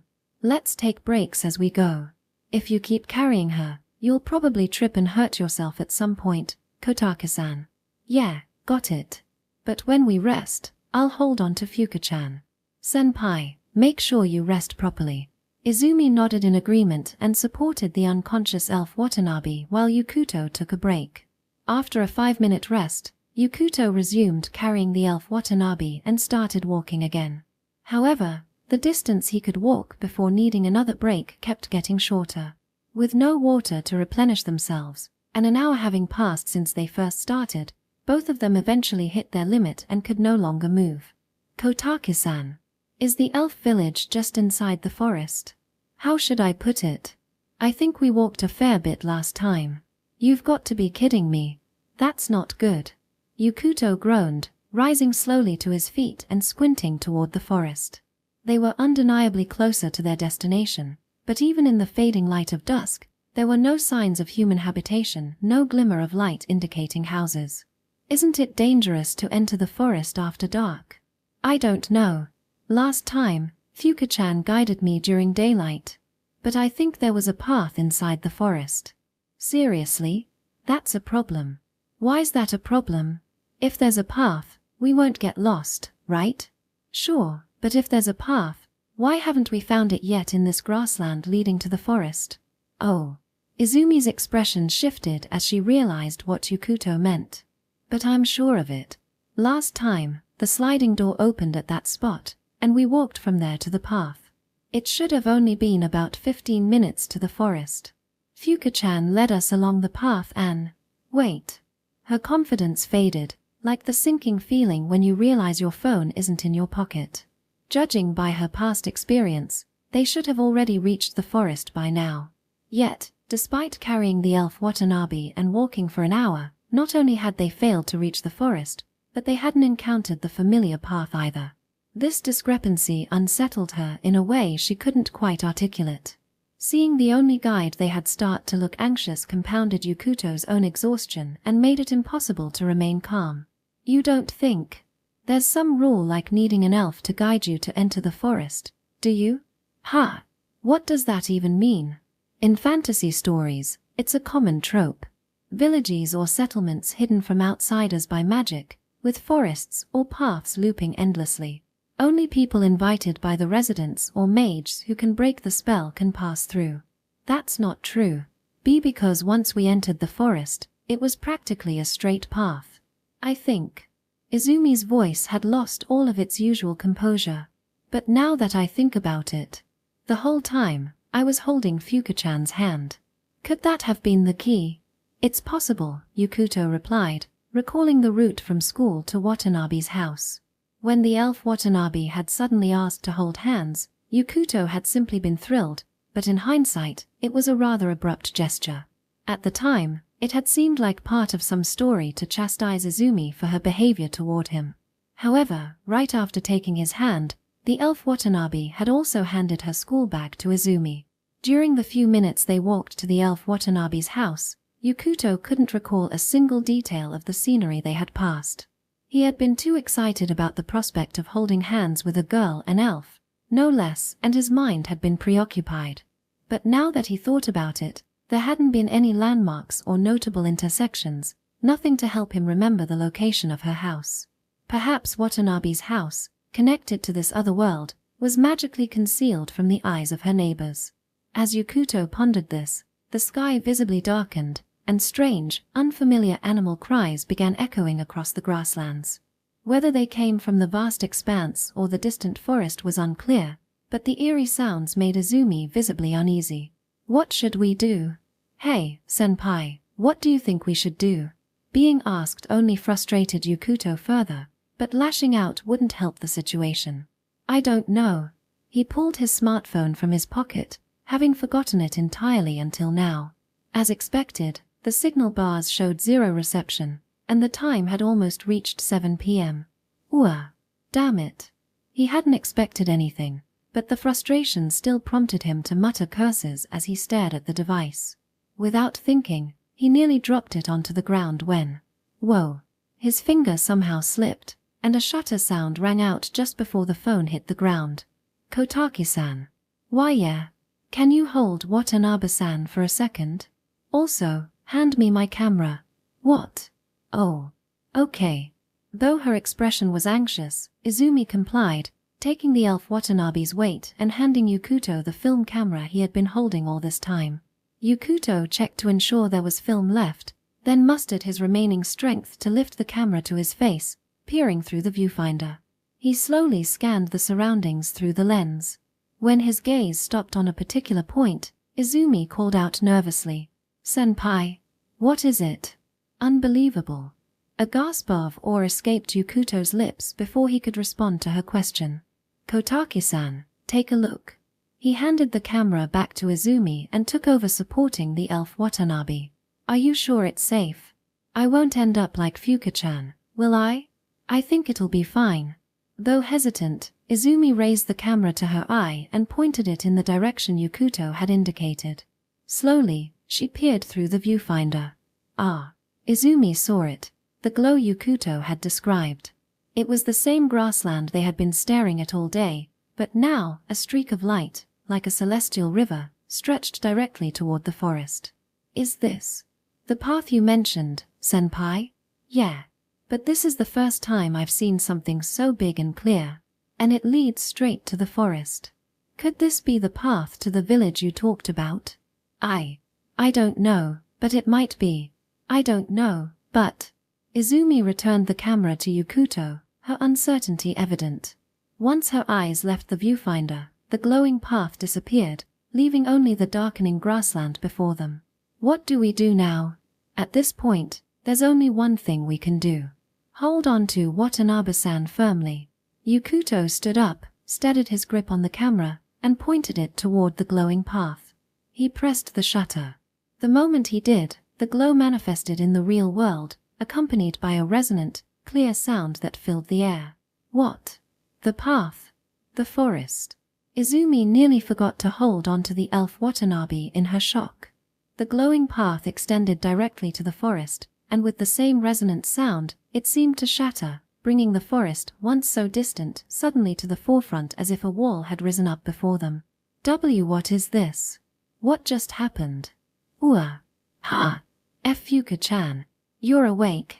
At that moment, the elf Watanabe stirred, letting out a faint groan as her strength returned and her eyes fluttered open. Izumi-chan. Did I drop Okikuan's camera? That's what you're worried about the moment you wake up. Fuka-chan, can you stand? Izumi let out a mix of relief, irritation, and disbelief as she helped the elf Watanabe to her feet. Watanabe-san, are you okay now? Yeah, I'm fine. Still a little shaky, but...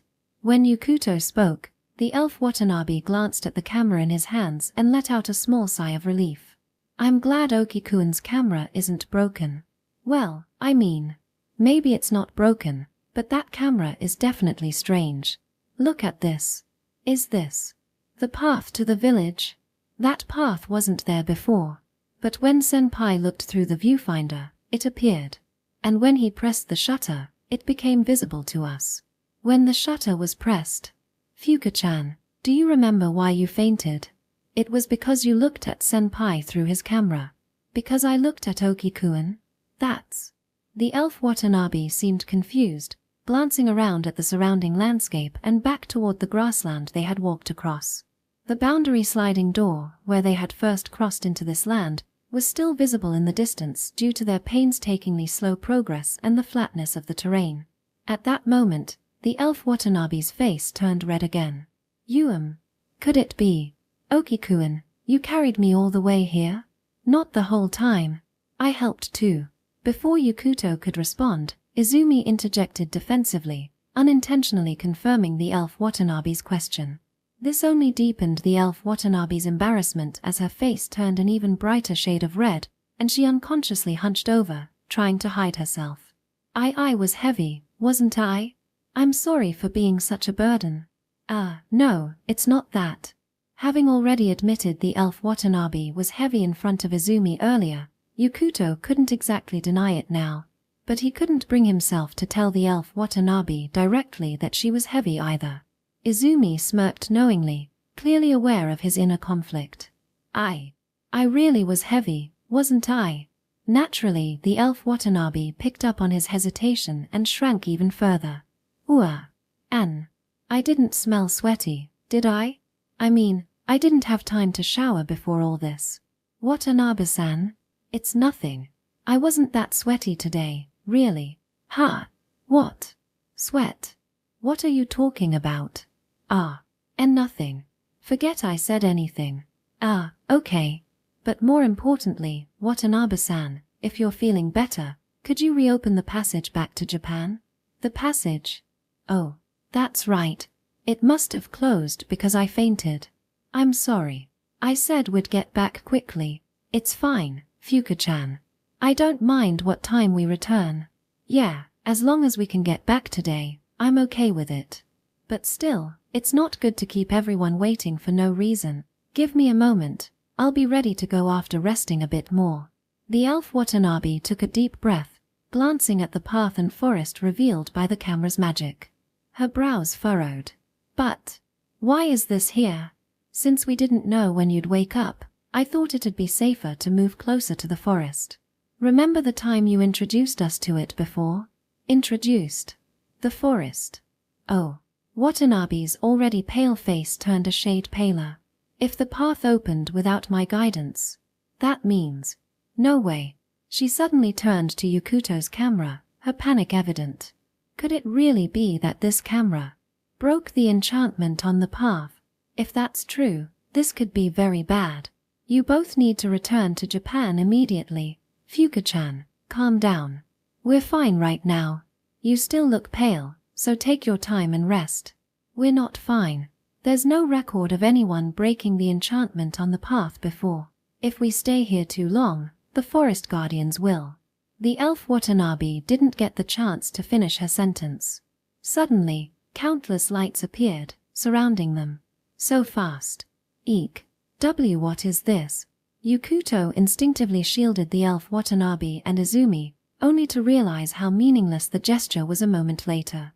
From within the lights emerged fully armed soldiers, each towering over Yukuto. They carried spears, swords, and bows and wore matching light armor adorned with intricate designs.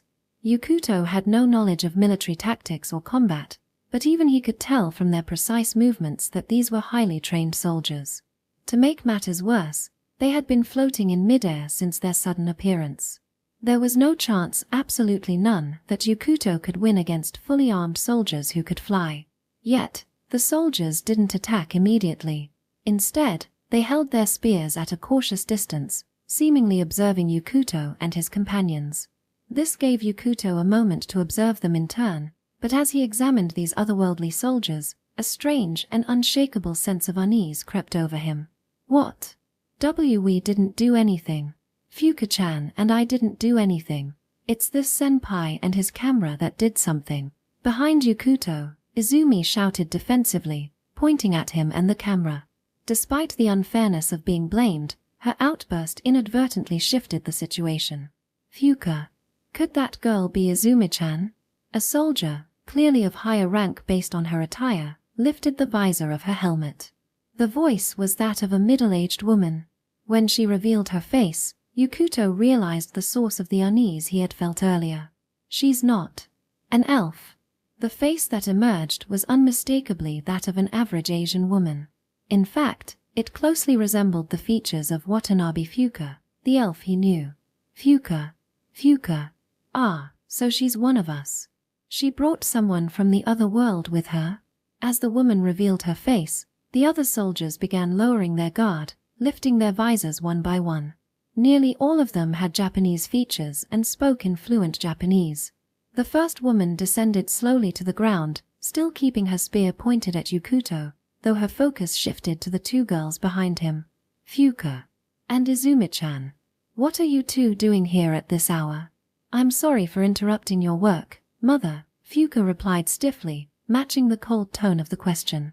This boy here, Oki Yukuto-kun. He can see my true form. What did you say? The woman, who had been addressed as Mother, narrowed her eyes and directed a sharp glare at Yukuto. What exactly do you mean by that? With a faint hint of anger, she raised the tip of her spear closer to Yukuto's throat. Who is this boy? A classmate from school. And what do you mean by he can see your true form? Exactly that. At some point, Oki-kun became immune to magic. There must have been a trigger. Something that caused this.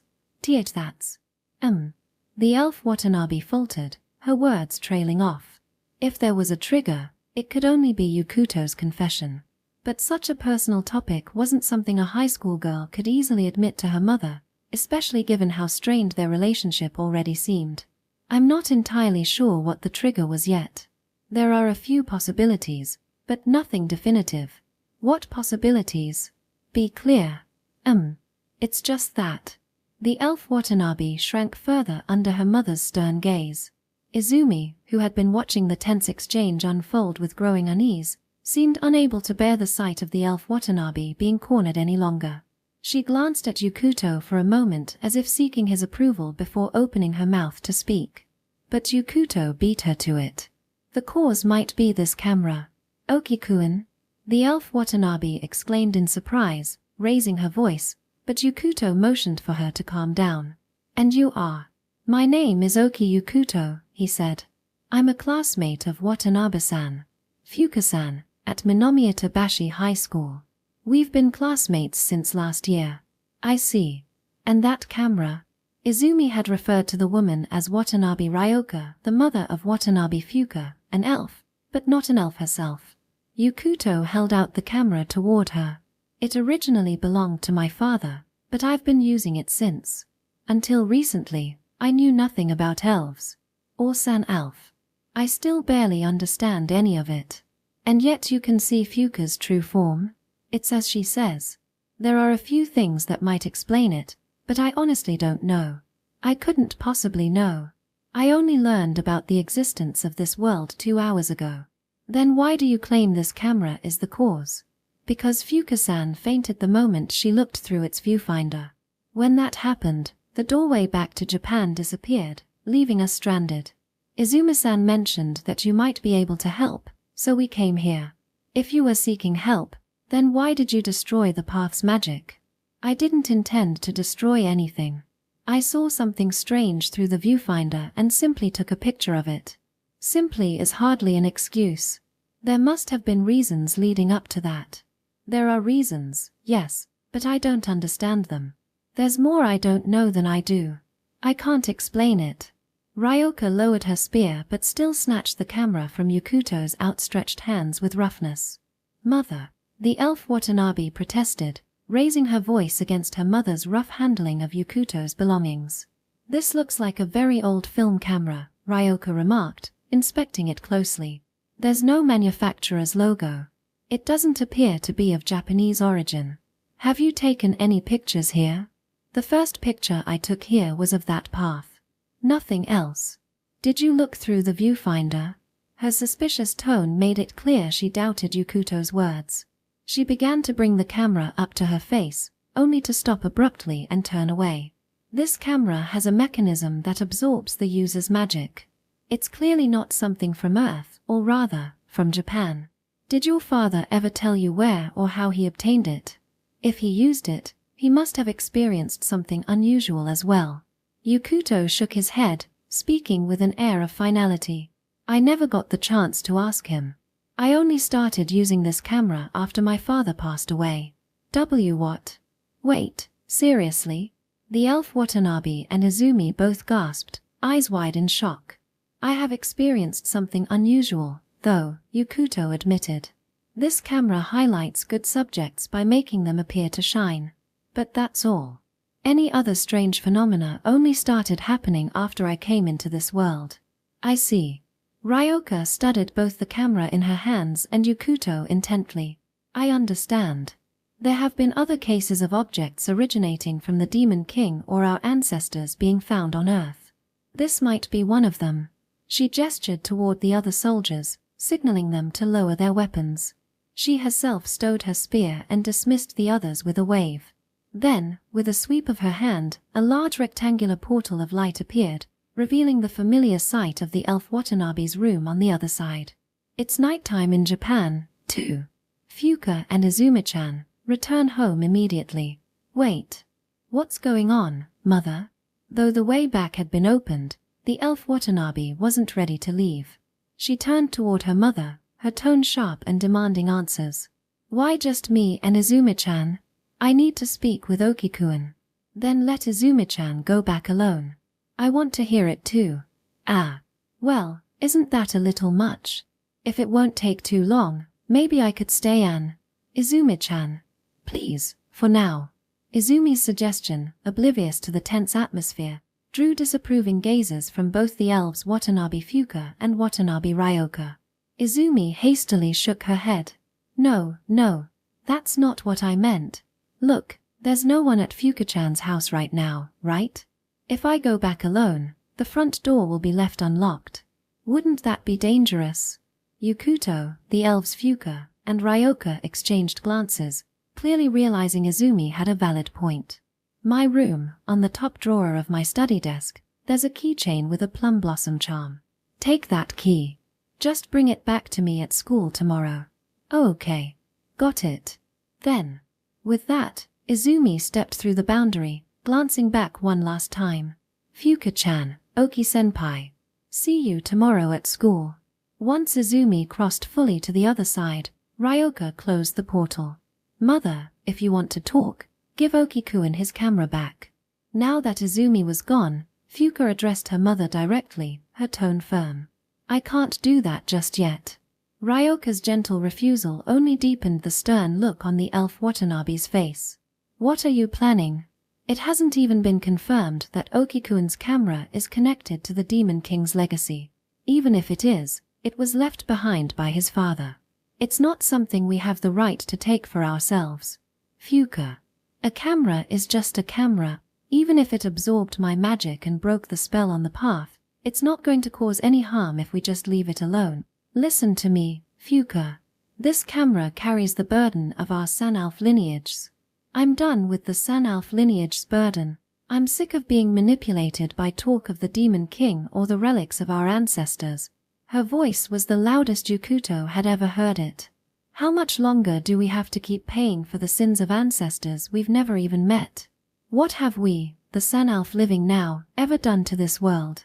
What have we done to Nash Livala? Fuka. Ryoka's gaze wasn't angry or scolding. Instead, it held a hint of sympathy, even guilt. If it were just me, fine, but I will never forgive you for stealing something precious from my friend. In the next moment, a swirl of light and wind rose at Fuka's feet, whipping her long hair around her. Seeing this, the soldiers surrounding them instinctively tensed. If you hate the Demon King for what he took from the world, then don't stoop to his level. Return that camera to Oki-kun immediately. If you don't, W.A. Watanabe-san. In an instant, a powerful gale enveloped the elf, Watanabe, making it nearly impossible for Yukuto to stay on his feet. After a single blink, the casual, cozy elf in her loose-knit sweater was gone. In her place stood a warrior elf, adorned with equipment seemingly born from the forest itself, a circlet, gloves, and boots glowing with verdant hues, accented by a short sword embellished with pale pink blossoms. Even with your magic being drained by the camera, you're pushing yourself quite a bit, Fuka, or should I say, Regni Funik Fuka. But no matter how much you wield the name of the Green Finger, can you handle this many opponents? The Green Finger. That phrase struck a chord with Yukuto. It was a term he himself had used to describe Watanabe Fuka. If you and the others intend to take what's precious to Oki-kun and the people of Japan by force, then I will use my strength to protect it. That's all there is to it. Despite her still pale complexion, the elf Watanabe Fuka stood firm, shielding Yukuto behind her while pointing her blade at her mother. Well, you've grown bold. But Ryoka Watanabe, now gripping her spear once more, suddenly flung Yukuto's camera directly at Fuka. Ah, wait a second. Fuka, startled by the abrupt act, instinctively lowered her stance to catch the camera. You should calm down and listen to your parents' words more carefully. Ryoka, moving faster than Yukuto could follow, intercepted the camera mid-air and caught it in her hand. With precision, she brought the viewfinder within an inch of Fuka's right eye, stopping just shy of smashing it into her face. Nga. The moment the camera was held so close, the elf warrior's ornate equipment dissolved into mist. With a yelp, the elf Watanabe collapsed to her knees. Watanabe-san. Yukuto rushed forward, catching her just before she fell backward and hit her head. What are you doing? Relax. A Sanalf won't die from something like this. That's not the point. Yukuto's frustration overflowed. He had so many questions. What if the impact had damaged the camera? What about Fuka's safety? What about the magic being drained again? After all, this entire exchange was far from a calm and normal interaction between a mother and daughter. It had become a physical clash of wills. We've never gotten along, not really, Ryoka said, her tone unexpectedly calm and reflective. Even when we don't mean to, it always ends in conflict. Both of us are quick to act and terrible with words. Her sudden shift in demeanor took the edge off Yukuto's anger. I apologize for handling your father's keepsake so roughly, but I need you to wait a little longer before I return it. If it's not urgent for you to leave. Ryoka gently tapped the butt of her spear against the ground. In that moment, the glowing path Yukuto had captured with his camera reignited, and lights appeared deep within the forest. The path unfolded with grace, as if nature itself were bowing to a monarch. I formally invite you, Oki Yukuto, to the village of the Sanalf, Erlef, nestled within the great eastern forest of Astotyron floating prison island. I promise not to take up much of your time. Could I ask you to carry her for just a little longer? Section. The village that lives with the great trees, Erlef. It was unmistakably the kind of elf village one would only expect to find in dreams, fantasy, or tales of wonder.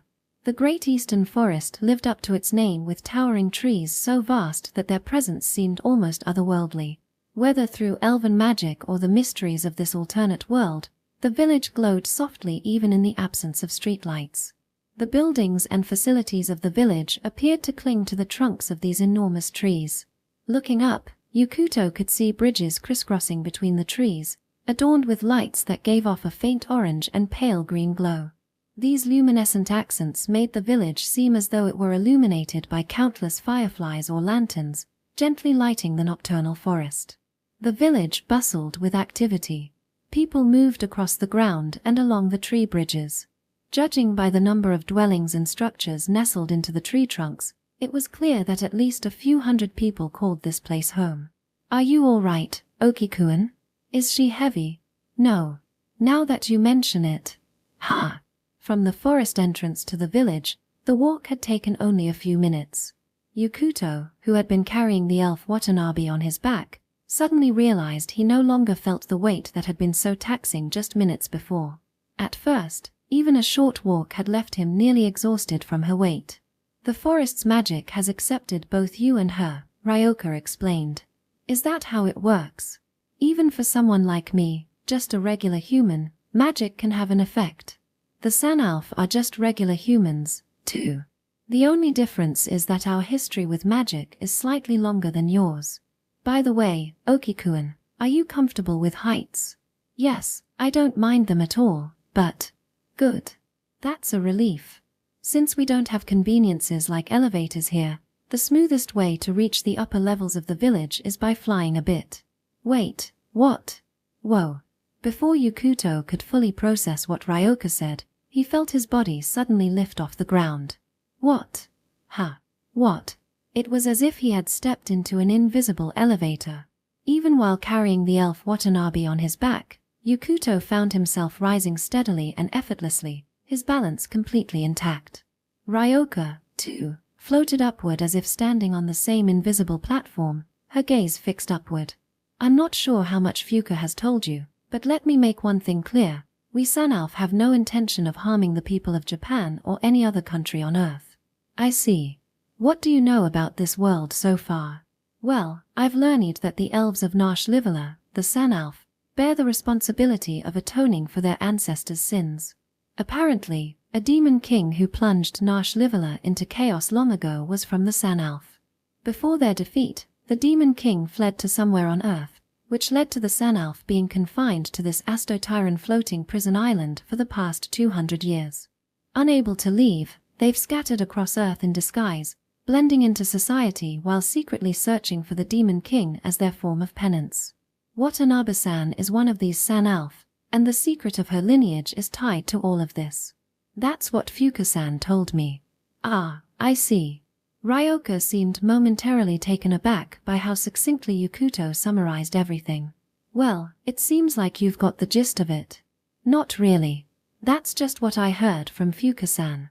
I still don't know what kind of person the Demon King was or what exactly they did. I also don't fully understand what the Sun Elf are as a race. As for magic and magical energy, I'm only accepting their existence because of the evidence and what I've been told. I don't really understand what they are yet. Saying it like this might make Fuka misunderstand again, but you don't need to understand this. This is a matter for us, the Sun Elf. Even if you fully understood the situation, we would never ask humans from Earth to help us search for or defeat the Demon King. That was likely true. Whether it was the elves Watanabe or Ryoka or any other Sun Elf, they all possessed abilities that clearly set them apart from ordinary Japanese or humans from Earth. Despite looking Japanese, they could fly through the air, wield magic, and effortlessly handle iron weapons with a single hand. For such people, who had spent 200 years grappling with this issue, there was no place for an ordinary high school boy with a knack for cameras to intervene. Then why did you accept me and Kotaki-san into your village? We're just kids. We might accidentally spill your secrets. Izumi-chan met Fuka when they were in elementary school, and that girl has been quite loose-lipped about Fuka ever since. Really? But, come on, just look at me. As she spoke, Ryoka Watanabe pointed to her own face. While her elf-like appearance made sense here, clad in armor and holding a spear in the elf village, she had a face so ordinary that if you passed her on the street in front of a convenience store or supermarket, you wouldn't even give her a second glance. By the time this conversation unfolded, the three of them had reached a clearing where the dense canopy of the forest no longer blocked the sky. Whoa! Against a breathtakingly starry night sky so unlike Japan's, there it stood. A colossal tree, twice the size of the already towering trees in the forest, stood like a solitary pillar. Ryoka Watanabe appeared to be guiding them toward it. Could that be Yggdrasil? You know about it? Yes. Fuka mentioned once that it sounded like my name. Ah, I see. Fufu, is that so? What? It's nothing. We're almost there. Ryoka gestured toward a terrace within the village. Though an artificial structure, it was covered in soil and grass, resembling a natural meadow. The pale light that filled the village rose like faint fireflies, lending the place a magical ambience. Upon landing on the terrace, the elf on Yukuto's back stirred. What? Ah. What Oki-kun? Why? Wait. Stop squirming. You'll make me drop you. Whoa, careful. Kia. The elf, realizing she had fainted and was being carried on Yukuto's back, grew flustered. Attempting to get down, she lost her balance and fell, pulling Yukuto down with her as she broke free of the levitation magic. You two are being a bit too bold in front of her mother, don't you think? Mother, this wasn't on purpose. Sorry, Watanabe-san. I'll get off immediately. Despite the lack of ill intent, Yukuto found himself completely on top of the elf. Mortified, he quickly propped himself up on the ground and sprang off her in a way that was both gentlemanly and hasty, determined not to embarrass himself further in front of Ryoka Watanabe. This time, Fuka, you were clearly in the wrong. It's rude to behave like this toward Oki-kun, who carried you all the way here. If that's true, but I was just surprised. I wasn't prepared for this. Even so, panicking like that is not the right response. If you act this way when you're older, you shouldn't be allowed to drive. You'd be the type to confuse the gas pedal and brake and cause a scene. Stop it already. Ah. Are you okay? Yukuto extended a hand to help the elf stand. Ah, thank you. She glanced at her mother, her cheeks turning red as she took Yukuto's hand and stood. For once, even Ryoka Watanabe refrained from teasing them further. Mother, you still haven't returned Okikuan's camera. What are you planning, bringing him all the way to the terrace of the great tree? Calm down, Fuka. Don't worry, I'll return the camera to Okikuan. But first, there's something I'd like to ask of him. With that, Ryoka Watanabe knelt down on the spot and lowered her head toward Yukuto. Would you take a picture of Fuka and me with this camera? The unexpected request made Yukuto's eyes widen in surprise. From now, I'll also infuse my magic into this camera. That way, it will hold the combined magic of two Sanalf warriors. Okikuan, you use the camera imbued with Fuka's magic to break the enchantment on the Maze of Illusions. So, perhaps, it might also be able to break the magic cast on our bodies. Magic cast on your bodies? You mean, magic that changes your appearance? Ryoka Watanabe looked up, nodded, and then glanced at her daughter, the elf, Fuka Watanabe. You can see Fuka's true form, can't you? So, what does she look like? Still confused, Yukuto turned his gaze toward Fuka. Well, she has long golden hair, beautiful green eyes, long ears, and, she's incredibly beautiful. Stop it, Okikuan, don't. Okikuan, you care about my daughter, don't you? And no, that's, well. Yukuto's face burned as his feelings for Watanabe Fuka were called out so suddenly, but Ryoka's next words left him frozen. I can't see Fuka's true form. Ha! It's not just me. Fuka herself can't see her own true form either. Yukuto stared in stunned silence. When he turned to the elf Watanabe, she didn't deny her mother's words but instead nodded slightly, confirming them. Why? Why would something like that happen? It's one of the many curses placed upon us Sanalf for creating the Demon King. We cannot see our own true faces or forms. Fuka has never seen my true Sanalf face either. That's awful. But don't take it so seriously. I mean, we've lived with these faces our whole lives, so it's not like we're suffering. Compared to the first generation, we've completely come to terms with it. To the point where I can't even recognize anyone as my mother unless she looks exactly like this version of her. When she said this face, she clearly didn't mean the elf-like face Yukuto saw now but rather the face of Fuka Watanabe, the girl he had fallen for. As Sanalf living in the otherworldly Nash Livala, the elves Ryoka and Fuka Watanabe had spent so much time living as Japanese under these names and appearances that their identities had naturally become tied to them. So, it's not that I hate looking Japanese or anything, it's just, I suppose I'd like to know how Izumi-chan and Okikuan see me. To know what my true face looks like. Watanabe-san. The weight of the revelation left Yukuto struggling to process it all. Couldn't you just wait for the magic to fade on its own?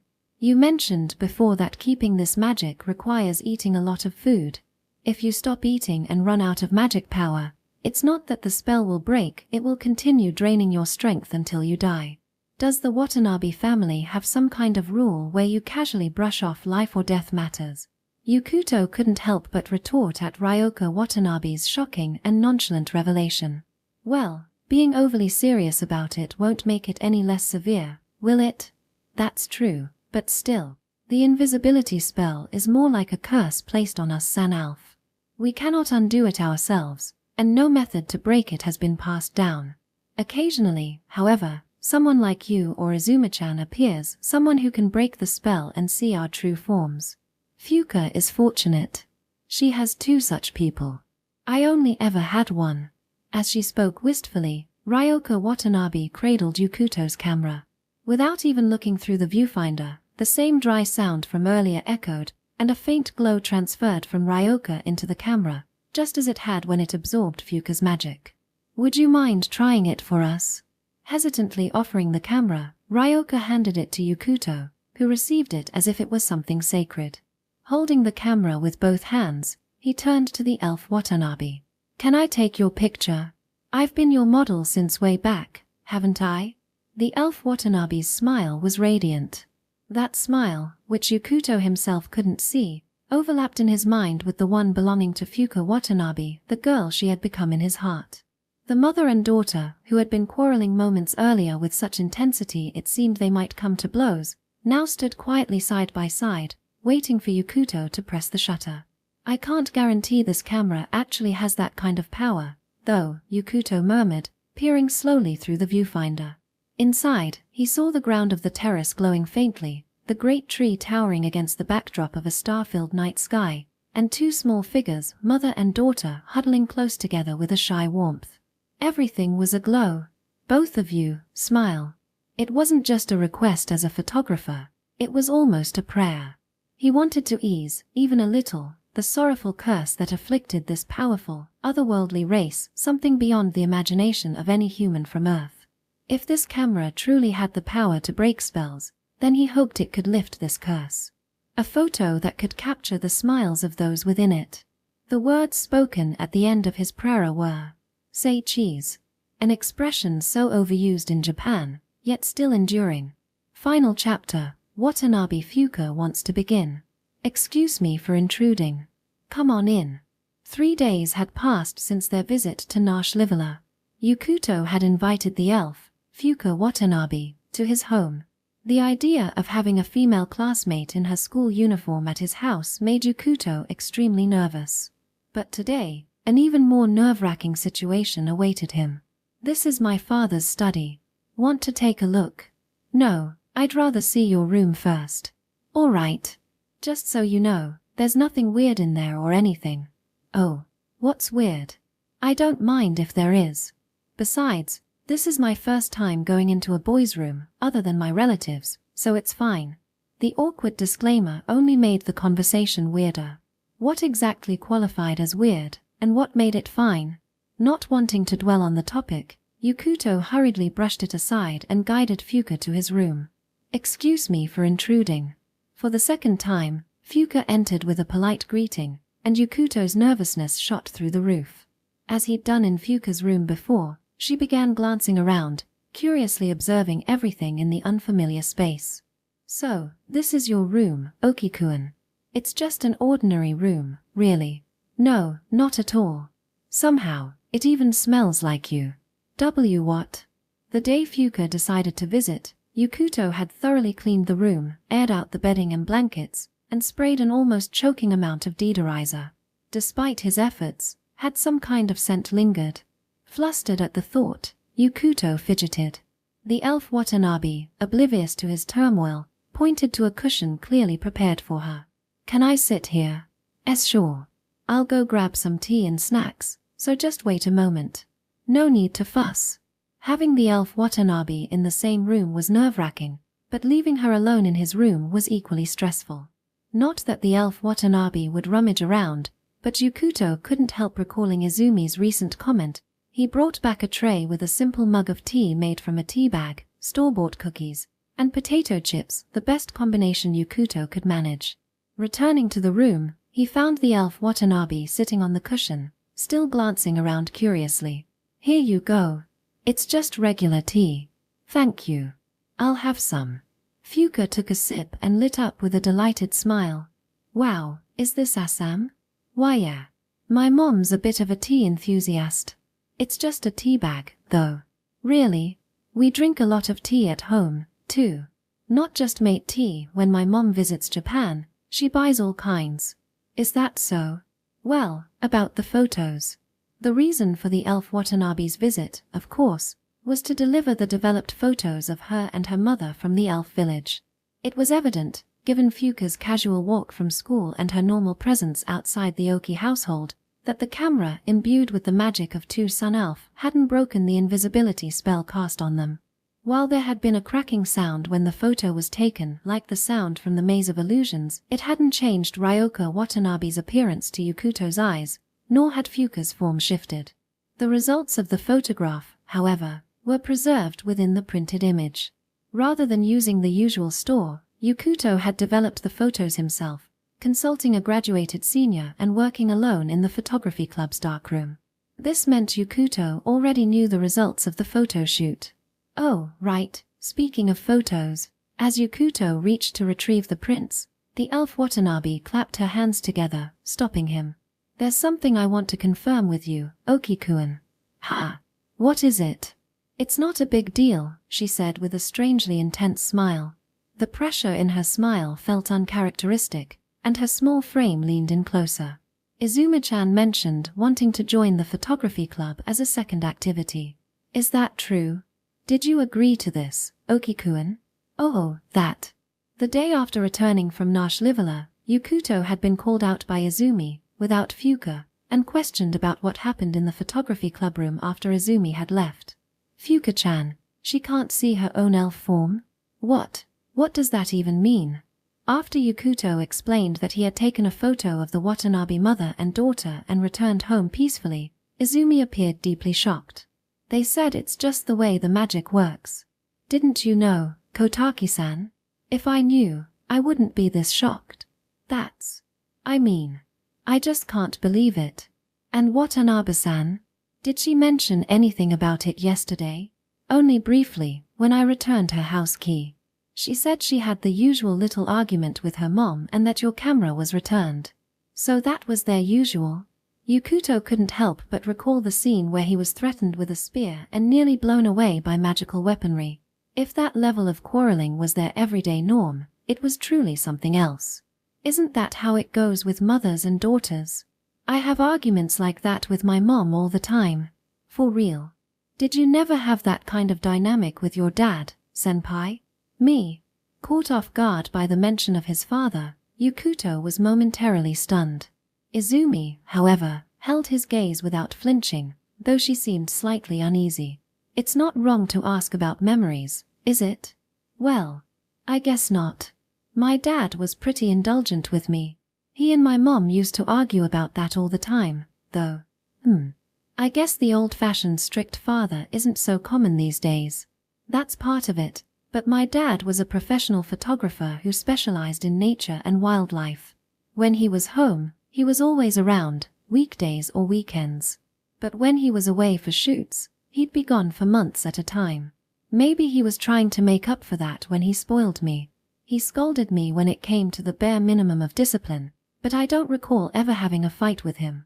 "Wow, sounds like you have a lot of good memories with him." "I guess so. Even so, I wish he were still alive." "I'm sorry. That was prying too much." "It's fine. It's not like I want sympathy or anything. I'm old enough now that I don't cry about missing my dad anymore." "So, did you manage to take the photo of Fuka-chan and her mom?" "I did. But as you know, it's a film camera. I didn't feel comfortable taking it to a shop, so I'm planning to develop it myself in the photography club's darkroom." "I see. It's nice that you can develop them yourself. That's really cool." Izumi hesitated for a moment before straightening her posture and looking up at Yukuto with an earnest expression. "Hey, senpai. If you managed to properly capture Fuka-chan and her mom's elf forms in the photos, there's something I'd like to ask of you." "What is it?" "You're being so formal." "It's not a big deal. For the photography club president, it should be a piece of cake." Izumi took a deep breath in, then exhaled slowly. "You see, I want to take a picture with Fuka-chan too. Ever since I can remember, Fuka-chan has been an elf to me. But whenever we take photos together, the Fuka-chan in the picture is always the version I can't see.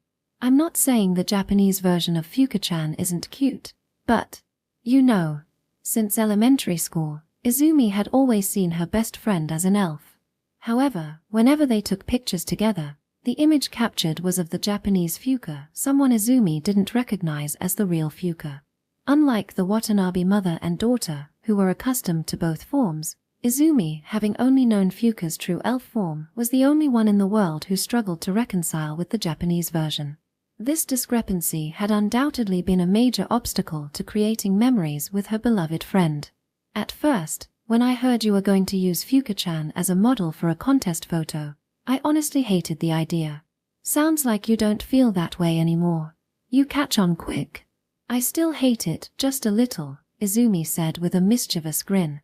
"But I never imagined that even Fuka-chan herself couldn't see her true form. So, when she looks in a mirror or takes a selfie, All she sees is the Japanese version of herself. If that's the case, which one is her true form, the Japanese version or the elf? Good question. Which is it? And beyond that, there's the whole question of how her appearance is maintained. If she styles her Japanese hair, does it magically translate to her elf hair too? Fuka-chan always jokes about her long ears, but she can't even see them herself, right? That's something only she could answer. Exactly. It made me realize that maybe I don't understand Fuka-chan as well as I thought I did. So, here's my request. I thought the request was to take a picture with her. Come on, that's as simple as pressing a button. If it worked this time, all you'd need to do is load your camera with two people's magic again. Honestly, that's more of a favor to Fuka-chan and her mom than to you. That might be true, but the way she phrased it felt entirely off. Of course, Yukuto saw no point in pointing this out to Izumi now. Like I said, this is something only the photography club president can help me with. Let me join the photography club. What? Why? While it was true that only the club president could grant membership, Yukuto hadn't anticipated this at all and couldn't hide his shock. The photography club has a tradition of seniors teaching juniors about photography and cameras in detail, right? That much was true. He had mentioned it to Izumi during the trial membership fiasco. I know I raised your hopes only to back out as a trial member, and I feel bad about that. Aha. And it bugs me that you're the only one who gets to take as many photos of Fuka-chan as you want under the guise of club activities. That was likely her real motive. Whether Fuka-chan's true form is the Japanese version or the elf version, I want to see it too. Right now, you're the only one with a magic-infused camera, but if I stick close to you and Fuka-chan, maybe someday I'll get a camera like that too. Then I could take pictures with her and of her. You could probably do that in the gardening club without joining the photography club. What? Do you not want me in your club, senpai? Pretty much, yeah. You're supposed to say, that's not true. I mean, who'd want a junior who openly sees them as an enemy joining their club? As Yukuto thought this, he also knew Izumi was the type to pick up on such thoughts effortlessly. I've decided. I'm joining the club. And I'll do everything in my power to make sure that, no matter what, you and Fuka-chan never end up as a couple. Please spare me. Then teach me photography. I might not look it, but I know more about cameras than most girls. My grandpa taught me a lot about old cameras. So that part about your grandpa was true. Believe it or not, I'm a total grandpa's girl, Izumi said with a sly smile. Satisfied, she stood and poked Yukuto's arm with her finger. My official membership will depend on Fuka-chan letting me join another club, but still. She flashed him a confident grin. Looking forward to working with you, senpai. Ah, so. Kotaka-san said she wants to take good pictures of Watanabe-san, and also take a photo with her. Basically, she wants a school environment where she can work with cameras and photos regularly. Yukuto-kun, do you really think I'll believe that Izumi-chan joined your club for such an innocent reason? Nope, not at all. Yukuto had tried to explain Izumi's sudden decision to join the photography club in the gentlest way possible, but the elf Watanabe saw through it instantly. How long do you think I've known Izumi-chan? Fair point. Well, she did say it bothers her that I get to take pictures of you during club activities. Is that all? And she also said she'll do everything in her power to make sure you and I never end up as a couple. I see. That was enough to make both of their faces turn red. But wait a second. Does that mean Izumi-chan is doing all this just to... No, I'm overthinking it. Or maybe... Watanabe-san? What's wrong? Yukuto-kun. Yeah. Is it against the rules for a club president to join another club? What? I want to join the photography club too. I've never heard of a club president also being a member of another club. Then you should join the gardening club, Yukuto-kun. But I'm the president too. It's unfair that Izumi-chan gets to do this. Wait, what? Their back and forth argument continued for a while, but they eventually agreed that it would be too strange for club presidents to hold dual memberships. But I'm not giving up. Okay. On what? Oh, I know. Why don't we merge the photography and gardening clubs into something like the Photoculture Club? Or maybe the Nature Photography Club? Just from the name, I have no idea what that club would do. Look, let's drop this for now and take a look at the photos, okay? Fine. But I'm not giving up. Got it. Realizing that if left unchecked, the elf Watanabe might actually push for a merged club, Yukuto forcefully changed the topic and picked up the photos on the desk. Here. Take a look at the results. Thank you. Let's see. Though this was just about looking at photos, the elf Watanabe straightened her posture as if preparing for something important. She began flipping through the stack of 36 photos one by one. So, what do you think so far? Did you manage to get any shots good enough for the contest? Not sure yet. I want to submit something you'll be satisfied with too, Watanabe-san. Oh, what about this one? This? Among the freshly developed photos, there was one of Fuka tending to the flower beds with Isumi, removing twigs and stones from the soil Isumi had prepared. It would have been better with more light, but I think it turned out okay. This one, it looks like Izumi-chan is the main subject, though. Not really. The focus is on the soil. It contrasts nicely with both of your activities. Ah, I see. Oh. After a series of photos showing the gardening club's activities, an image of a dim animal trail suddenly appeared. Without needing to ask, Yukuto knew it was the photo that broke the spell on the maze of illusions. Looking at it now, it doesn't seem like much on its own. Exactly. When I took that shot, the whole path seemed to glow, but the photo doesn't capture it. Fuka flipped to the next photo. I see.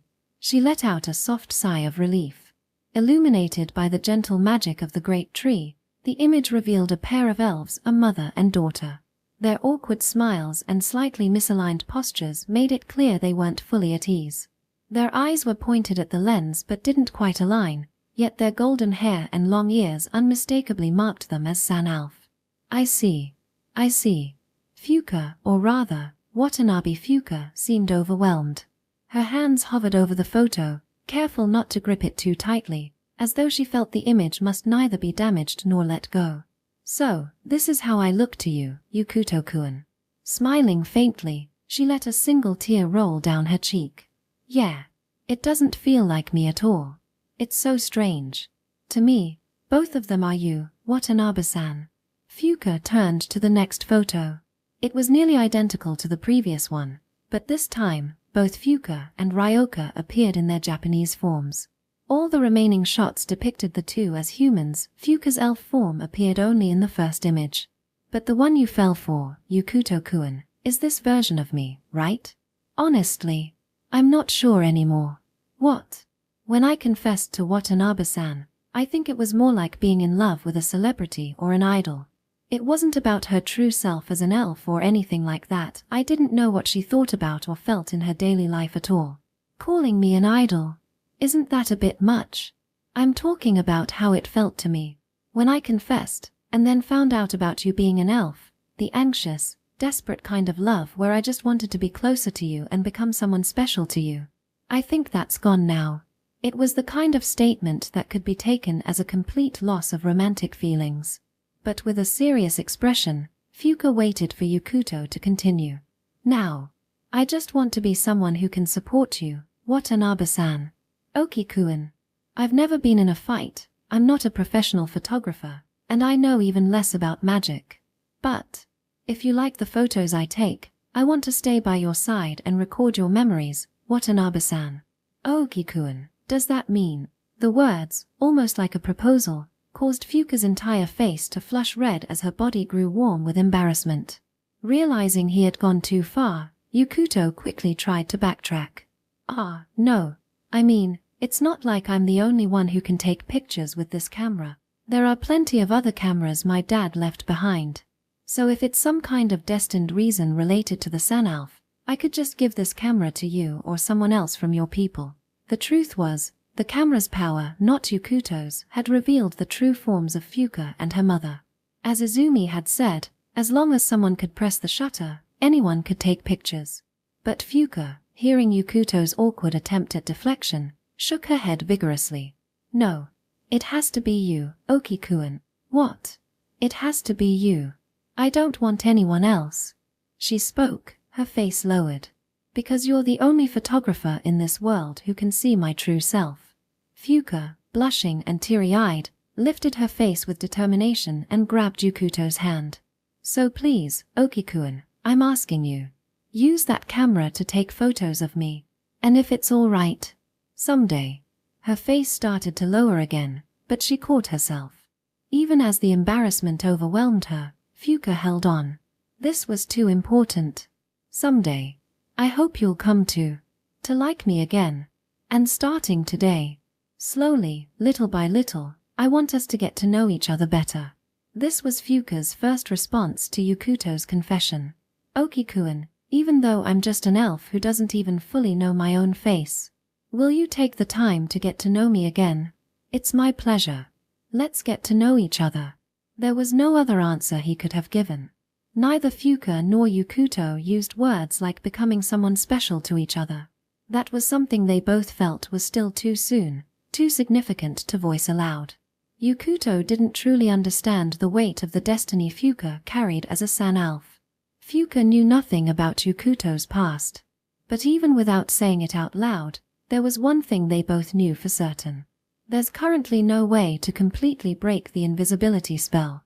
However, I do know why there are rare instances where someone can see the true form of a San elf. After sending Yukuto back to Japan, Fuka had a long conversation with her mother. She asked why Yukuto and Isumi were the only ones who could see her true form. Her mother, with little hesitation, revealed the secret. Creating the conditions for it to happen is extremely difficult. But under the right circumstances, the invisibility spell can show someone your true form. Don't tease me. What do you mean? Surely you've heard stories like this. Both on Earth and in Nash Livala, a prince turned into a different creature is restored to his true form by the unconditional love of a princess. Ha! I didn't learn much about him from that short interaction, but it's clear you're quite fond of Yukuto-kun, aren't you? What are you talking about? Fuka understood the implication of her mother's words and nearly fainted, but she managed to stay upright and retorted. Then what about Izumi-chan? Why can she see me? When you were little, the two of you were so inseparable that people joked you were like long-lost sisters. A child's love can be surprisingly intense, you know. The next moment, recalling those distant childhood memories, Fuka turned red, steam practically rising from her head, and she collapsed. Are you all right? I never heard the spell worked like that. Of course, that's not the only condition for seeing someone's true form. There are plenty of fickle people out there. If everyone's face became visible every time there was mutual love, it'd be utter chaos. Especially for children. It'd still be chaotic for adults. So, what other reasons are there for seeing through the spell? It's about touching someone's soul. Reg Uni no Fuka. Names are extremely important when it comes to magic. You know that, don't you? Should I avoid gardening from now on? You'll be fine. Mutual love is a prerequisite, after all.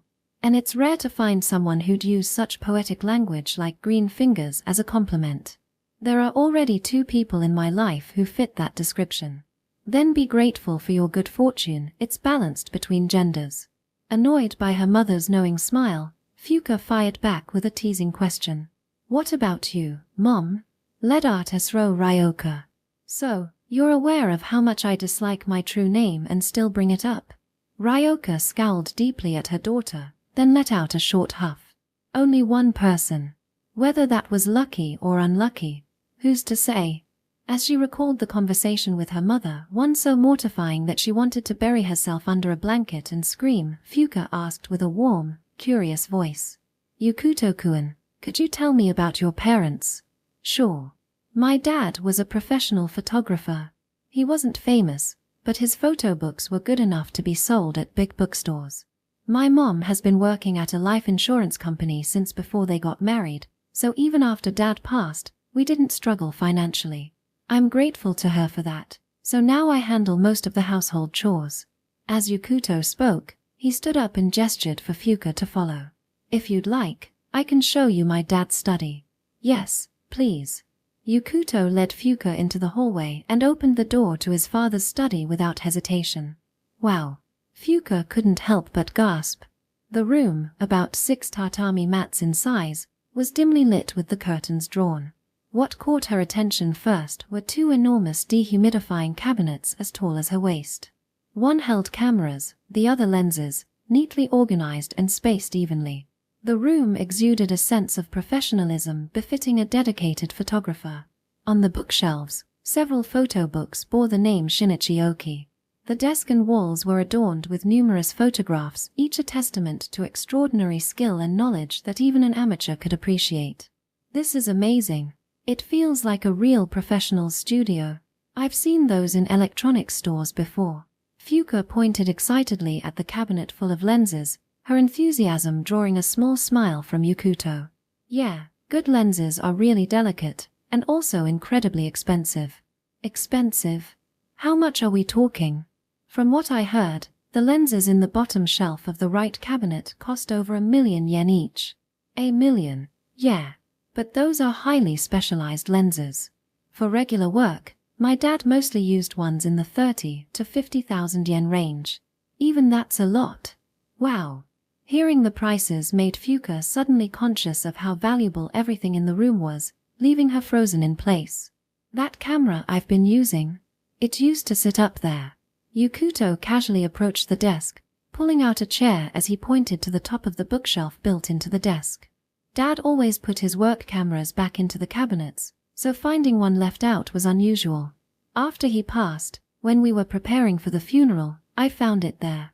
Since it wasn't part of his work equipment, I figured it'd be okay for me to use. But it's a film camera, not digital, so it took me a while to figure out how to use it. And honestly, keeping up with the costs for film and development has been a real drain on my allowance. As he spoke, Yukuto's words carried a mix of pride and sadness. Noticing a subtle inconsistency in his tone, Fuka asked hesitantly, "What do you mean by after he passed?" No one ever confirmed my dad's death. He went missing during a photography trip. He was climbing a mountain that required a registration to enter, but he didn't return by the scheduled descent date. They never found his body. The coffin at the funeral was empty. Even now, 3 years later, it doesn't feel like he's gone. Sometimes, I catch myself thinking he might just walk through the door one day. That's why I haven't touched any of his expensive cameras yet. I'd feel like he'd come back and scold me for using them without permission. Yukuto crouched in front of the dehumidifying cabinets, speaking softly. Since it happened, Mom's been trying to steer me away from photography. She's always nagging about how it's tough to make a living as a photographer or how it's expensive with little return. It's honestly exhausting. I see. That's why I really want to do well in this contest. Not to prove I'll become a pro or anything, but to show that I genuinely love photography. And for that, I'm grateful to you, Watanabe-san, for being my model every day. Also, there's something I'm grateful to my dad for, too. To your dad. Why? Because he made me believe in the existence of another world. Yukuto stood up, looking not at the photos, but at a framed pamphlet hanging on the wall. It depicted a suit-clad woman with a striking resemblance to Yukuto, holding life-planning documents with a cheerful smile. Behind her was a stunning contrast of yellow flowers and azure peaks, the scene exuding a breathtaking beauty. If there's a world out there as accessible as Nash Livala, maybe, just maybe, Dad didn't die in a mountain accident. Maybe he was transported to another world and is happily taking photos there instead. I hope so. I really do. Fuka finally stepped further into the room, standing next to Yukuto. Tentatively, she reached out and took his hand, as if to offer silent encouragement. Sorry, I got a bit gloomy there. So, Watanabe-san, could you tell me about your parents next? Why yeah, of course. You've already met my mom, she works in security for the elf village and usually stays there. As for my dad, he's the one who handles most of the daily life here in Japan. As they shared stories about their families, their laughter and light-hearted conversations filled the room. Against the backdrop of the pamphlet framed with the words, "Tailored Life Plans for Everyone," and the tiny credit below reading, "Photography by Shinichi Oki," Yukuto and Fuka found solace in one another's company. Section. Next, we have the photography club president, Yukuto Oki. Yes. In early June, as summer began to make its presence known, Yukuto was called to the stage during the all-school assembly. Second-year student Yukuto Oki of Minomiyatabashi High School.